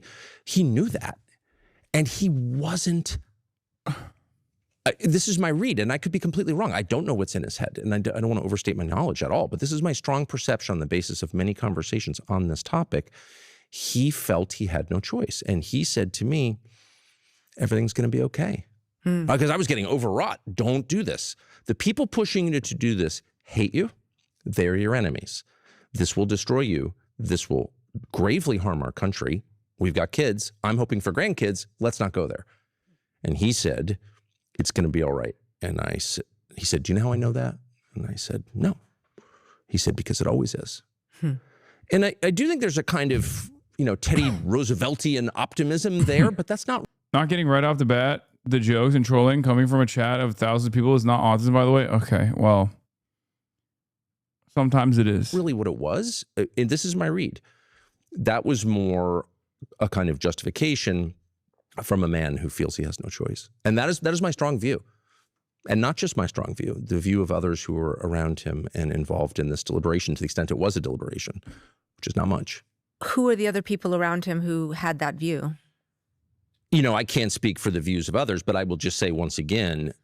He's going to say J.D. Vance because this entire exercise is, in my opinion, to gain legitimacy and credibility in the anti-war movement, in the anti-Iran war movement specifically, so he can lend that credibility either to the likes of J.D. Vance or maybe even for himself or potentially Marco Rubio. I think he's playing his cards close to the chest right now. Okay? It's either going to be Marco Rubio, J.D. Vance, or maybe even Tucker himself. That I never saw, nor did I hear about anybody who works for the Trump administration, anybody who was enthusiastically pushing this war on Trump, going in and being like, you know what? You want to be a truly great, you want to make this country great again? We need a regime change effort in Iran. And instead, there were a lot of cowardly people, as there always are, and Trump engenders cowardice in the people around him through intimidation. And there is a kind of quality that he has that's spellbinding, and I think it probably literally is a spell. And the effect is to weaken people around him and make them more compliant and more confused. And I've experienced this myself. You spend a day with Trump and sort of like you're in this kind of dreamland. It's like smoking hash or something. It's interesting, very interesting. And there may be a supernatural component to it. I'm not a theologian, but it's real. And anyone who's been around him can tell you it's real. But whatever the cause, no one around him was weighing in strongly, as far as I know, on either side, for or against. But people from the outside were strongly weighing in, calling him constantly. I'm going to give an alternative view on what may have happened. Yes. Which is... And you may be right, by the way, because I don't want to overstate what I know. Sure. I just want to due diligence. We've seen the president in his second term be much more interested in foreign policy, as many presidents are, much more open to taking action, not only in Venezuela, talking about Cuba, wanting the Nobel Peace Prize, weighing into situations in which he wasn't terribly interested in his first term. For sure. And so that's real. Could that not be part of this? It's a huge part of it. And there's no question about that. And all presidents decide at some point that they're not interested in running the United States because it's hard. And how do you fix Baltimore and Gary, Indiana? And what do you do about homelessness in Los Angeles? Like, these are hard questions. We can't even make Head Start work, despite, many billions and a lot of sort of well-meaning. How about you shut your mouth on stuff you know nothing about and leave it up to experts like a local defense contractor? True. The mom and pop local defense contractors. I apologize to official Lockheed Martin, their official account in the chat.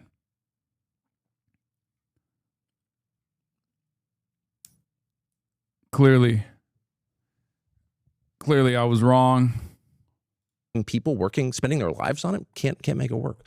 So these are hard problems, and I think it's universal. It's a universal experience among American presidents, but also among U.S. senators to decide, like, I'd rather run the world because the details are opaque. I don't speak these languages. I can seem, well, first of all, it's a display of male power.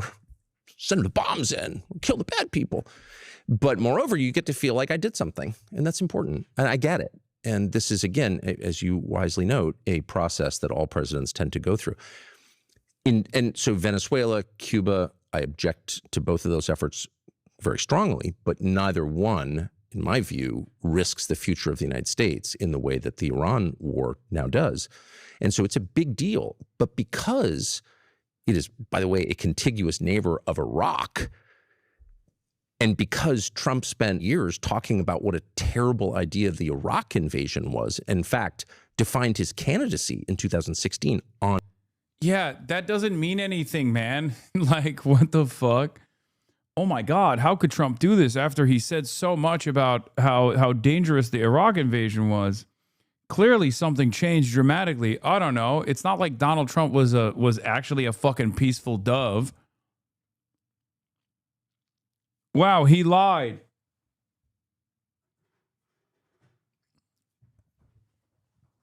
Wow, I can't believe Donald Trump lied. What else? I wonder what else he must have lied about.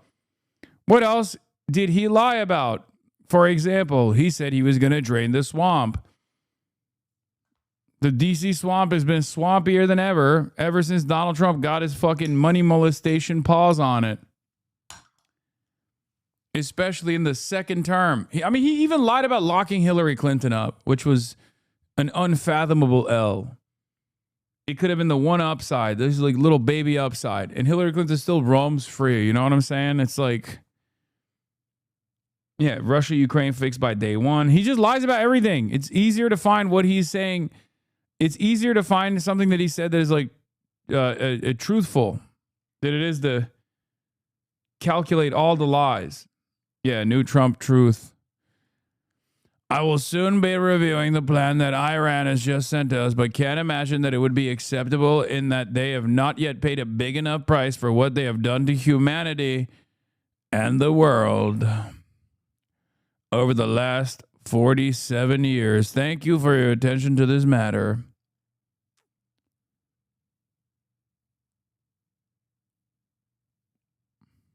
Donald J. Trump, President Donald J. Trump. That point,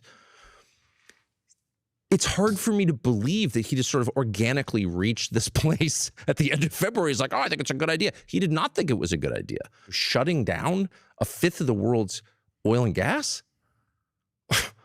Of all people, Trump knows that's bad. You said he's a hostage just now. You told the BBC he's a slave to foreign interests. Correct. So I just want to ask you to be sort of explicit. I mean, Trump is being held hostage by whom? Or by who? Benjamin or by Netanyahu and by his many advocates in the United States. And we know that not simply because Trump started the war on February 28th, but because he couldn't get out. See, then is the modern Bailey. Like, now when asked the direct question, he's going to go back to like very reasonable criticism, right? Like, his starting point was like, Trump is very clearly reluctant. The real question here isn't just to ask him, like, who's doing this? Okay? The real question isn't who's doing this, because everyone knows who's doing it. It's correct. Tucker Carlson is saying something true. The Foundation for Defending Democracy is literally an Israeli cutout in Washington, D.C. Okay? The administration just yesterday posted a Foundation for Defending Democracy graph. Like, they are not hiding it. They've copied and pasted FDD statements. FDD is straight up an Israeli cutout. That's all it is. Its original name was called Emet, which means truth in Hebrew. Its stated goal when it was incepted was to do advocacy for Israel in the United States of America. This is not a secret. So just understand that when the admin is doing that and hiring an FDD guy, it's very obvious. Yeah, Trump admin as negotiating team, Nick Stewart from FDD Action, joining Witkoff's Peace Missions Office. Like, that is an Israeli agent, okay? Yes. FDD was founded in 2001 as Emet, Hebrew for truth. And in their initial IRS filings, they wrote, not Hudson, not the Washington Post, they wrote that their purpose was to provide education to enhance Israel's image in North America. One is welcome to believe that a group that explicitly states its purpose for existing to enhance Israel's image in North America does not advocate for Israel's interests, but this would not be a credible position.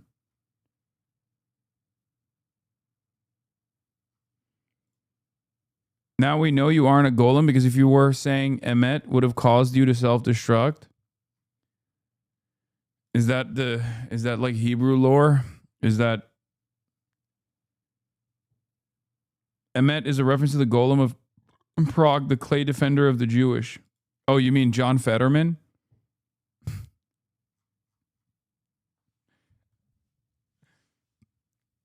He can't say Emet. Make Fetterman say it. He'll collapse.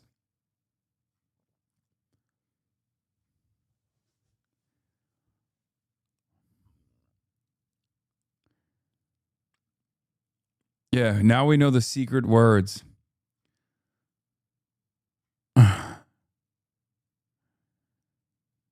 Anyway, so it's very clear that Israel has... He can't say... Yeah, that's... John Fetterman actually can't say it, though, because he's a stroke victim, so he's like OP. His clay golem ass will never fall apart. He'd be like, M-M-A-T?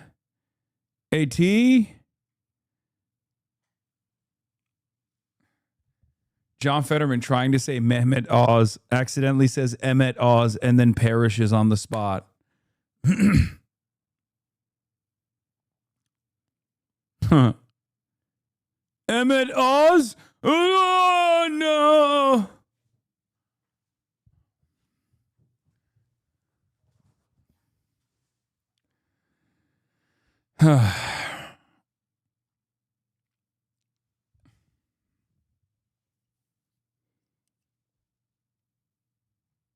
Out of it. He declares we're having a ceasefire. This was 4 weeks in. He says we're having a ceasefire and we're having these talks and they're going great and we're going to open the strait. And Iran says, yeah, one of our conditions is Israel's got to pull back from southern Lebanon. You can't use the Iran war as a pretext for stealing more land from a sovereign country. That's not your country. Like, no. And it's not just Iran who felt that way. I think the rest of the world's like, what are you doing? I thought we were, fighting the great existential threat, Iran, and now you're taking the opportunity to take Lebanon shore of the Litani River and bombing downtown Beirut. Like, what is this? Anyway, this was all very well known. And within hours of announcing this, Trump announcing this, Israel publicly, in a way that was designed to get the attention of everyone, including the Iranians, starts killing civilians in Lebanon. Now, what was the point of that? Not to secure the Israeli homeland. The point of that was to end any talk of a negotiated settlement, to keep this going until Iran was destroyed and chaotic, which is the Israeli goal. I'm not attacking Israel by saying that. Their goals are different from ours. They're a different country.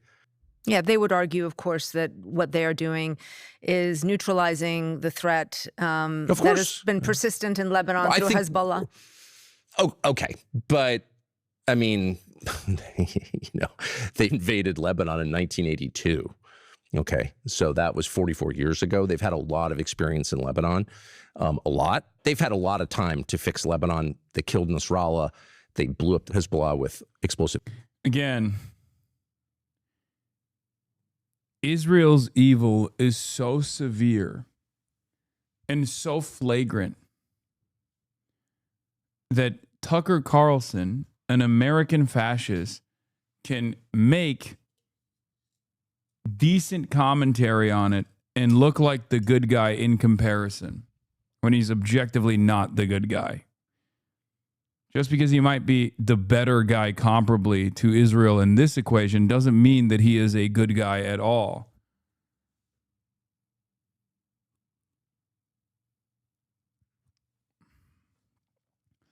The other problem here is that you can't talk to Tucker Carlson as a liberal Zionist. This is the exact same issue that The Economist ran into. If you put a liberal Zionist in front of Tucker Carlson, that is the easiest environment for Tucker Carlson to win, for Tucker Carlson to look great in comparison to even the New York Times. You have to put an anti-Zionist in front of Tucker Carlson.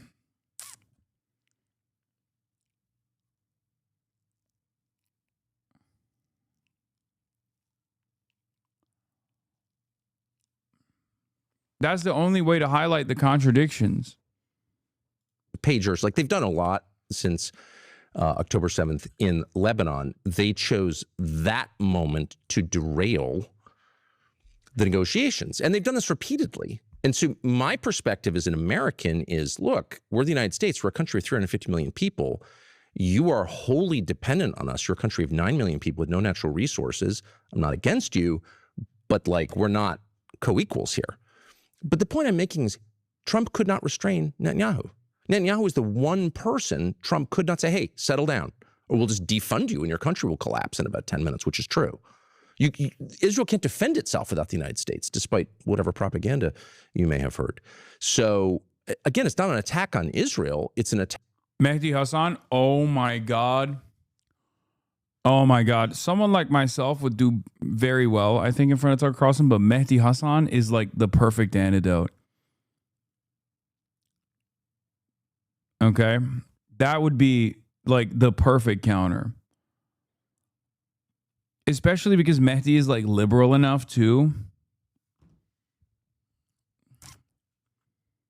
Tucker would never do it. Tucker won't even talk to me. Attack on American leadership for not constraining its partner in a way that helps the United States. Trump said, I want a negotiated settlement. Israel stopped the settlement. Trump refused to even criticize Netanyahu in public. Are you joking? That's slavery. That is total control of one man by another. And it's, that's between Trump and Bibi and God, as far as I'm concerned. But as an American, that's our president, our elected president, whose job is to protect our country and our interests and our economy. And he is looking out for Israel first. That's outrageous. And no amount of like, oh, you're an anti-Semite, which I'm not, and I'm never going to be, is going to stop me from noting that that's outrageous. It is outrageous. Before we just move on, I am curious about this one point, which is obviously Israel has tried to exert its influence on a number of presidents. Many presidents have been asked. That's, by the way, music to my fucking ears. Okay? The New York Times saying that when, if you said those words, which are true, and we all know this to be true, okay? It is unbelievable to hear a fucking New York Times journalist say those words. Chatters, many of you only learned about Israel and the shit that it's been up to in the last couple of years. Okay? But if you've been at this game for a long time, like the idea that the New York Times would say many Israel has tried to exert influence over every American president. Oh. Wow. God, the permission boundaries have expanded so much. Yeah, she said, obviously. She even started with obviously. Oh, was it obvious? It was obvious to me. You say that 4 years ago, you're going to anti-Semitism prison, okay? You say that 4 years ago, you are never having a career. Your media career is over. If you say that at the Jiffy Lube, your job at the Jiffy Lube is over. You can't work for another auto mechanic for the rest of your dang life. You got to fucking move different zip codes. Canary Mission's coming after you. They're doxing you. They're doxing your family. They're doxing your dog, okay?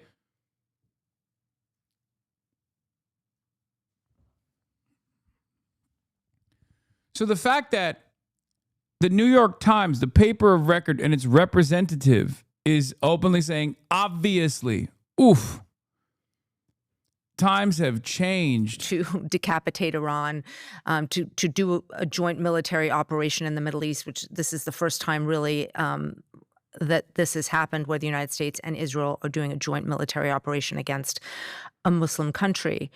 And I'm just wondering why you think other presidents didn't have that influence, because they obviously were subjected to the same pressures, the same donors, the same Bibi Netanyahu who's been there since the 90s. I mean, what do you think has materially changed that made Trump more susceptible to that influence? I mean, that's kind of the question that I would like answered, and I don't know the answer, as noted. But you know, one argument could be, well, Trump is just uniquely weak. Okay. But that was not my perception. I think Trump obviously has weaknesses, and a lot of his posturing is compensatory, of course. I'm not interested in psychoanalyzing Trump, but that's just clear. But what was it about this moment that allowed a foreign leader to have this level of influence over an American leader? And I don't know the answer, but again, I think it's worth finding out. I would also note that, and this is not a defense of Trump, hardly, this is the single most foolish thing any American president has ever done, in my opinion. I say that with sadness. I'm serious when I say this. I think Tucker Carlson's defending Trump here. I know to the untrained eye, it looks like he's cooking Trump. But now that I've heard him expand, now that I'm hearing him expand on the idea that Trump is a slave, because when I say Trump is a slave to Israel, like my assessment is not, oh, Trump is technically blameless here, right? Tucker Carlson, on the other hand, is very clearly designing this narrative that, like, Trump actually didn't want to do this at all, and was somehow a victim, was somehow forced into doing it. We'll see how Trump responds to this interview, too. I want to know. But many American presidents have put Israel's interests before our own. I would say the Iraq War was a very obvious example of that. I mean, he's not defending Trump. He's extending sympathy for his base. I think he's not extending sympathy, but you're right. You're right there. He's trying to maintain the base for what comes next. Cheney's office was completely controlled, and I knew almost all of them, by people who were putting Israel's interests above America's interests. So I think the Iraq War was, to a great extent, a product of that. And I believe that Trump felt exactly the same way, because I talked to him about it a lot. So, like, what changed about Trump? What changed after 10 years, more than 10 years, of telling us our leadership is weak, they act against our interests, they're stupid, they're foolish, they're bought off by foreign powers and by domestic donors? I mean, that was Trump's case. That was his whole pitch. That's why he got elected. To switch on something this big in the space of a few months, I mean, that bears some examination. That's all I'm saying. I want to note, in 2020, when President Trump killed Iranian General Qasem Soleimani, you went on your Fox show and said, and I'm going to quote here, there are a lot of awful, bad people in the world. You can't kill them all. It's not our job. And you asked, why are we jumping into another quagmire from which there is no obvious exit? But it wasn't until... Isn't he making Trump fully accountable for saying he's mentally stable? No. Him claiming Trump's mental stability Saying that Trump is mentally stable is not to actually redirect the blame back to him. It's to say there are other dangerous forces that took this mentally competent man and forced his hand into taking action here. Okay? It's precisely because he doesn't say Trump is actually insane. He's like lost a step. He's out of his fucking mind that led me to arrive at this conclusion.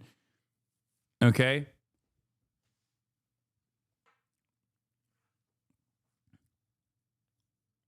He's saying Trump is competent.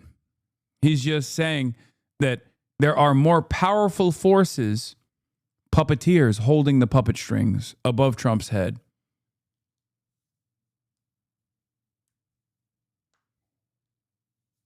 I think his implication is it's blackmail, by the way. I think that's the narrative through line. He's Israel, Epstein files, blackmail, which, by the way, it's not that crazy of a theory, I'll admit. Like, I don't think it's that crazy of a theory at all.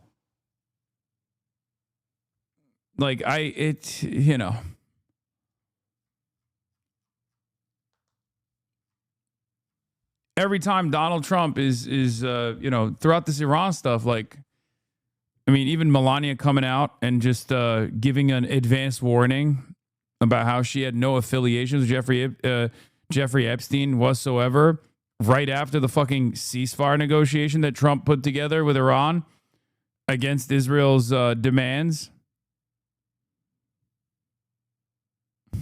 I don't know. Awfully suspicious timing from Melania Trump to come out and defend herself in advance against whatever might come out. I was not heralded for saying that. I don't think I've ever been more criticized. I just really quickly note, I'm opposed not simply to foreign interventions, as you said. I mean, most of them anyway, those not undertaken in self-defense. I'm against the whole frame. I'm against the idea that. I agree with the theory here, but how does that defend or even absolve Trump? It pins him back to being a pedophile. It doesn't have to be him. Here, are you ready? I'll tell you a beautiful story. Okay? I'll present it just like Tucker would, in a way that still preserves the integrity of Donald Trump. Donald Trump is a rich guy in Palm Springs, was around a lot of powerful people, and maybe he didn't know what those powerful people were up to. Jeffrey Epstein certainly seemed to be one of those powerful people. There's plenty of photos with Donald Trump pictured around Jeffrey Epstein. But Donald Trump knew that Jeffrey Epstein had done something wrong. He has tremendous insight. He's a people pleaser, but he also can read people. So he kicked Jeffrey Epstein out of Mar-a-Lago. But the damage was already done. There's a lot of loved ones that Donald Trump had in his orbit that he wanted to defend. Perhaps Israel was using some of those loved ones, like Melania Trump. After all, what powerful man would allow their wife, their loving partner, to be disparaged, ritualistically humiliated in media? What's going on? So it was actually how honorable Trump was with the Epstein stuff that caused him to, try to defend his wife or another loved one. You know what I mean? Hezbollah and Hamas are at the center of our domestic conversation. They're the big problems we face. They're not. They're not a bigger problem than the behavior of Citibank. I'm sorry. Russians bought a lot of homes in Florida back then and now. Dude, that's so funny. Compromat. Yeah, dude. The people blackmailing the pedophile president are the Russians and not Israel. It's funny to at this stage be Russia is the one that was the destabilizing factor here. Agent Krasnow. Yeah, maybe Russians who live in Israel who operate as agents of Mossad. Credit card debt is a much bigger problem than Hezbollah will ever be. So stop with this. Stop with the brainwashing. This is bonkers. I live here. I'm almost 57. I've lived here a long time. Hamas and Hezbollah, while they're not getting my endorsement, are not relevant to the experience of most Americans. So once you start thinking like that, you betrayed your country. So it wasn't until President Trump threatened Iran's civilian infrastructure with a profane Truth Social post this past Easter Sunday that you actually started quite explicitly speaking out against him. Yeah, you can't attack Jesus. How's that? Well, in a monologue on your show, you said, "How dare you speak that way on Easter morning to the country?" Tell me what you were responding to right then, because it really is, I think, a seminal moment for you in terms of publicly breaking with the president.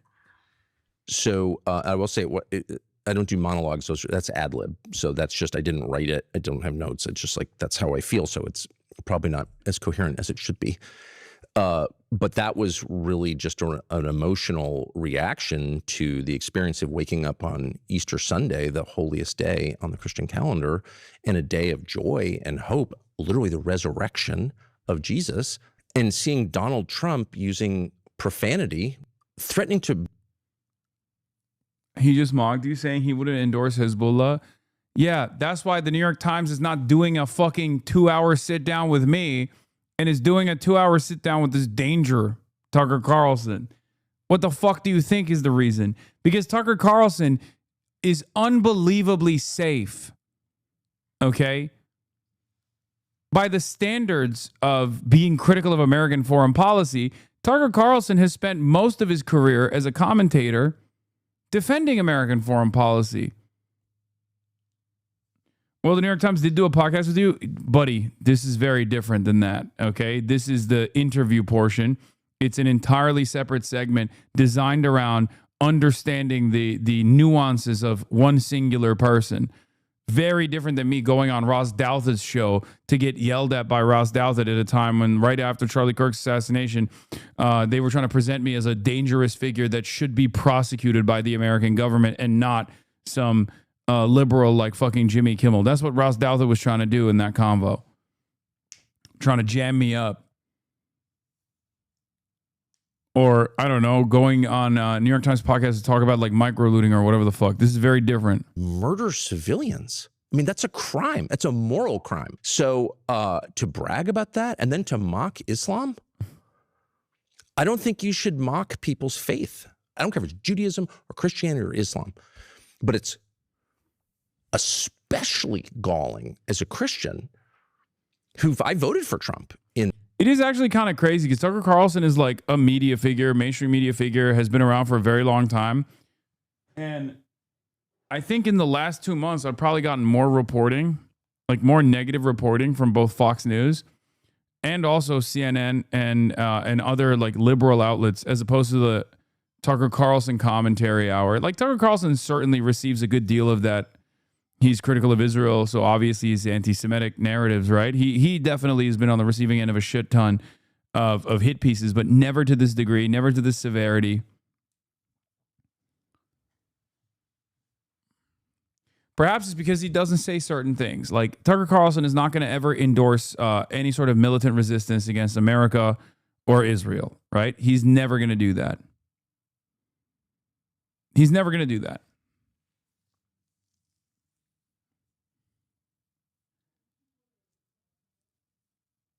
He just said he opposes mocking Islam. He's not that dangerous. Don't you think his anti-Zionism makes Tucker Carlson less dangerous? Wait, what are you talking about? No, we're talking about dangerous from the perspective of mainstream media, chatter. You're misunderstanding.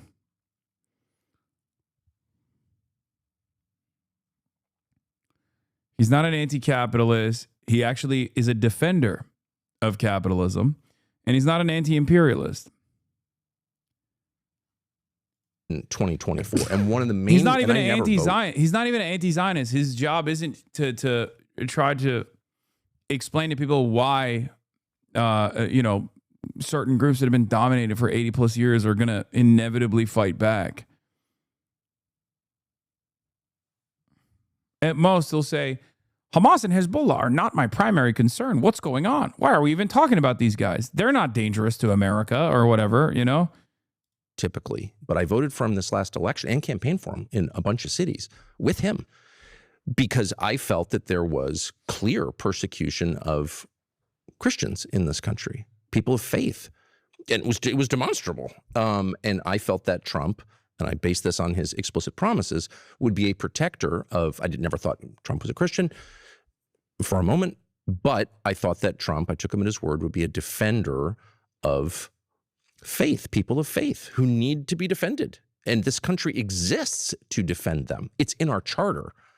So anyway, I was just completely outraged by that. Since that moment, you've gone even further. You recently said on your show that you'll be tormented for a long time by the fact that you played a role in getting Donald Trump elected. And you said, I'm sorry for misleading people. That's gotten a lot of attention, as I'm sure you know. I don't know because I don't Google myself ever. But I would like to understand exactly what you mean. Can you explain? I'll tell you what I mean. I truly believe that the baseline requirement, the ticket of admission to the conversation, is admitting when you are wrong. And I spent 10 years defending Trump on Fox News. I'd probably do it again because on the issues, I agree with him. I never defended a single thing I didn't believe.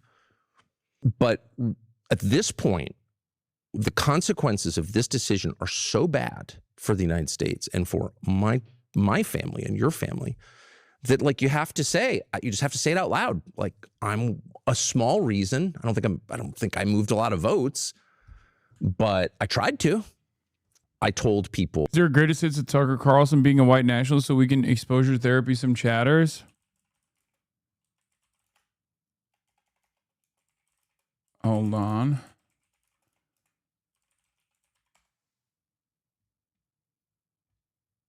God damn it. I looked up Hasan Piker, Tucker Carlson breakdown. And all the shit that comes up. Oh, there it is. That's what I was looking for. Hi, Tucker Carlson's white pilling your dads every night. On the left, you may have noticed everything is about race. Everything, even things that have nothing to do with race. So this is from 2018, okay? October 3rd, 2018. 100,000 views on the Young Turks, okay? Ironic because if you search Hasan Piker, Tucker Carlson, you find articles comparing me to Tucker Carlson. That's what is at the top of the algo from JNS and whatnot, but here it is. Tucker Carlson's white pilling your dads every night. On the left, you may have noticed everything is about race. Everything, even things that have nothing to do with race. There's one thing Tucker Carlson hates. It's continuing to wear bow ties. That and talking about race. Unless it's about preserving the white race. Everybody gets a safe space except white men. They are hated and despised. Attacking white men for being white men. Attack white men for their privilege and in a whole bunch of ways. I was handed a box of saltine crackers, and in a group chat during the event, a student photoshopped my face onto a cracker. This is what Tucker Carlson's doing with Bill O'Reilly's coveted 8 p.m. slot on Fox News, which is currently the third most popular cable news show in the country. By the way, just to pause, I assume that's a slur against your ethnicity, correct? I've talked about this on my Twitch a lot, but only the most important subjects are covered on Tucker's show, like white genocide, which is in fact something that the left is advocating for, apparently. But he did not notably advocate for genocide. A Georgetown professor called Christine Fair did do that. Imagine being a producer on Tucker's show, constantly scouring the internet looking for blue checkmark Twitter users saying dumb things while they're emotionally distraught in order to make wild claims like that the left is advocating for white genocide. Of course, this isn't how white genocide is actually happening. According to the folks Tucker is mirroring, white genocide is happening because immigration is changing the nation's demographics, and it's being justified by an evil liberal plot called diversity. Diversity is our strength, they screech, as if that settles the conversation by itself, like a magic talisman. Diversity. We hear about it nonstop. It's the mainstream motto. Tucker's relentless attacks against diversity, multiculturalism, and immigrants as a whole are literally identical to white supremacists, white nationalists, and neo-Nazis. They're also reductive and oftentimes completely baseless comparisons. How precisely is diversity our strength? Since you've made this our new national motto, please be specific as you explain it. Well, for one, diverse executive boards generate better returns, among countless other studies that show the many benefits of diversity, but I'm sure the biases of racially anxious agitators are more important than empirical evidence. Can you think, for example, of other institutions, such as, I don't know, marriage or military units, in which the less people have in common, the more cohesive they are? Well, Tucker, you have the most in common with your family members. Are you suggesting keeping marriage within your family? Why do you want to have sex with your cousins, Tucker? Also, as far as non-diverse militaries... Interesting that I was doing the inbred joke even as far as back in fucking 2018. For the record.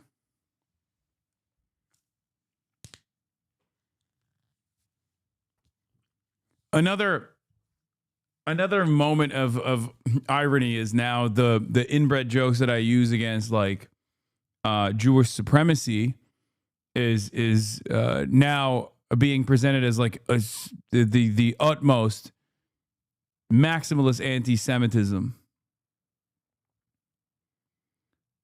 Not new to this, you're true to this. Thank you.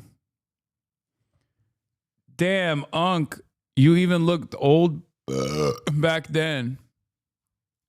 Maybe you should open a history book and take that up with General Robert E. Lee. Go on, Tuck. What else? Latin American countries are changing election outcomes here by forcing demographic change on this country at a rate that American voters consistently say they don't want. This assertion is preposterous because, I mean, it's completely untrue. Just look at polling data. 75% of Americans say that immigration is a good thing. So who are the Americans you're referring to here? These guys? It sounds to me like we got a problem with people who got here legally altering the landscape politically. I don't like it. You. Stop it. But I guess we should just run the country on the white fragility of crying neo-Nazis as opposed to the overwhelming majority of Americans' wishes. But play us out, Tucker. Give us a cherry-picked example that could easily be countered with facts. Hazleton's population was 2% Hispanic. Just 16 years later, Hazleton is majority Hispanic. That's a lot of change. People who grew up in Hazleton return to find out they can't communicate with the people who now live there, and that's bewildering for people. Hazleton's a perfect example of immigrants saving a small coal mining town from absolute economic annihilation by opening up small businesses, and even the large immigrant-run corporations who have brought jobs over to the small town. This is, of course, despite the efforts made by the white population to fight off the immigrant scourge with unconstitutional regulations. And even the Nat Geo article that you're using here to advance your narrative mentions the reality that immigration has drastically improved Hazleton. But you won't hear that part because Tucker's not in the business of making America better. He's just trying to do white identity politics. And I'm sorry to tell you this, Tucker, but facts don't care about your feelings. I'm Hasan Piker. If you're... Was that a little taste for you guys? Was that good enough? Am I crazy? Or is the New York Times podcast lady actually trying to argue insulting Jewish people is worse than the mass murder of children? Oh my God. Oh my God. There ain't no way she did that. Oh God. Of course she did that. Oh God. What are these people doing, bro? I swear to God, they literally are just like if you wanted to present like a perfect vehicle to make people more anti-Semitic, this would be the vehicle to do it with.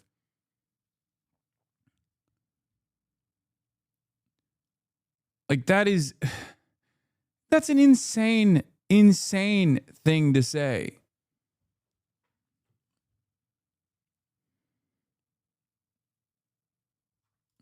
This guy will keep us out of the next Iraq. Specifically, will keep us out of a regime change war with Iran.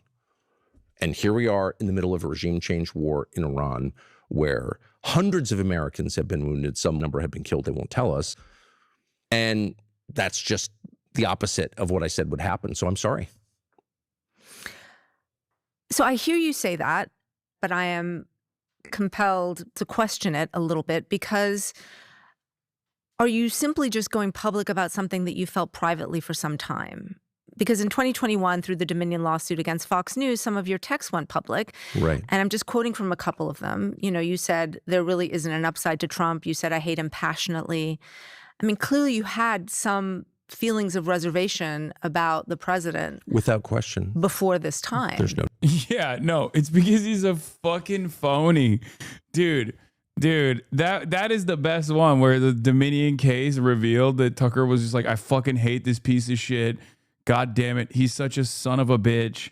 He's ruining the beautiful neo-Nazi movement that we could have designed by being so selfish. He set our movement back. I mean, he wasn't saying it like that, but he was basically saying that, right? Like that is, I hope you guys understand that's precisely what he was angry about. Doubt. So I'm just trying to understand the... You know, I have a lot of thoughts and theories about things which, you know, may or may not be rooted in reality. So I hesitate even to spring any of my theories on you because, like, they're probably insane. But one thing that has bothered me for many years is the fact that a lot of people in Trump's immediate orbit have been hurt and really hurt, gone to prison, become unemployable, publicly shamed, gotten cancer. And I just am a believer in like big picture assessments of things. And, so you're trying to think like, is Trump good or bad? Like he's saying things I really agree with, but then people around him are getting hurt. Yeah, they got cancer because of January 6th. No, he's talking about people that got cancer while they were in prison, I think. Like some of the January 6ers, right? Is the country actually getting better? I don't know. It's hard to know because to some extent your vision is obscured by the intensity of some of these debates. Mine is easily obscured by that intensity. But did I have reservations about Trump? Of course. And, to some extent, I sublimated them or rationalized them away or focused on areas where I agreed with him. All my fault. But I told myself, and I, to some extent, still believe, like, it's the big decisions that matter. And I knew, because I know the Democratic leadership really well, that they're completely under the control of the same forces and that we would get a regime change war inevitably in Iran if they were elected. And so I told myself, Trump is the way to avoid the really bad thing. Come back to this moment for you, which is there's the political case against Trump that you make. But I do want to ask you about the moral case that you've been making as well. And that's a word that you've used. In that monologue responding to Trump's Easter post, you said that Trump's comments were evil. And I just want to understand that a little bit better. Do you think only his comments are evil, or does the evil extend to Trump himself? Is he evil? I just want to be really clear that there's a lot of evil in me and in every person. So I just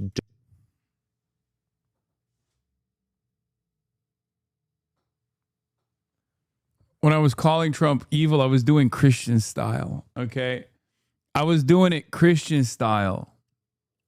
Now, obviously that, for us, that's a satisfying statement to hear from Tucker Carlson because he is objectively evil, but he's not doing that right now. I just need you to understand. He's doing like when I call people evil, I mean, in the same way that we're all a little bit evil. We're all sinners after all, Christian style.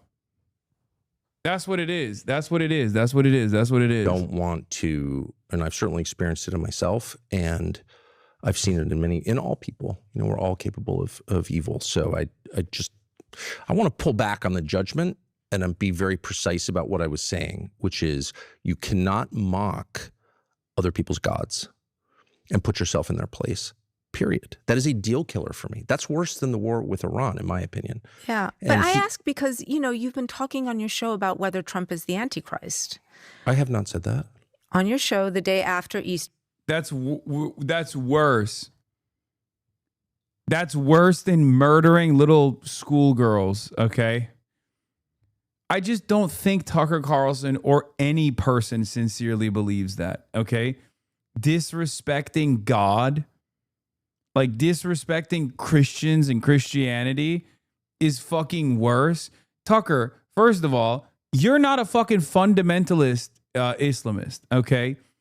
Like, Tucker is literally doing the drawing of the Prophet Muhammad is the ultimate sin, and I will fucking fight you to the end.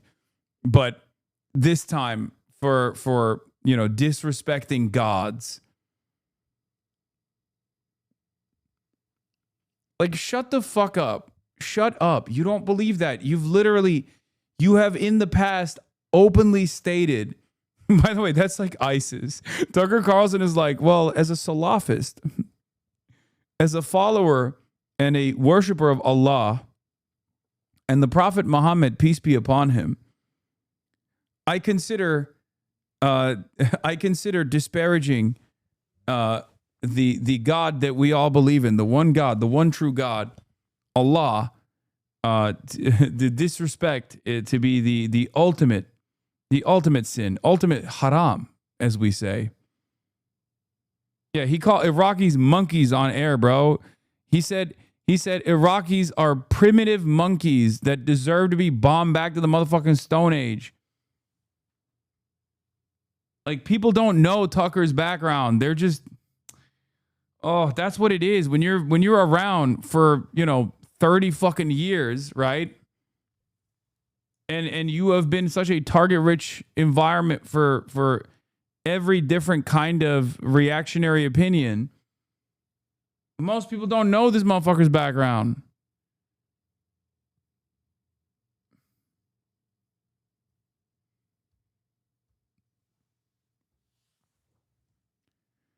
I remember because I was there. Yeah, now the Ummah loves him. Hold on, let me see if I can find it.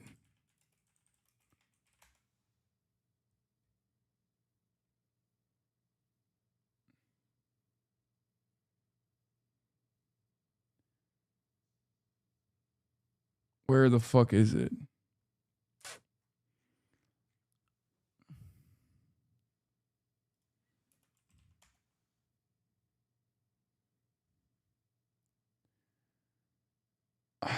I can't find it.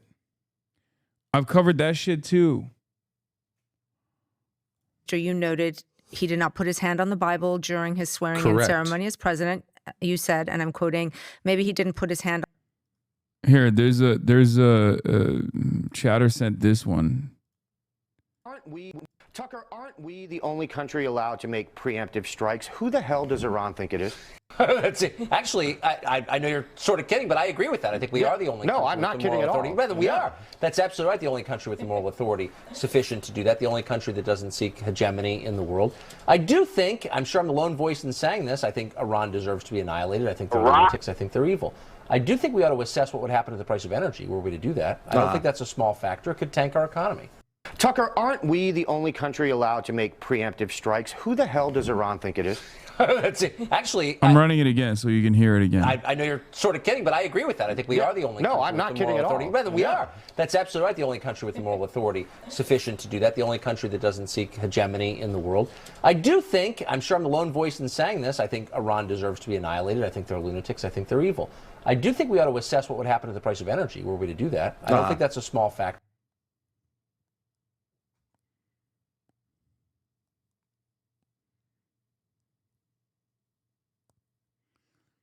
Why did he get fired from Fox News? Do you want the real reason or the fake reason?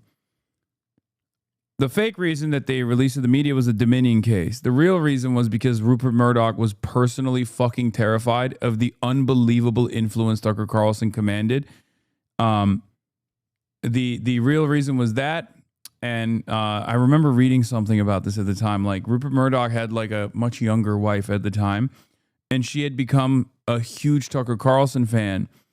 And she was like becoming, Rupert Murdoch is like a huge COVID, what's the, like, not truther necessarily, like he's really worried about COVID, famously. It's kind of unbelievable when you think about how much anti-vax conspiracies Fox News has actually, no, he's not a skeptic. He's not a denier. No. Quite the opposite. He's a major COVID realist. He is responsible for so much COVID skepticism when he was an unbelievable COVID paranoid, a COVID paranoid person, COVID conscious person. I don't know what the right word is. Yeah, he was Putin levels of COVID avoidance. Yes. In his personal life.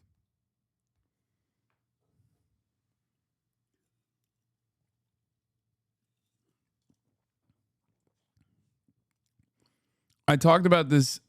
I talked about this in the past. He basically shut himself off from the rest of the world. He basically shut himself off from the rest of the world during COVID, during peak COVID. He cut the line and got the vaccine before anybody else did. And it's really funny because he's terrified. He's old and he's terrified of dying. And he was really, really, really scared of COVID. And yet all of his newspapers, all of his media outlets did so much harm.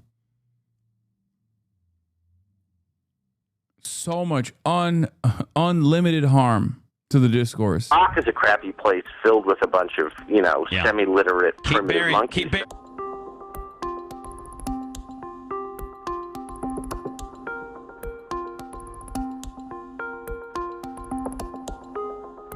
Typical whining from a black politician about how you don't like me because I'm black, using racism as a defense, right? I can't. Yes, I know he apologized for defending the Iraq war, dude. Yeah, I know. He was a silly little 34-year-old or something at the time when he was saying all this stuff. He was just a guy who was duped, okay? I know. You people will believe anything, okay? It's fucking awesome. I've spent my whole life in the media. My dad was in the media. Like, that is... His dad was in the CIA. A big part of the revelation that's changed my life is the media are part of the control. Calling it one of the biggest regrets of his life. I know. He's changed. It's just crazy because nothing else changed. Control apparatus. Like, there's no... What do you mean, you people? You know exactly what I mean. Dumb motherfuckers who fall for anything. Yeah, I know. Because you're younger and smarter and you're like, yeah. Yeah. But what if you're me and you spent your whole life in that world? And to look around and all of a sudden you're like, oh, wow. Not only are they part of the problem, but I spent most of my life being part of the problem, defending the Iraq war. Like, I actually did that. Can you imagine if you did that? Well, what do you think? What is one of your biggest regrets in your career? Oh, defending the Iraq war. That is it? Well, I've had a million regrets. Not being more skeptical, calling people names when I should have listened to what they were saying. Look, when someone makes a claim. Yeah, these are the type of motherfuckers who will literally believe Tucker Carlson and then say Grant Plattner is a phony. There is a literal Venn diagram that's a circle there, okay?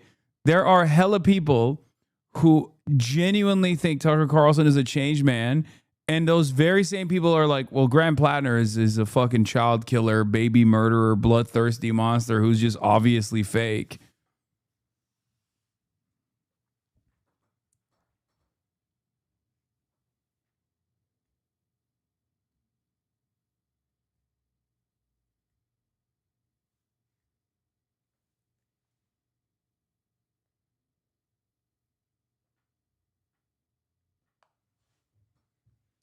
That seems like a ridiculous straw man. Oh, here we go.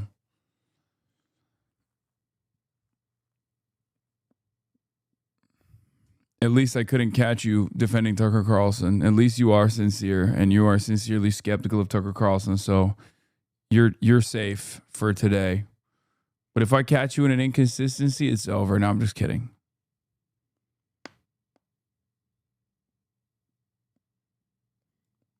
Bro, there was a chatter earlier that said Tucker has pushed back against liberals more than you. It's not a fucking straw man.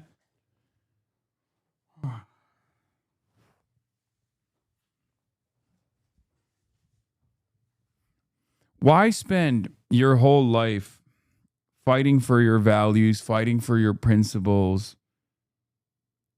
fighting for social justice, advocating, even when no one's looking?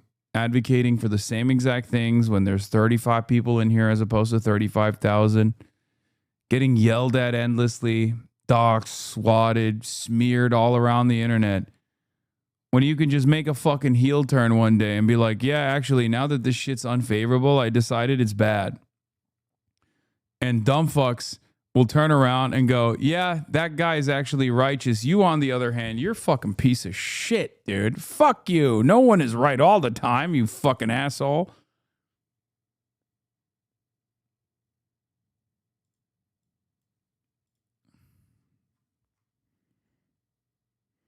Why does Tucker Carlson push back more on Zionists than you do? You've had multiple interviews with liberal Zionists and said nothing. Oh, great question. Okay, here, let's unban this guy because I really want to ask him a question.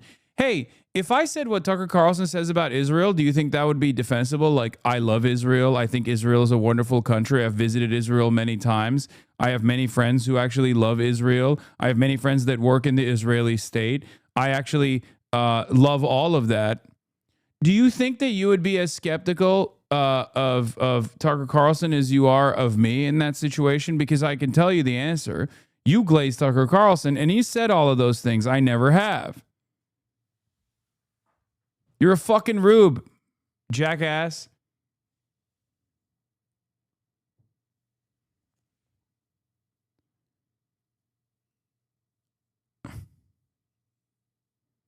Tucker Carlson is a liberal Zionist, but they're not wrong. They're not wrong. What kind of fucking pushback is Tucker Carlson offering to liberal Zionists if he himself is a liberal Zionist? You just literally undermined your own argument. Is he turning on the mirror and debating himself? Like, what the fuck are you talking about? First of all, Tucker Carlson's not even a liberal, so he's just a Zionist, I guess. This is what I mean. Some of you guys are a little bit lost. I'll admit. I think you're a little bit lost. You're a little inconsistent. You don't have a consistent standard. I've given many interviews at this point as to why I align myself with people who I disagree with on the issue of Israel, including people like Bernard Sanders. I've addressed it because you know who always brings that up? Fucking Zionists do, okay? They always bring that up. They're like, you say liberal Zionism is equivalent to liberal Nazism. It's oxymoronic. How can you say that, but then also work with people who would be liberal Zionists themselves? And I tell them, this is not a contradiction from my estimation. As long as someone is a liberal Zionist, but is not actually presenting themselves as a hurdle in front of anti-Zionists, as long as they're not like stepping in front of anti-Zionists and saying, no, this is a bridge too far, then I can still work with those people, especially if they have their position in the political spectrum is still far better than the overwhelming majority of people that are talking about this issue.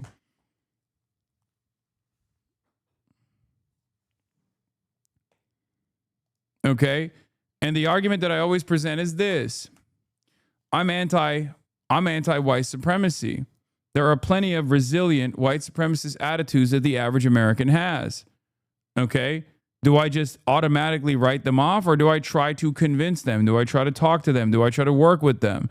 Because if I were to write them off in the same way, because white supremacy is a fascist ideology as well. Okay? I'm anti-fascist.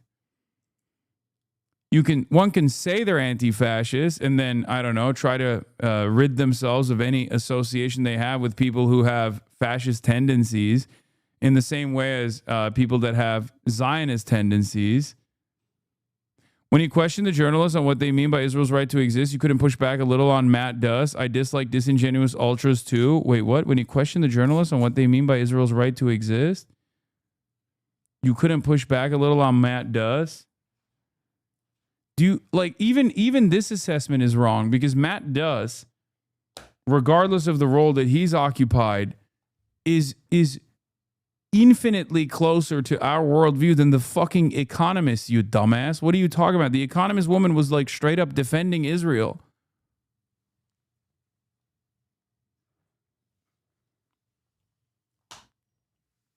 And that's not true. I literally did actually push back on Matt Duss's defensive and offensive weapons distinction.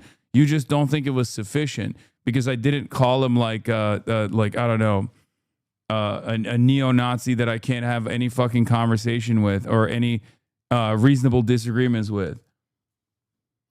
But once again, you say I dislike disingenuous ultras too, but then you turn around. Oh God, this is gonna restart another cycle in the discourse. Again, I'm telling you right now, chatter, you don't have consistent principles on this. If you think Tucker Carlson does a better job pushing back against liberal Zionism, when you admit that he himself could be considered a liberal Zionist, that doesn't make any fucking sense.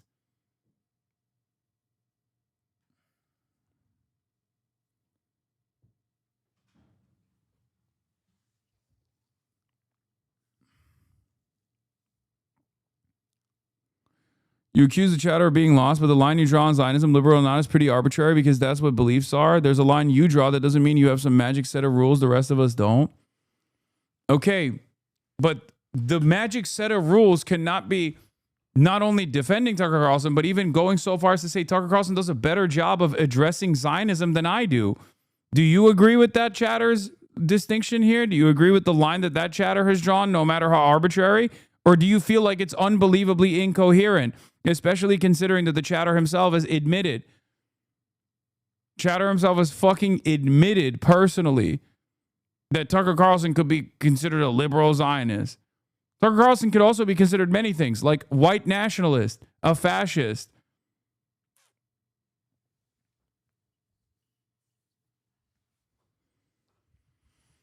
Oh.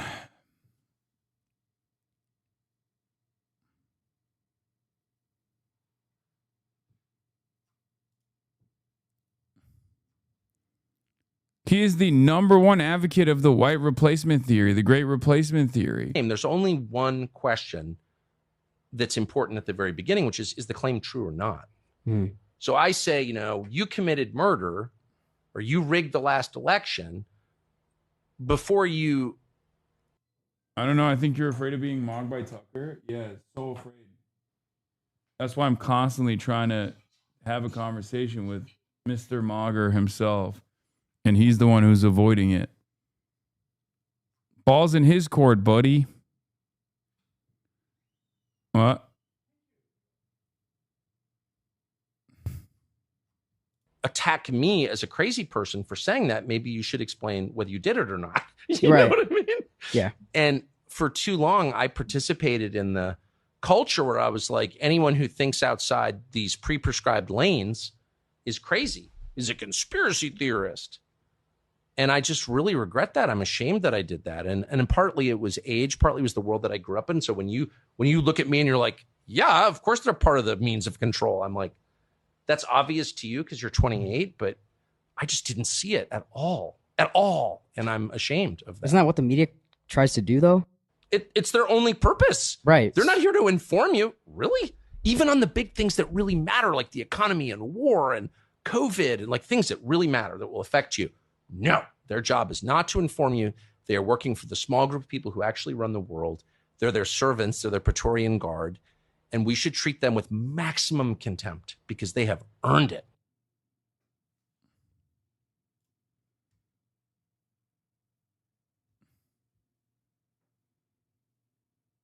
I've never said Tucker likes Israel worse than the people who they're attacking. What?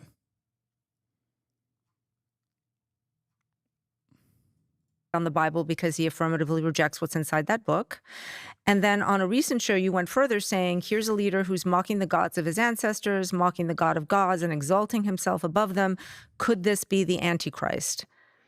I actually did not say, could this be the Antichrist? Here's a leader who's mocking the gods of his ancestors, mocking the God of gods, and exalting himself above them. Could this be the Antichrist? Well, who knows? I don't know where that comes from, but I know that those words never left my lips because I'm not sure I fully understand what the Antichrist is. If there's just one, This dude has 7K subscribers. Why give him air? I know you're making that as a joke. I think, right? Yes. He was hacked apparently, and we found out that he only has 7,000 subscribers, which I don't know if that's like true or not. But it is very funny to think that Tucker Carlson is not an influential person in American politics.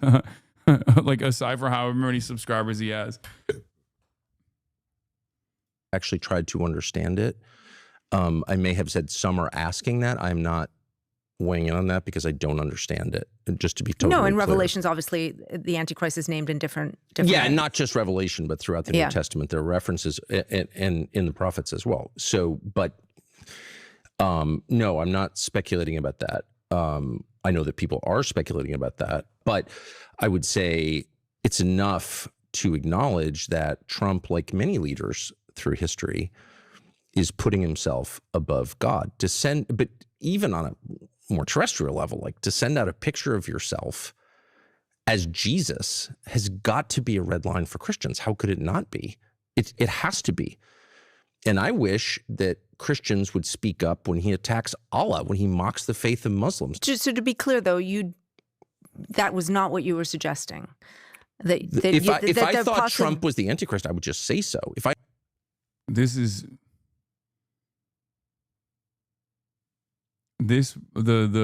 defending Islam part is he's so fucking good, man. He's such a demonic entity. I understood what the Antichrist is, I would say so. And I don't really. I mean, I guess he's packed up the Ummah. The Ummah will never recover. They will wage war at the behest of Tucker Carlson. Literally, it's because you've been discussing it repeatedly on your show. So I'm just trying to understand why. What I've tried to I mean, what do you want your audience to sort of? I want my audience to see what's happening now. Something chatters aren't internalizing is how shallow Tucker's commitment to any ideology is. They see him saying the correct words in a field of mainstream liars, when in reality he's adopting populism to boost his public image. Look up sophism. I think so too, but I don't agree necessarily that Tucker Carlson doesn't have one underlying agenda. I think he is truly a white nationalist, or at least white nationalists think he's one of them. He might be agnostic on the Jewish problem, right? The Jewish question, he might be somewhat agnostic on. I still lean on the side that he's just like, he's anti-Semitic, but he knows how to, keep his cards close to his chest. But he and Candace both do what I call ummah slop. They know they have a ton of Muslim followers now because of their anti-Israel advocacy that they throw bones in. The only issue is they break with other Christian nationalists or things that Muslims care about. Yeah.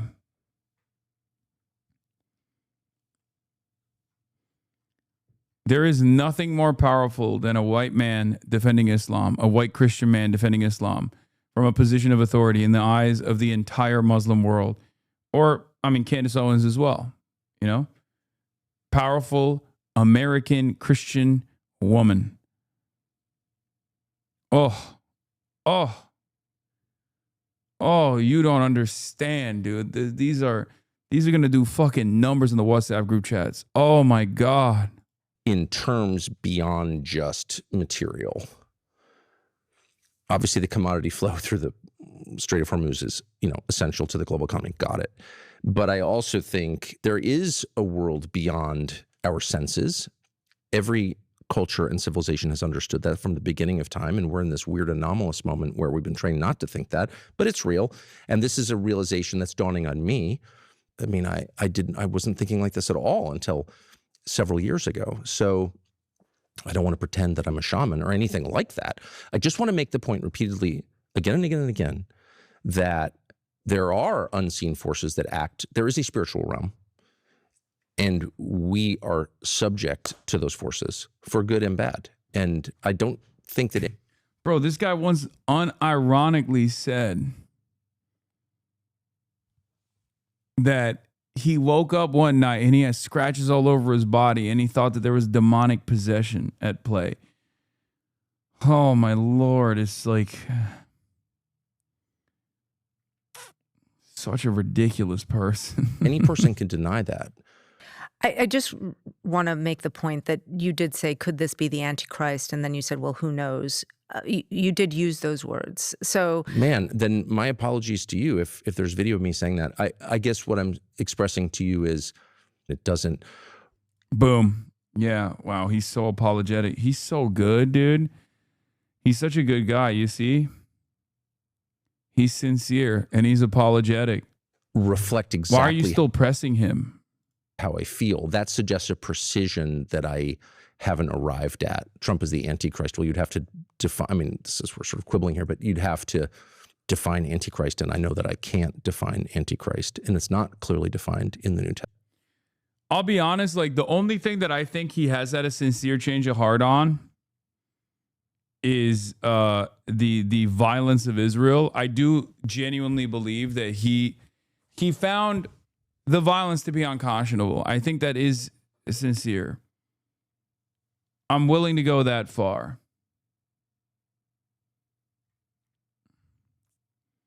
Some might. I don't think it's just anti-Semitism motivating him to say the things that he's saying. I don't think it's like his allegiance to the to the pearl of the Gulf, the nation of Qatar, a beautiful nation that I am, of course, I also demonstrate fealty to. Okay. Shouts out to my Oilers. I do think he actually saw what Israel was doing and thought that it was really fucked up. I'm willing to go there. What makes you think that? He went to the Palestinian Children's Hospital in Qatar. And he visited. And he didn't have to do that at all. In the Huckabee interview, he strongly questioned who has the biblical right to the land. He argued that Palestinians who can trace their bloodline directly back versus Ashkenazi Jews, specifically mentioned Netanyahu. Isn't that anti-Zionism? Fuck no. What? No. No, not at all. That's fucking blood quantum science. Who gives a shit? You think that what makes the Palestinians indigenous to the land is like the eugenics or the race science, or how long, like, that they can trace their ancestral lineage? So what? So what if Benjamin Netanyahu and his ancestors 3,000 years ago fucking traveled from the land that we now know as Israel to Poland? Do you think that gives them more right? Chatter is right. It's Zionism. No, that's a silly argument. Anonymous Gifter, thank you for the 100 gifted subs. As soon as I said my life for Qatar, do you guys see that? That's why I do it, baby. No, man. I don't believe in I don't believe in like ancestral rights like that. I believe in not murdering people, okay? Simply put. That argument is foundational to Zionism, but it's bullshit.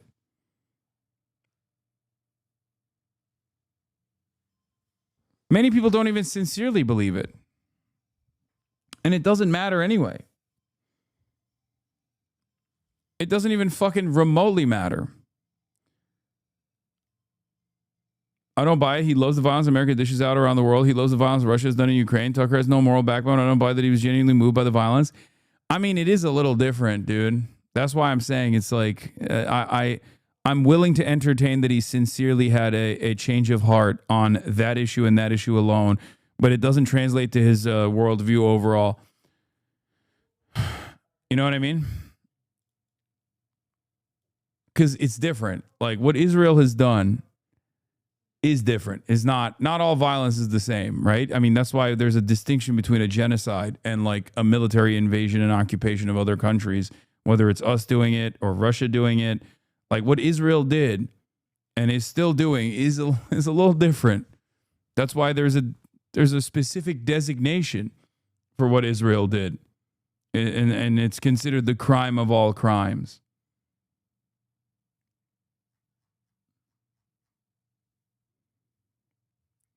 But yeah, for the record, I don't even like that argument necessarily. The one that people use when they're talking about Israel, where they're like, oh, Benjamin Netanyahu, his name is like, what is it, Milikowski or something. He's actually Polish. He's a Polish Jew that like grew up in Philadelphia. He doesn't have ancestral roots that you can trace back to Israel.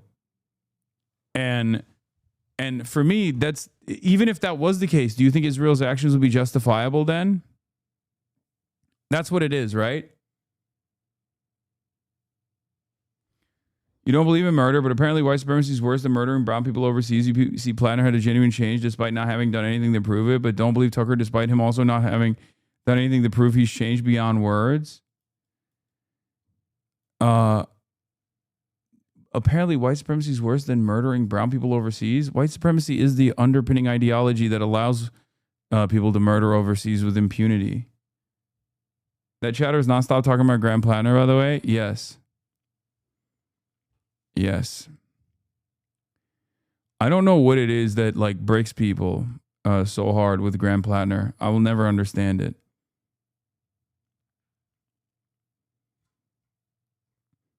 But it is like obsessive. What? This is not a criticism of context. I think this is why RevComs ask you to read theory more often. RevComs? You're a RevCom? Like Chairman Bob Avakian, a sex cult. Sex cultists asked me to read theory more often on stream, even if you have before, because you're raising a lot of people to be aware of what's going on, but they lack fundamental principles to distinguish between persons and from opportunities like Tucker. Appreciate your work regardless. Please don't tell me, chatter, you are a RevCom.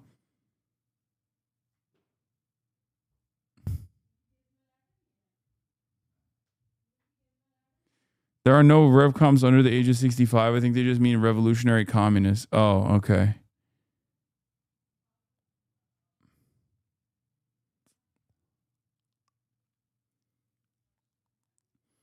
You never fucking, what?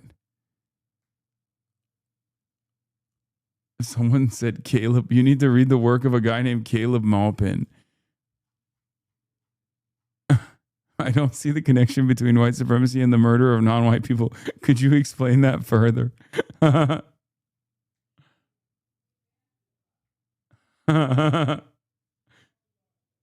Caleb Maupin. Oh my God.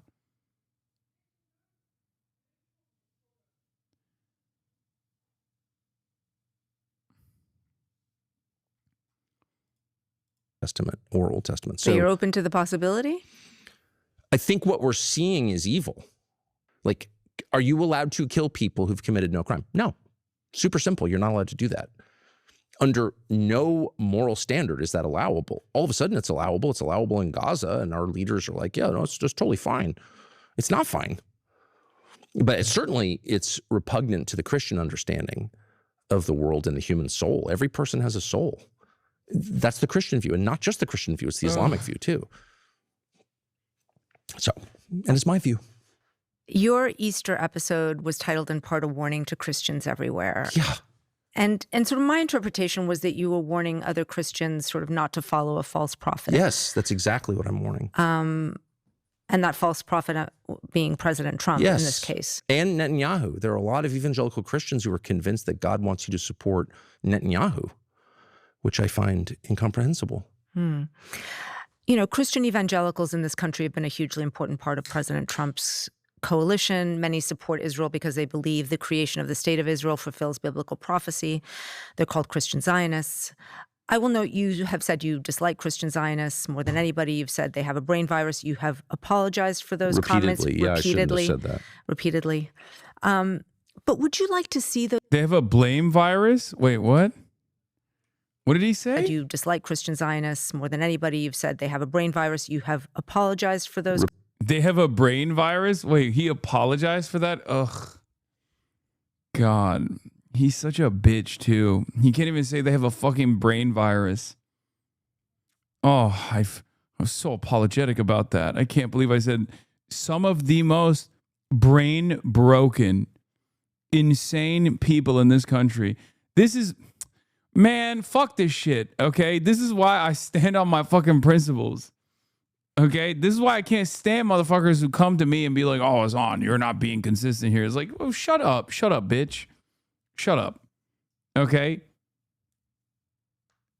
When have I ever backed away from a sincerely held position? He can't even say that Christian Zionists have have a brain virus. They do. Comments repeatedly. Yeah, I shouldn't have said that. Repeatedly. But would you like to see those Christians stop supporting the state of Israel in the way that they do? Of course, immediately. On many different grounds. But it's really simple. Christians can never support the murder of innocents, period. That's just a bright red line. Find the place where Jesus is like, these people are annoying, kill them all. It's not there. So where are you getting this? Now, I'm, once again, hardly a theologian, but I just don't know. And I've asked many Christian Zionist leaders who will speak to me. Now it's just like, they won't talk to me, but I certainly asked Ted Cruz this. I asked Mike Huckabee this. I tried to ask Franklin Graham, but I sincerely want to know where this is coming from. It can't all be from the book of Esther. Well, I mean, you did have exactly this contentious interview with Ambassador Huckabee. He's the ambassador to Israel, where you talked to him about Christian Zionism for quite some time. And in that interview, you know, it's very interesting. I'm a former Israel-Palestine correspondent. You were pressing him on if the modern state of Israel as a homeland for the Jewish people today has legal or biblical legitimacy. You were sort of questioning him on this idea, and you went round and round on this for quite some time. And I was just wondering what you were trying to get at there. I was trying to get at an answer, which I couldn't get, and instead was accused of hate for trying to evoke an answer to a very simple question. And the question was, on what basis are you making this claim? People whose ancestors didn't live here now occupy the land. That's very common in history, by the way. I'm not even objecting to it. What I'm objecting to is the claim that it's God's will and that Israel, because of this, has the unique right to exist. Okay. Where does that right come from? Well, the right comes from the Bible. Okay, well, I'm not a Bible scholar, but I've certainly read it a lot. And I said to him, what are the borders? Because my read of Genesis is that it's a big hunk of land. That's the Middle East. Does Israel have a right? Because you're referring to this text as the basis of the right to have that land. And he said, fine with me. So like on many levels, theological and diplomatic, kind of a big thing to say. The White House was annoyed that he said it out loud. I was grateful that he did, because it's good to know what the terms are. And the second question I asked, which is, okay, if Israel has a right derived from this scene in Genesis, then to whom does it apply? Who are Abraham's heirs? And he said, well, the Jews. And I said, okay. And by the way, just to be clear, these are not conversations that I sought. I was never interested in this topic. Like, Israel's a country with borders and sovereignty and a seat at the UN. And it's a nation state like ours, like every country. The second you start telling me that as a Christian, I'm obligated to support the government of this country, then I have a right to ask you what you're talking about. It's that simple. So, okay, fine. I flew all the way to Israel, which I didn't want to do. And I asked him, what are you talking about? To whom does this right apply? And on what basis? Shut up, anti-Semite. Okay, now. So from my perspective, that was like the most revealing conversation I think I've ever had. Why, though, were you so interested in those questions about? Oh, God, these people. Oh, my God, you're unfucking bearable, dude. I can't stand this shit. This is, why do you care so much about the Jewish state? Okay, that's what this question is. This is her basically turning around and trying to imply subtly or not so subtly that Tucker Carlson is anti-Semitic for caring about the state of Israel so much. Okay, that's what this is. We jokingly refer to it as like Israel, tiny nation, size of New Jersey. But that's precisely what this question is, okay? I've heard it a million times over. I've heard it from many different people that will sometimes not even, do the decent thing and try to soft pedal the question and immediately be like, you care so much about Israel, even though it's not doing anything special because you're anti-Semitic.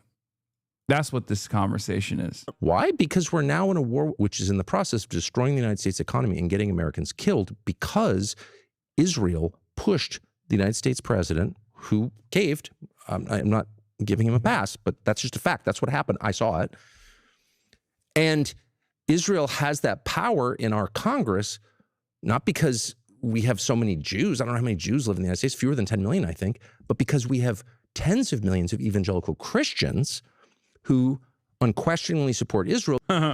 Oh, dude, he's doing, this is like early days, okay? This is like early days HasanAbi retorts right here. It's true. It's not wrong for him to say this. It's technically correct. But it is very funny for him to just be like, well, there's a lot more Christian Zionists. There's a lot more evangelical Christian Zionists, and they show tremendous loyalty to the state of Israel. A lot more of them exist than Jews in this country. It's like he's rolled back the tape. Okay, he's been watching old HasanAbi hits from early on. Yeah, aping my shit, 100p. Oh my Lord. Because they believe it's their theological duty to do so. So on this question hangs the future of the American economy and the lives of American service members. There's no more important question. And the effort to push me away from that question by calling me names, calling me a hater, saying I'm obsessed with Israel. Okay. I would be grateful never to think about it again. I find Israel actually geostrategically irrelevant, except to the extent that we imbue it with relevance at the behest largely of evangelical Christians. So you can see there's a one-to-one correlation between these questions and the future of my country.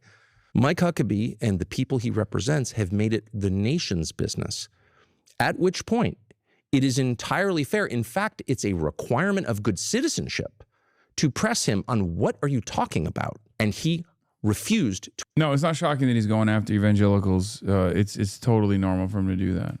To answer those questions, at which point I say, as someone who's still committed to reason, you've been exposed as a fraud and or a liar. I think one of the reasons why this was particularly notable for many people, that interaction that you had with Mike Huckabee, and the reason you in particular got so much pushback is because there is an enormous sensitivity around Israel being the homeland of the Jewish people. Oh my God. Oh my God. I'm Brian Kilmeade. I'm Brian Kilmeade. I'm Brian Kilmeade. I'm Brian Kilmeade. I'm Brian Kilmeade. I'm Brian Kilmeade. Oh my God. Who fucking cares? Are you serious? Do you hear yourself? Oh no. This colonial outpost that is an apartheid state, filled to the brim with ethno-religious supremacist values that has conducted a genocide, is also, I'll have you know, the very special emotional support apartheid state that's conducting a genocide. For many people, why don't you think about their fucking feelings? Oh, I'm sorry. I didn't realize that I was supposed to care about those things. This, in and of itself, is no different than someone being like, oh, you want black people to be able to vote in the South? But don't you care about the feelings of white Christian nationalists in the South? They could feel really, they feel like their rights are being encroached on if you actually bring this up, if you actually advance this position. Okay? Who cares? I'm sorry. I don't give a fuck. Okay? Genocide is bad. I don't give a shit if it's hurting some people's fucking feelings. Fuck their feelings. They can suck my dick.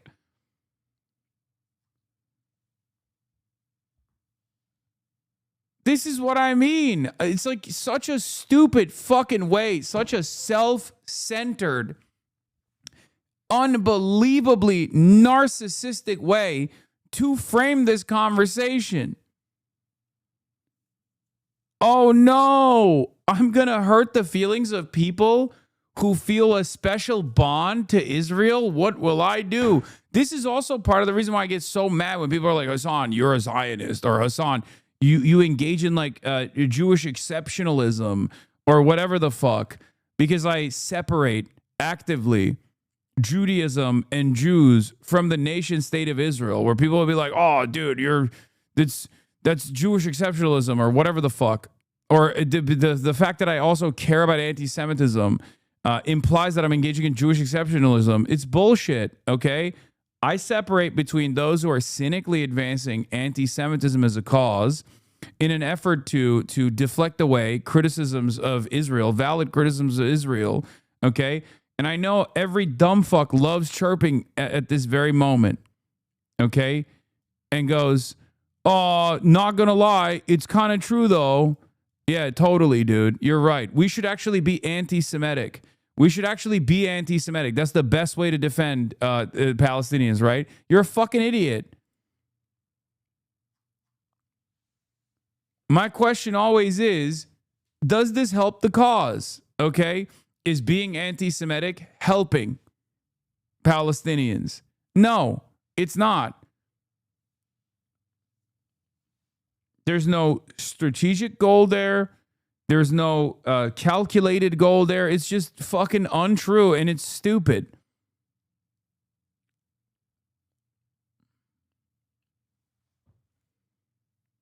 Mons, why'd you block my message?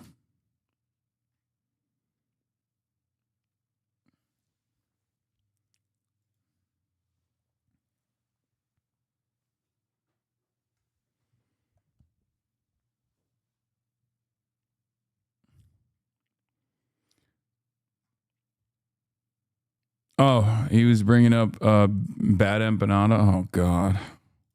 And the attempt to delegitimize that. I have enormous sensitivity about the United States being the homeland of my people and the burial place of my ancestors. I have enormous sensitivity about the future of the United States. Those are my concerns. I'm not dismissing the concerns of any other group, including Israelis or Iranians or Venezuelans or anybody else. Everybody has his or her own set of concerns, but my concerns revolve around my country. And so I'm not going to subordinate my concerns and the concerns of my children to other people's hysteria, no matter what country it is. Why do you think you get tagged so often with anti-Semitism? Because I think there are two reasons. One is I'm not an anti-Semite, and I think that's obvious. I have, and I've expressed this many times and I'll do so again, I have temperamental and religious objections to anti-Semitism or any hate or discrimination based on bloodline. That is,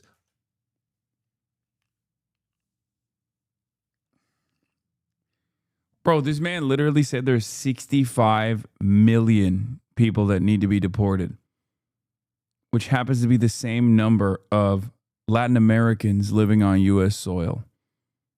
Okay? The Latino population. I'm sorry. Mr. Great Replacement is like, oh, I would never hate on someone simply on the basis of their ethnic or genetic or religious inferiority. It's bullshit. It's complete and utter nonsense, okay?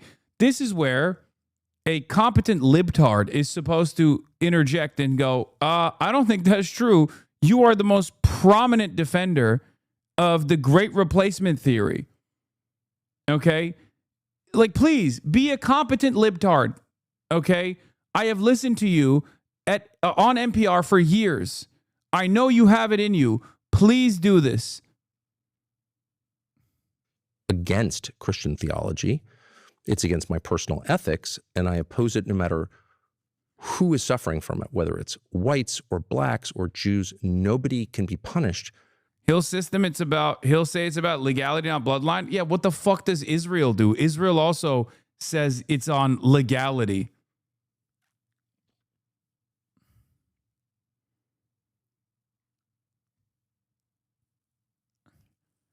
Yeah, black people were legally discriminated against, okay? Just like Palestinians are technically legally discriminated against under Israeli law. Legality doesn't mean anything. It's just bullshit. For his bloodline, period. I don't believe in collective punishment, unlike the Israeli government. So that's number one. I am opposed to anti-Semitism, and that's a threat because I'm not approaching this as someone who wants to hurt Jews. I just don't want the United States to be implicated in the crimes of other nations. And I'm not intimidated. And number two, that is a much easier conversation than answering very simple questions like. Here's Ben Lorber's take on this from April 13th. This is so fucking long. He wrote a book. He's working on a book called Kingdom Now, Christian Zionism from the Puritans to MAGA. Israeli right and its supremacist agenda. Today, tens of millions of MAGA evangelicals remain rock-solid constituency backing the unending carnage in Gaza, Iran, and beyond. And beyond America's shores, the rapid growth of non-denominational neo-Pentecostal Christianity is conscripting hundreds of millions of Christian Zionist foot soldiers across Africa, Asia, and Latin America. That's why they had to apologize for breaking the Jesus statue in Lebanon, by the way. If it actually reaches the point of salience amongst those populations where they start thinking, wait a minute, these Jews are actually disrespecting Christianity, then they have to address it. Same thing with like Orthodox Jews in the West Bank, the settlers spitting on Christians as they're like going in and out of churches and shit, right? Those are some of the few things that the Israeli state has to address, as opposed to like just wholesale slaughter of Palestinians. Christian Zionism is part and parcel of the rise of Christian nationalism, helping corrode the foundations of democratic pluralism in the U.S. and all around the world. I agree with that. Its adherents demonize Palestinians, Muslims, and anyone who opposes the dystopian vision as instruments of the devil, enemies of the Judeo-Christian West, and to be swept aside in a 21st century style crusade, and their fervent proclamations of love for Jews are laced with anti-Semitism. Anti-Semitism conscripting our communities as cannon fodder in their clash of civilizations.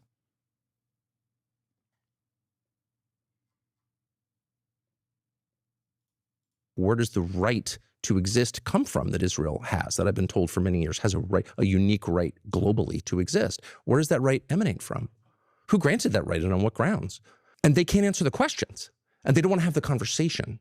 So just to be totally clear, asking questions. I mean, the answer for this is the other side of the story.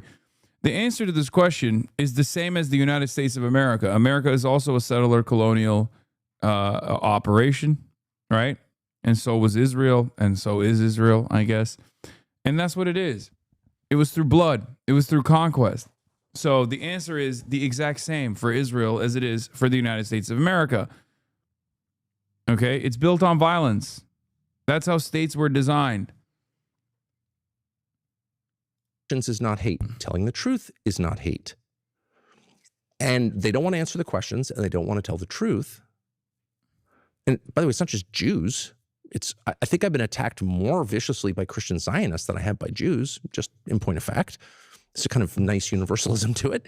But I'm not intimidated. I don't know why I would be. In fact, I think it's my obligation not to be intimidated. Can asking questions, though, stir up hate? I mean, language is power. Oh, my God. Oh, my God.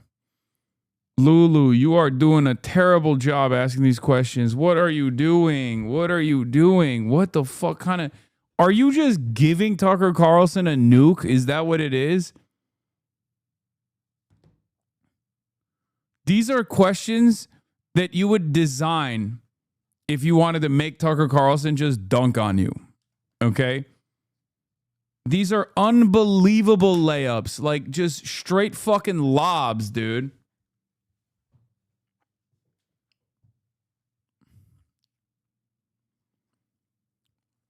I mean, this is such a layup that the New York Times audience is going to watch this and go, yeah, Tucker Carlson is actually doing a great job here. I didn't think that I would ever find myself in agreement with Tucker Carlson, but I am now. Powerful. Well, sure. I mean, you could pose attacks in the form of... This is why you can only counter Tucker Carlson as an anti-Zionist. You can't counter Tucker Carlson as a liberal Zionist. On this issue, you are going to be less moral. Okay? Tucker Carlson is closer to the truth and closer to morality on the issue of Israel than a liberal Zionist. It might hurt people's feelings to hear that, but it's just the truth. Okay? And that's precisely the reason why when people actually don't address Tucker Carlson's inconsistencies in his worldview adequately, which only an anti-Zionist can do, an anti-fascist can do this, because if you have any sort of defense of Israel in mind, you're going to get destroyed. You're going to get destroyed because Israel is indefensible. Okay? Israel's actions are indefensible. The concept is already indefensible by 21st century sentiment, right?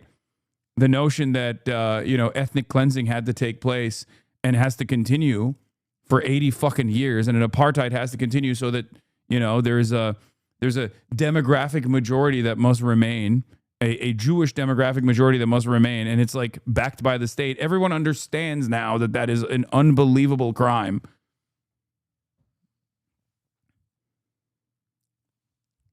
So once you arrive at the conversation with that attitude in mind, if that's your primary focus, you're going to get cooked. No matter what. You're never going to be able to outmeet Tucker Carlson on this issue. He's just going to come across as the moral party in this conversation because he's going to turn around and say, that's crazy. Questions, I've certainly done that a lot, for sure. But the questions themselves hang in the air, and a legitimate question deserves an answer. The reason I want to press on this a little bit more is that that there is an entire anti-Semitic worldview that has been based on the protocols of the elders of Zion, that there is like this cabal of powerful Jews that controls the world. And, that book was written in the early 20th century, but it, helped the Nazis, and it really has informed a lot of the views of many people today that there is, this very powerful sect of Jewish people who want global war and global conflict. And I think that there is a concern that I have, and a real concern. I don't mean this as something that people say to slander anyone, but just a real concern that the rhetoric where everything is blamed on Israel, where Israel has these supernatural powers almost to influence the president, to influence. Oh my God. Oh my God. Oh my God. Oh my God.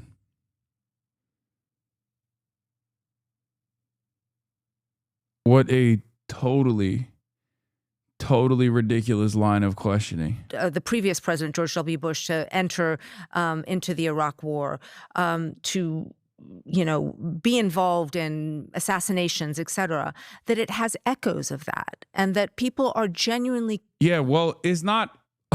Okay. First of all, let me just say, not everything that she brought up is valid, but it sucks that some of what she brought up are genuine things that Israel has done, right? Like, it's not other people's problem that Israel chose to look at a textbook of what not to do and then chose to do those things, okay? Like, yeah, you're like, oh, well, protocols of elderly Zion dictate that, Jews are, undermining. Jews are undermining, like, what, American domestic affairs. Okay. But Israel is literally fucking writing legislation by way of AIPAC to undermine the First Amendment. Elderly Zion. Yes. Elderly Zion. The Zion of the elderly. Shut the fuck up, chatters. It's not the point. Okay. I'm so tired. I didn't sleep a lot last night, even though I went to bed early. Okay. Like you can recognize what is an anti-Semitic dog whistle and also what is the truth at the same time. When you actually start pointing to things that Israel actually is doing and then claim prototypes of the elderly Zions. Yeah. If you point to what Israel is actually doing and say this is an anti-Semitic trope, you're not going to actually get people to stop saying those things. You're just going to make them think that maybe in the past, those anti-Semitic canards were also lies. They were also built around lies, as in like they were what Jews were doing. You're going to foment anti-Semitism.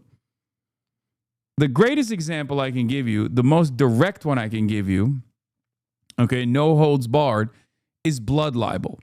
Blood libel was a lie that non-Jews often told about Jewish people in times of like famine or some kind of like economic struggles or when there was not enough food in the village or the fucking people were getting sick.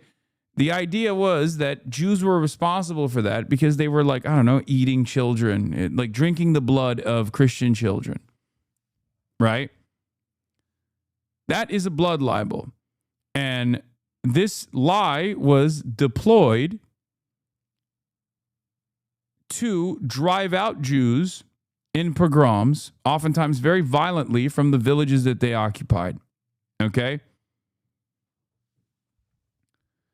So that's a very well-traced, historic lie that people told about Jews to kill Jews. That's what blood libel is. But in 2026, if you turn around and say, wow, how dare you say Israel is killing children when Israel has killed tens of thousands of children on camera, and you call that a blood libel, you're not actually defending Israel at all to average people. You're actually disparaging what they may have previously believed was a blood libel. You're diluting the impact of the term blood libel, and you're causing people to no longer believe that, these things that happened to Jewish people historically were even real at all. Okay?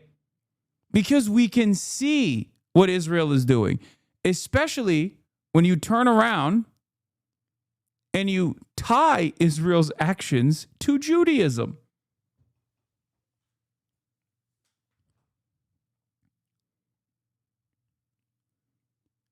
You're like, no, this is the Jewish state.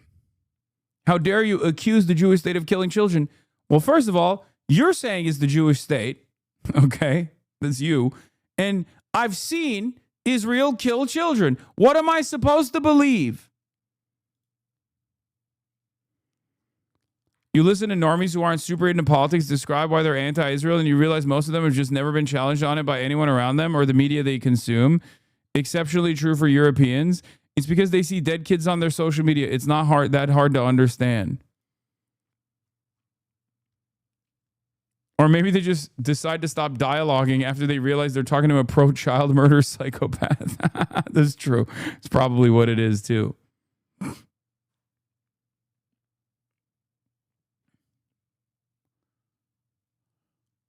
Israel has literally looked at a lot of the previous anti-Semitic canards as like a how-to book, okay? That and also Mein Kampf and numerous other formative works in the neo-Nazi movement. And we're like, oh shit, let's take notes and let's do them. It's just true. I'm sorry. Down to fucking well poisoning. Poisoning the well comes from that as well. The idea that like Jews were actually responsible for the water supply being destroyed in the village that led to pogroms. Israel has literally poisoned wells. Okay? So what am I supposed to do? Not recognize what I'm seeing? It's fucking unbelievable. This is not like the moment they prefer filling it with cement now. Yes, it's not. I mean, I'm using embellished language in this circumstance, but like, yes, they're destroying water wells, right? Like with regular frequency. It's just ridiculous. It's ridiculous to be like, hey, I just watched Israel strike the last remaining water salination plant in Palestine, in Gaza. But I probably shouldn't bring this up because people are going to say I'm anti-Semitic and they're going to accuse me of blaming Jews for poisoning the well here. Yeah, I'm not going to do that. And no one else is going to do that either, especially because I am aware of classic anti-Semitic tropes. Most people are not. Like, it's not even a thing that they're considering. The average person doesn't go, oh no, I probably shouldn't say this. At most, the average person has, ironically, somewhat of a little bit of a anti-Semitic belief that like you just can't say anything about the Jews, right? Like that's their modus operandi. Normal people in polite company will openly just be like, you can say whatever the fuck you want, just don't say anything about Jewish people because you'll lose your job. That is the attitude, right? And that attitude is, there's plenty of evidence to suggest that attitude is somewhat correct. But that doesn't mean that they don't think these things. And if you lean into it over and over again, they're going to think those things not just privately, but publicly too, and loudly sometimes.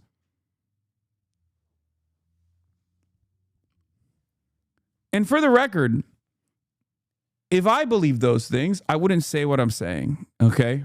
Like, I don't think that's I don't think that's the adequate way of looking at this, right?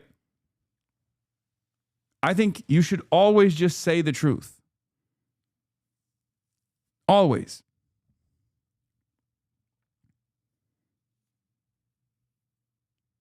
But what a lot of people have had, like a lot of the opinions that people have had for a very long time is this notion that, and this is from what they've observed, you are privileged enough to be able to live like that. Yes, buddy, I'm at the fucking peak of privilege. Yes, I am. You're not wrong, but also at the same time, look around, okay? Look at what I've been dealing with for the past 3 fucking months. I wouldn't say it's a very privileged position, okay? Holy shit. I don't know if you know this, but there's a current bill in Congress, okay, that has my name on it. It's bipartisan. To say that I'm like unbelievably privileged and therefore suffer no consequences for saying the truth is a little ridiculous, don't you think?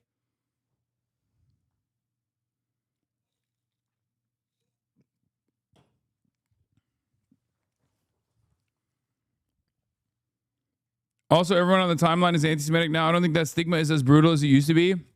There's still institutional stigma.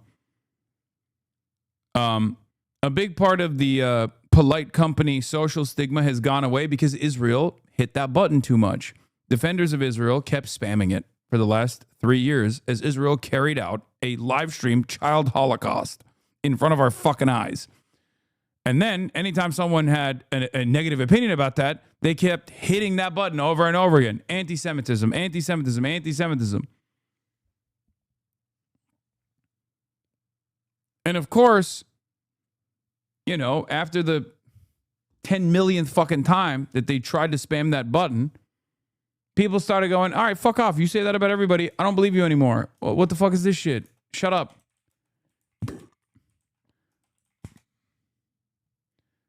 My new photo on Wikipedia, here it is. Yes, I see it. It's great. Thank you.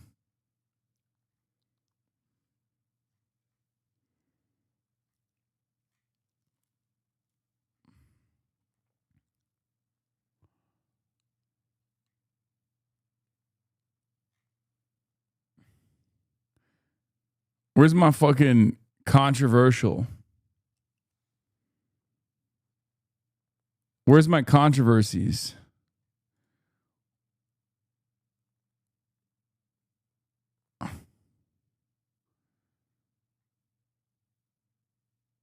Oh, there it is.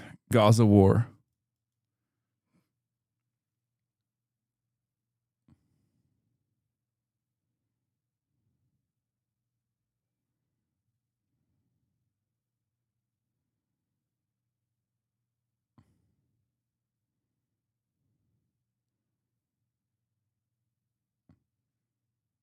Oh.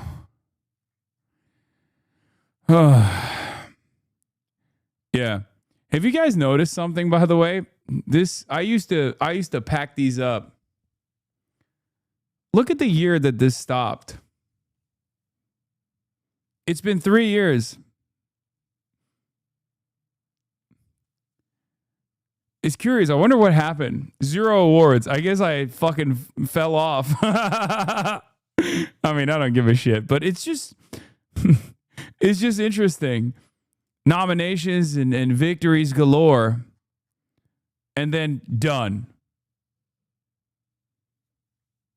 I guess it's because I stopped gaming.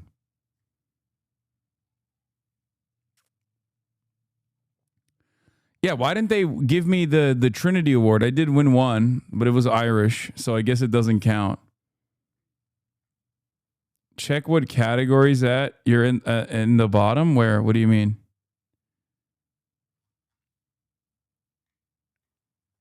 Where are the categories? 1991 births, living people, American activists of Asian descent, American activists for Palestinian solidarity, American anti-capitalism, American anti-Zionist, American left wing, male feminists, American Marxists, American people of Turkish descent, political commentators, American Twitch streamers, California socialists, critics of conspiracy theories, HuffPost writers and columnists, news YouTubers, people associated with the 2025 New York City mayoral election, people from New Brunswick, New Jersey, people of the Gaza war, Rutgers University, streamer awards winners, streaming awards winners, Young Turks people, University of Miami alum, YouTubers from California, YouTubers from New Jersey. Okay, that's fair.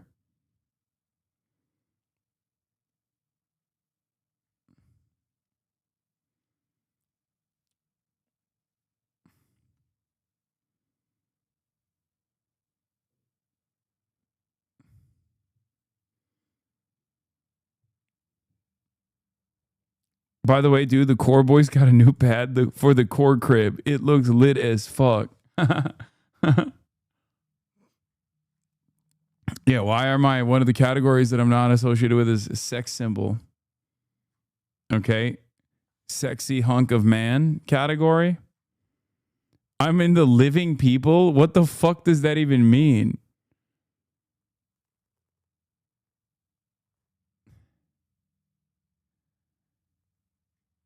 That's a thing? They have a living people category? Okay.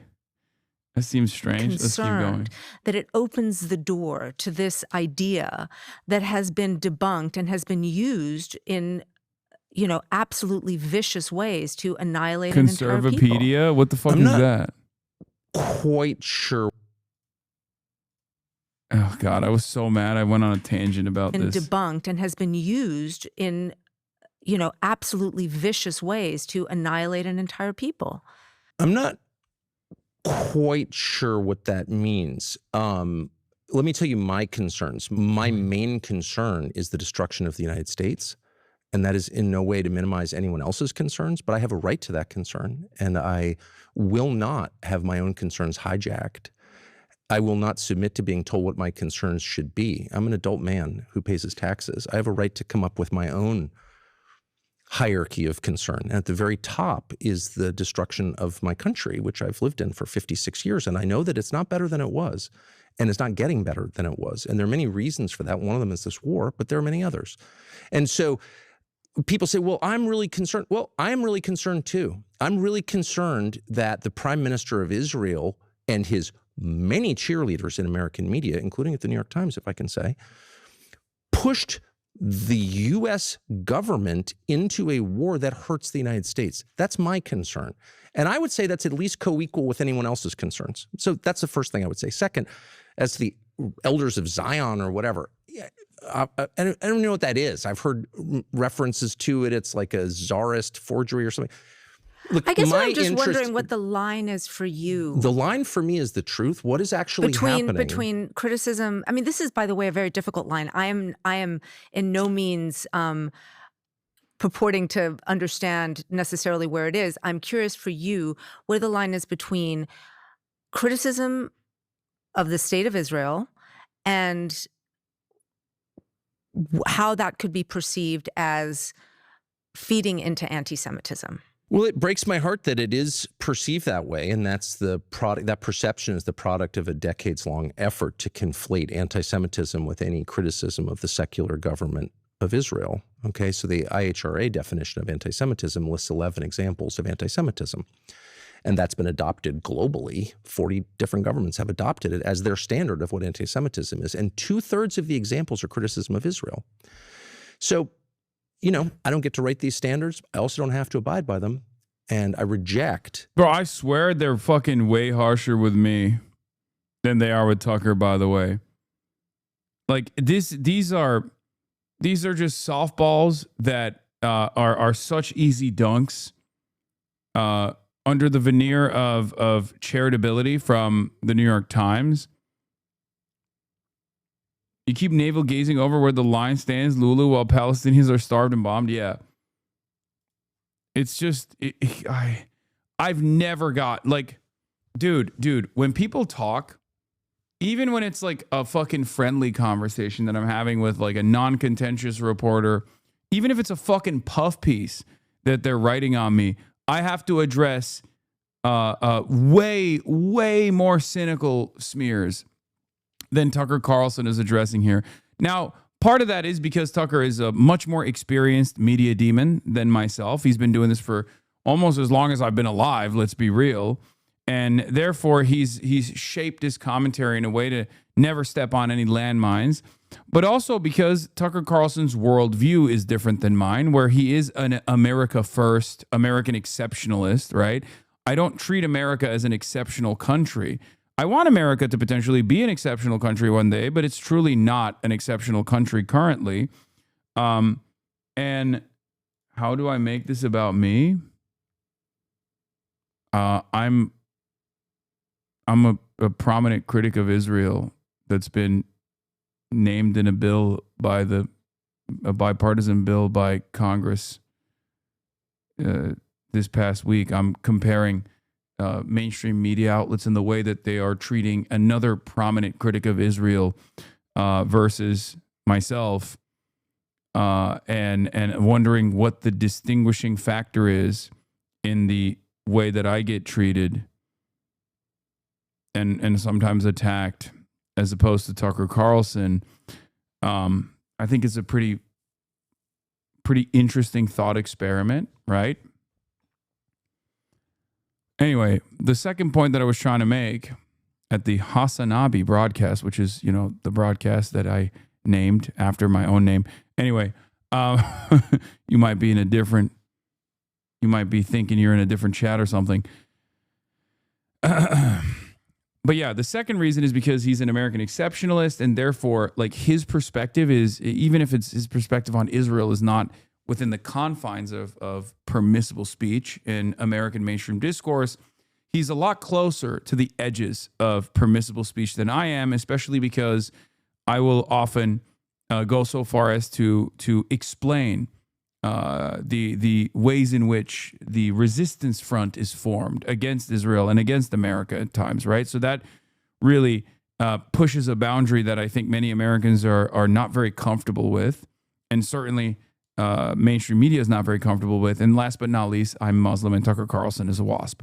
So I think that's what it is. I think that's like the worst aspect out of these three, because there are others who do the first two and don't get the same treatment. So I'm inclined to believe that it might have something to do with my background.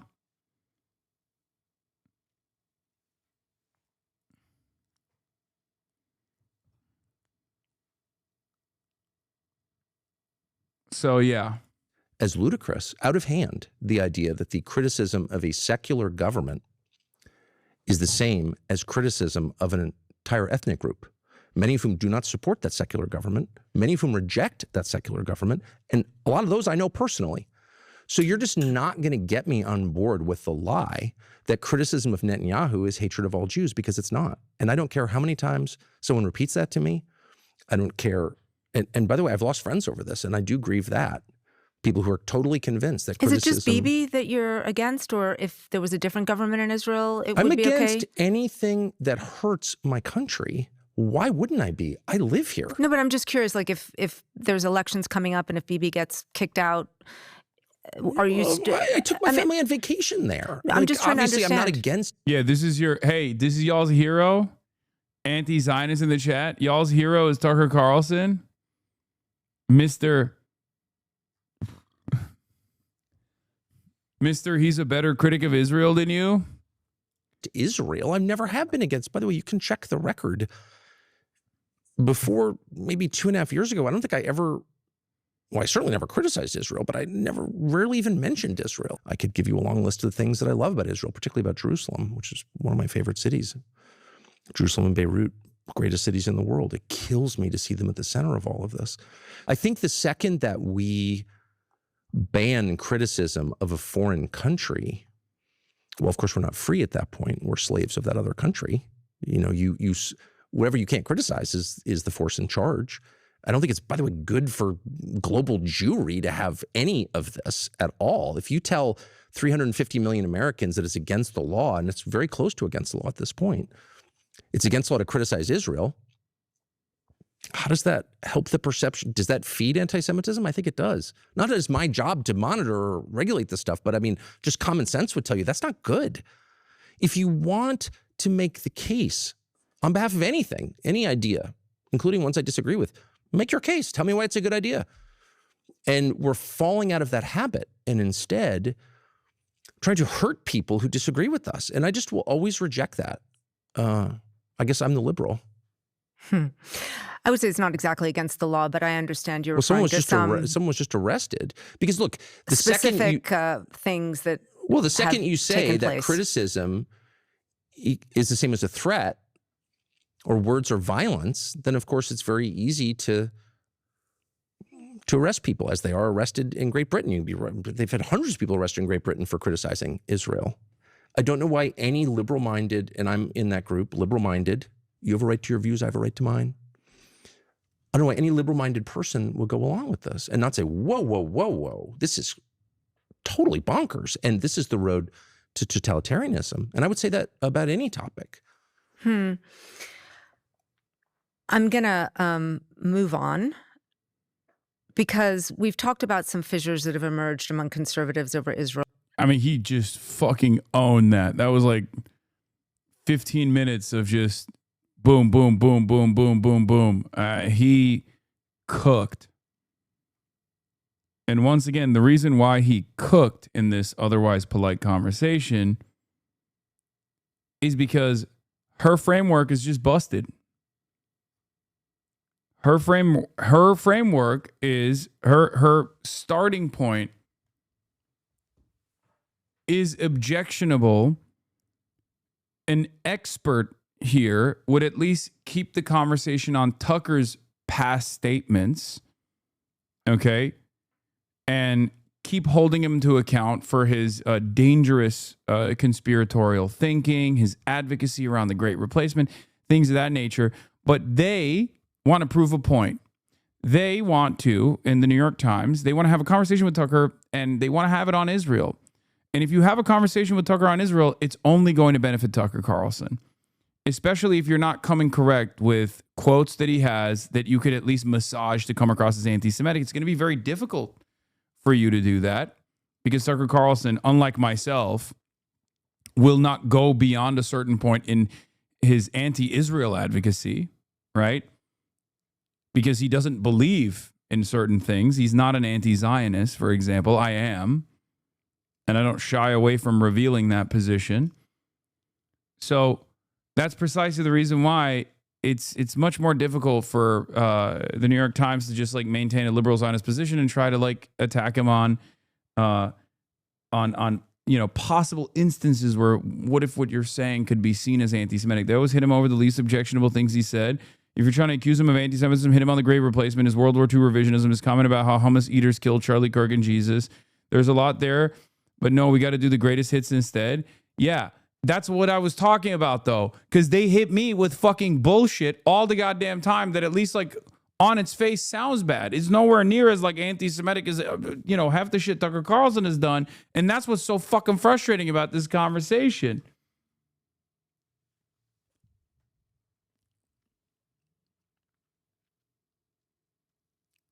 Do you see what I mean? With me, it's the motherfucking clip show. It's the fucking clip show. Why? Because the ADL is up my asshole and they've created the clip show. With him, it's like, well, don't you feel like you would hurt Jewish feelings if you criticized Israel? Like, what a ridiculous question. First of all, how dare you?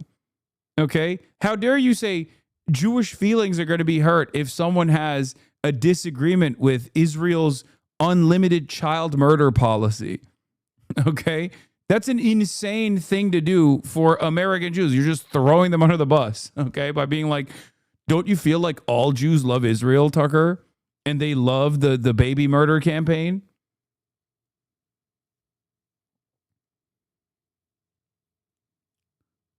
You sound like a hater at this point. I'm just saying, Tucker Carlson has said a lot of heinous shit. He is a white nationalist. Maybe some of you guys don't mind that. I do. In the war, right? You've talked Fissures, about, yeah, it's sort of blown up. Yeah. And I want to dig into that because earlier this year you told Megyn Kelly that there is, quote, a huge scramble, and you said, I'm in the middle of it to define what the Republican Party is after Trump. Yep. So boil down the scramble for me.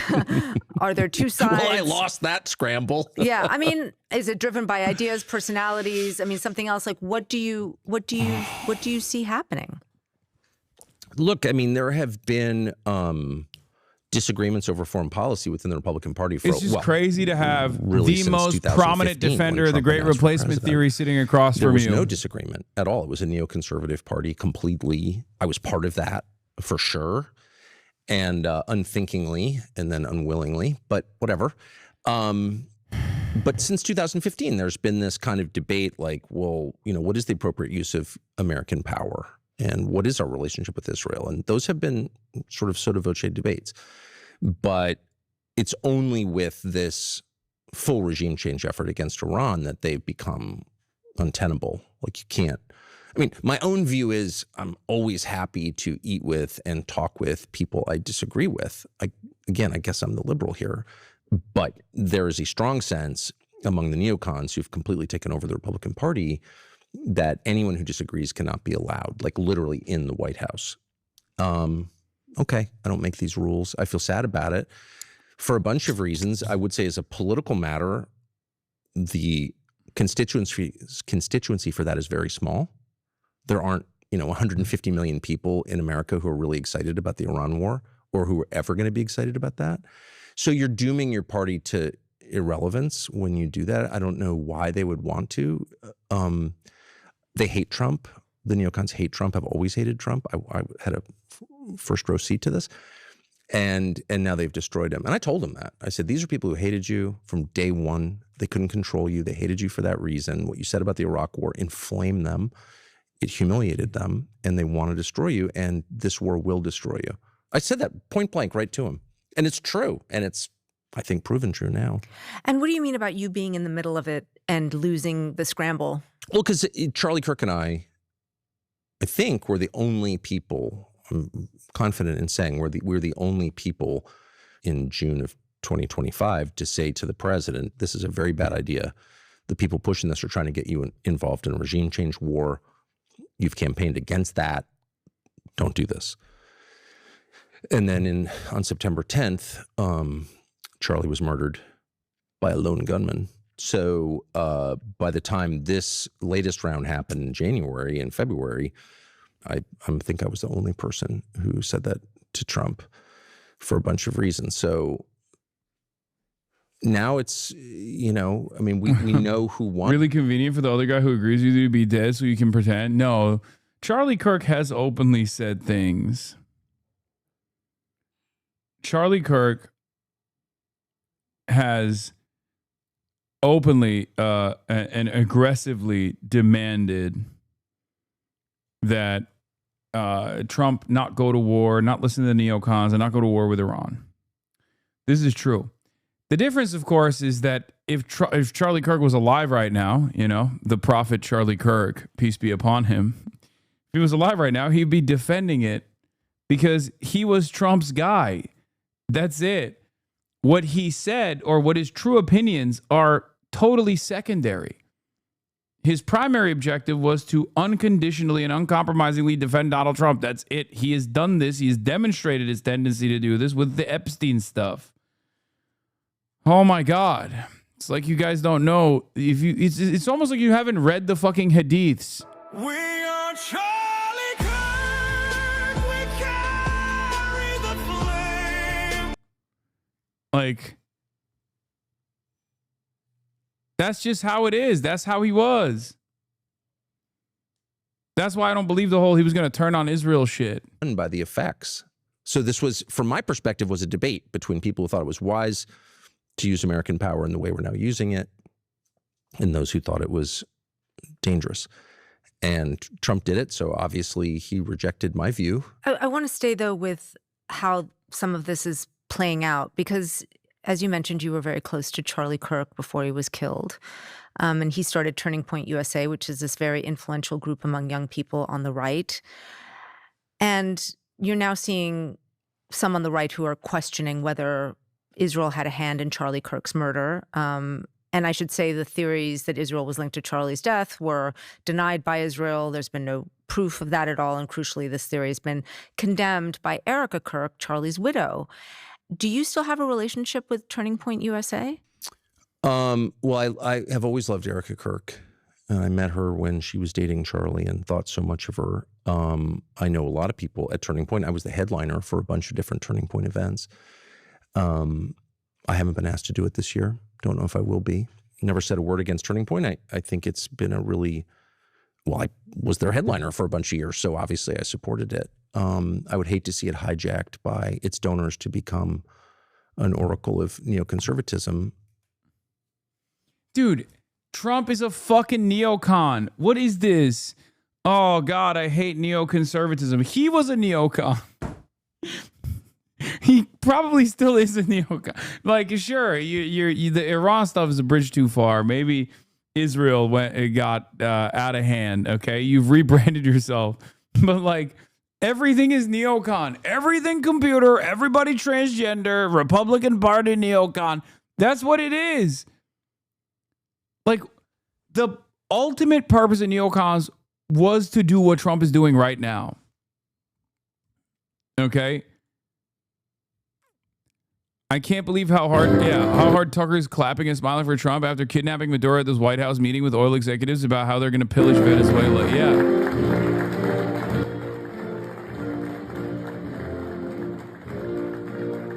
No one gives a shit, though. They just like Tucker Carlson at this point.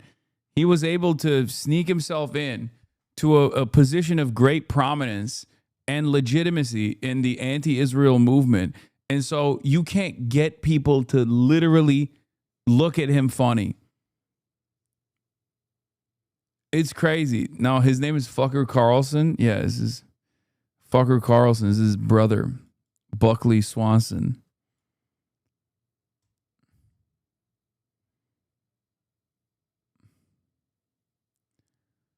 Ugh.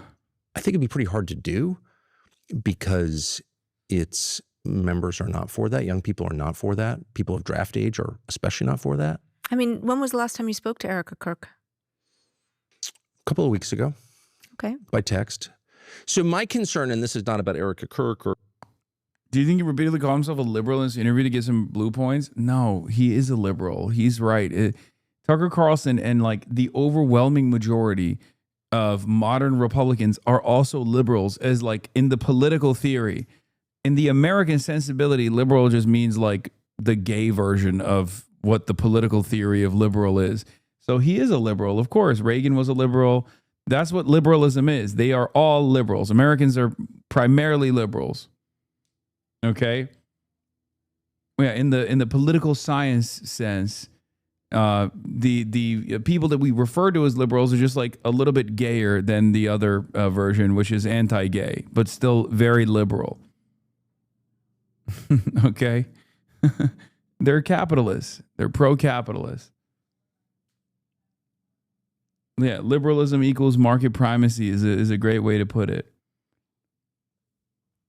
Now, I think the changes that are being made currently, there are some people who are post-liberal. I think we're moving in that direction in the Republican Party. They're not fully there yet. They haven't self-identified as something different. They're not like openly fascist. Their actions are openly fascist, but they don't self-identify as fascist.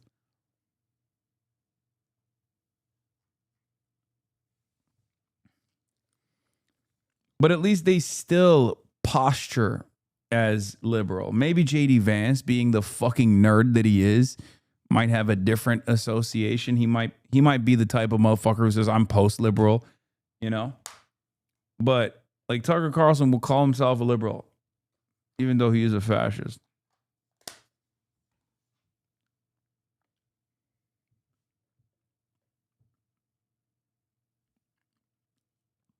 But these guys' foundation is still very much so liberalism. Andrew Kolvat or any of those people with whom I've never had a crossword and hope never to have a crossword. But my concern more broadly is about the investigation into Charlie's murder, which was short-circuited by the FBI. And I'd like to know why. And I don't care to be screamed at for asking that question. It's a legitimate question, and we know that. Well, I know that for a bunch of reasons. But the public knows it because Joe Kent said it out loud and explained it. He's the head of the National Counterterrorism Center. He's an ODNI. And he was told by the FBI that he could not investigate it. And as a friend of Charlie's, I'm not going to be intimidated into saying the following, which is, Bro's on what his grounds phone, would you though? do that? I'm not saying... Who, Tucker Carlson, or are you talking about me? Does it look like I'm on my phone? What the fuck are you talking about? Oh, you mean he's on his phone like Tucker is? He's just looking at his phone on the table? The guy who's been arrested didn't pull the trigger. I'm not. There's been no trial. He was obviously handed over by his father. Do we know that? I don't know what I know because there hasn't been a trial yet. And again, it's like so many things. And it's not just Israel. It's not just Charlie Kirk. It's the existence of NATO or the way the economy is structured. Why is capital taxed at half the rate of labor? Like, that's a question that bothers me. In every case, shut up, socialist, racist, conspiracy theorist. It's like, I'm just too old for that. Why don't you answer the question? That's my job. Do you think Turning Point's influence has... I hate when he emotes. I find that to be so terrible. Honestly. It's just terrible. waned since Charlie's death? I haven't the faintest idea. I do think that, you know, I agree with most Americans when I say I think this war is a disaster. It's impossible to see how it helps the United States.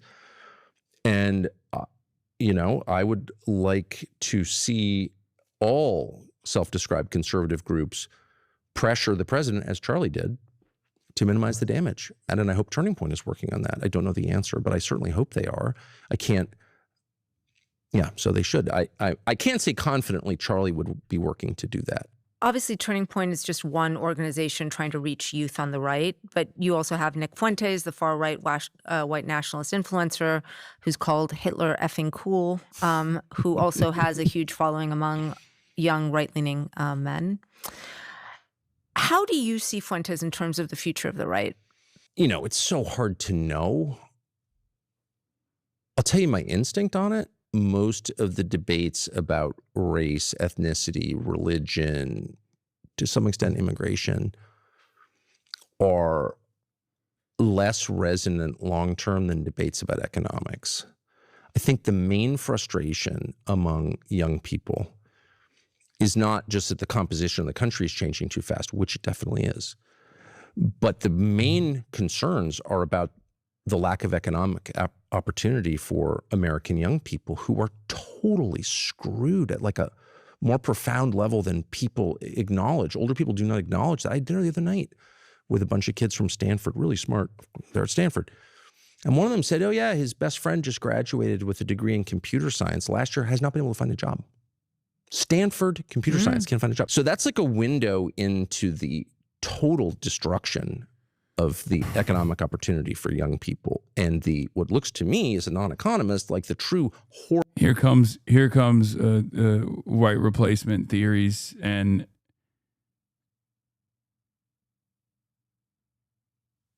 the like.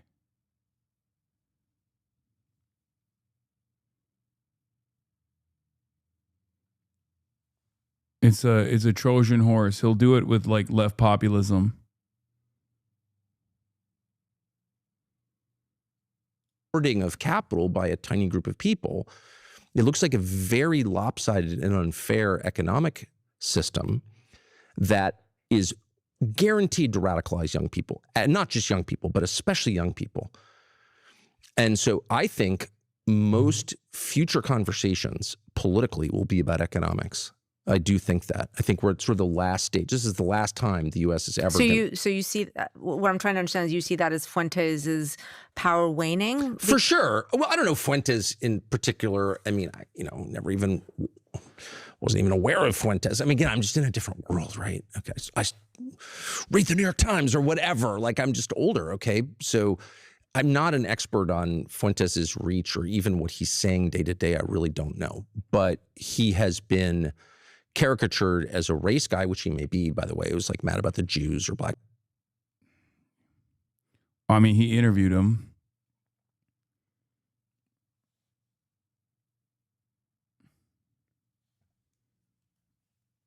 So, you know.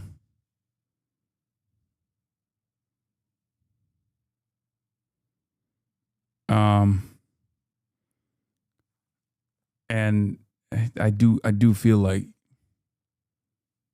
you know, he definitely knows a little bit. But even then, he's actually kind of defending him a little bit, which is interesting. Or whatever. But I'm just telling you, I think the future, the energy not just on the right, but I think right and left agree on this, under 30, is that young people have been shafted by older people, particularly by the baby boomers, people born between 46 and 64. And I think they're right about that. I do think that's like the most selfish generation, most loathsome, mediocre generation this country ever produced. Not all of them, but in general, I would say their behavior has been shameful and selfish. And I hear young people talk not about, you know, I'm mad at the Jews. I hear young people say things like, only baby boomers would like have a second home in Isle of Palms, South Carolina, but like not help their kids buy homes.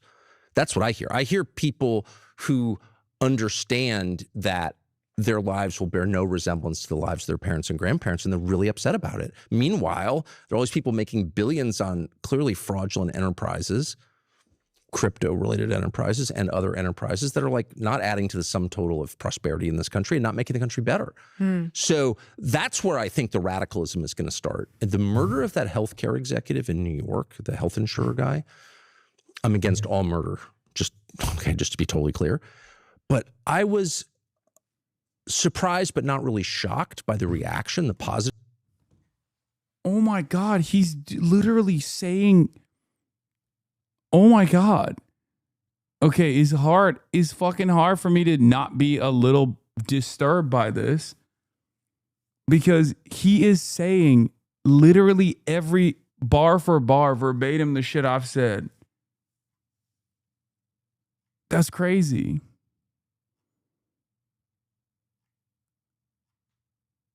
That's crazy. Reaction, all these kind of normal looking people on the internet are like, I'm glad they killed him. They don't even know his name.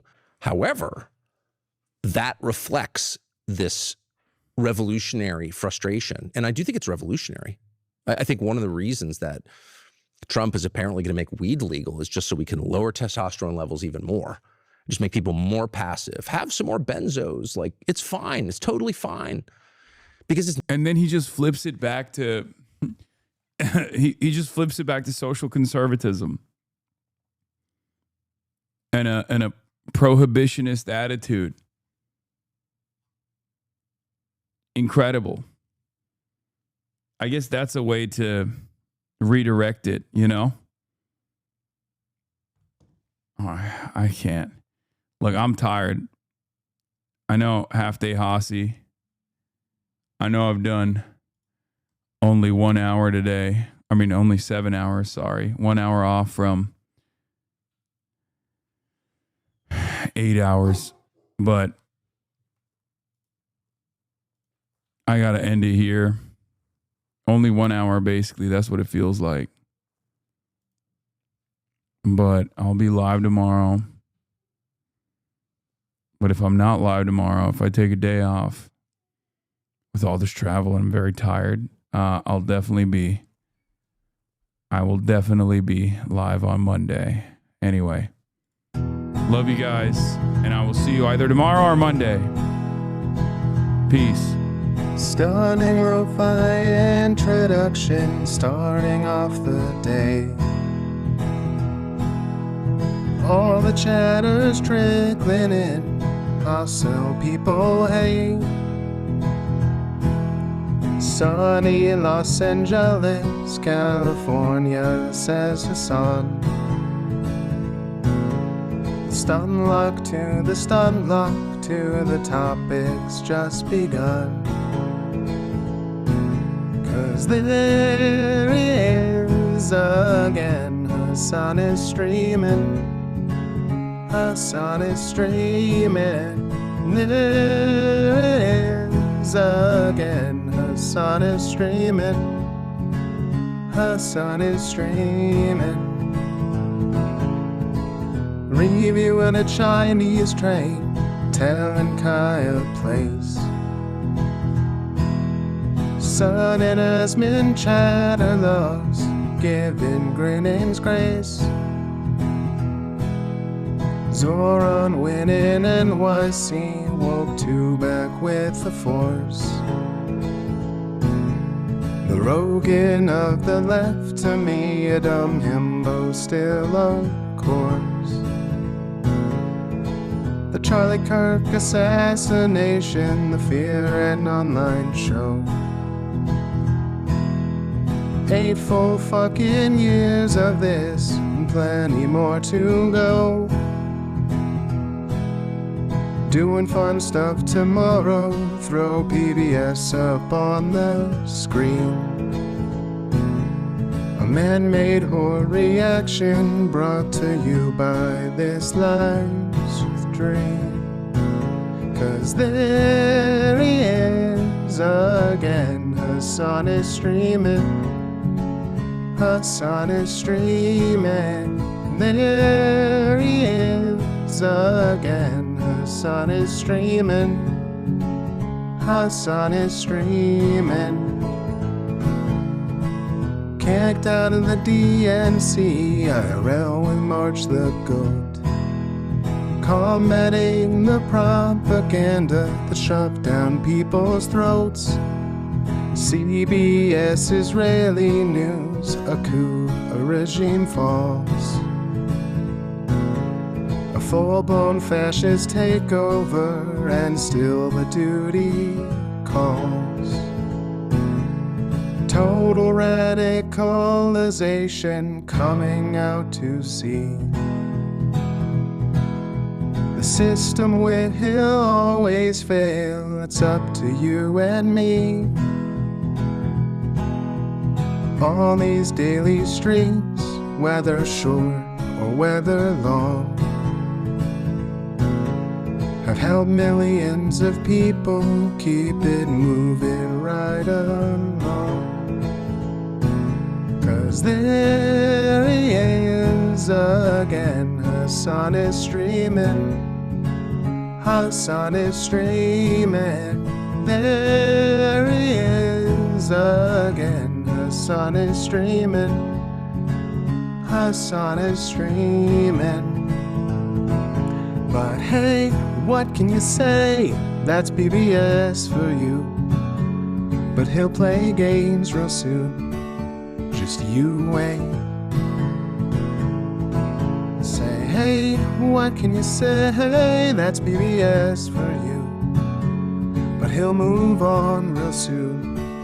Just you wait. Ba-da-da, ba-da-da, ba-da-da-da-da-da. Hey, what can you say? That's PBS for you. But he'll pull your lungs real soon. Just you wait. Sha-da-da, sha-da-da, sha-da-da-da-da-da. Hey, what can you say? That's PBS for you. But he'll do jet advice real soon. Just you wait. But hey, what can you say? That's PBS for you. Brought on by viewers like you. Just you wait. Just you wait.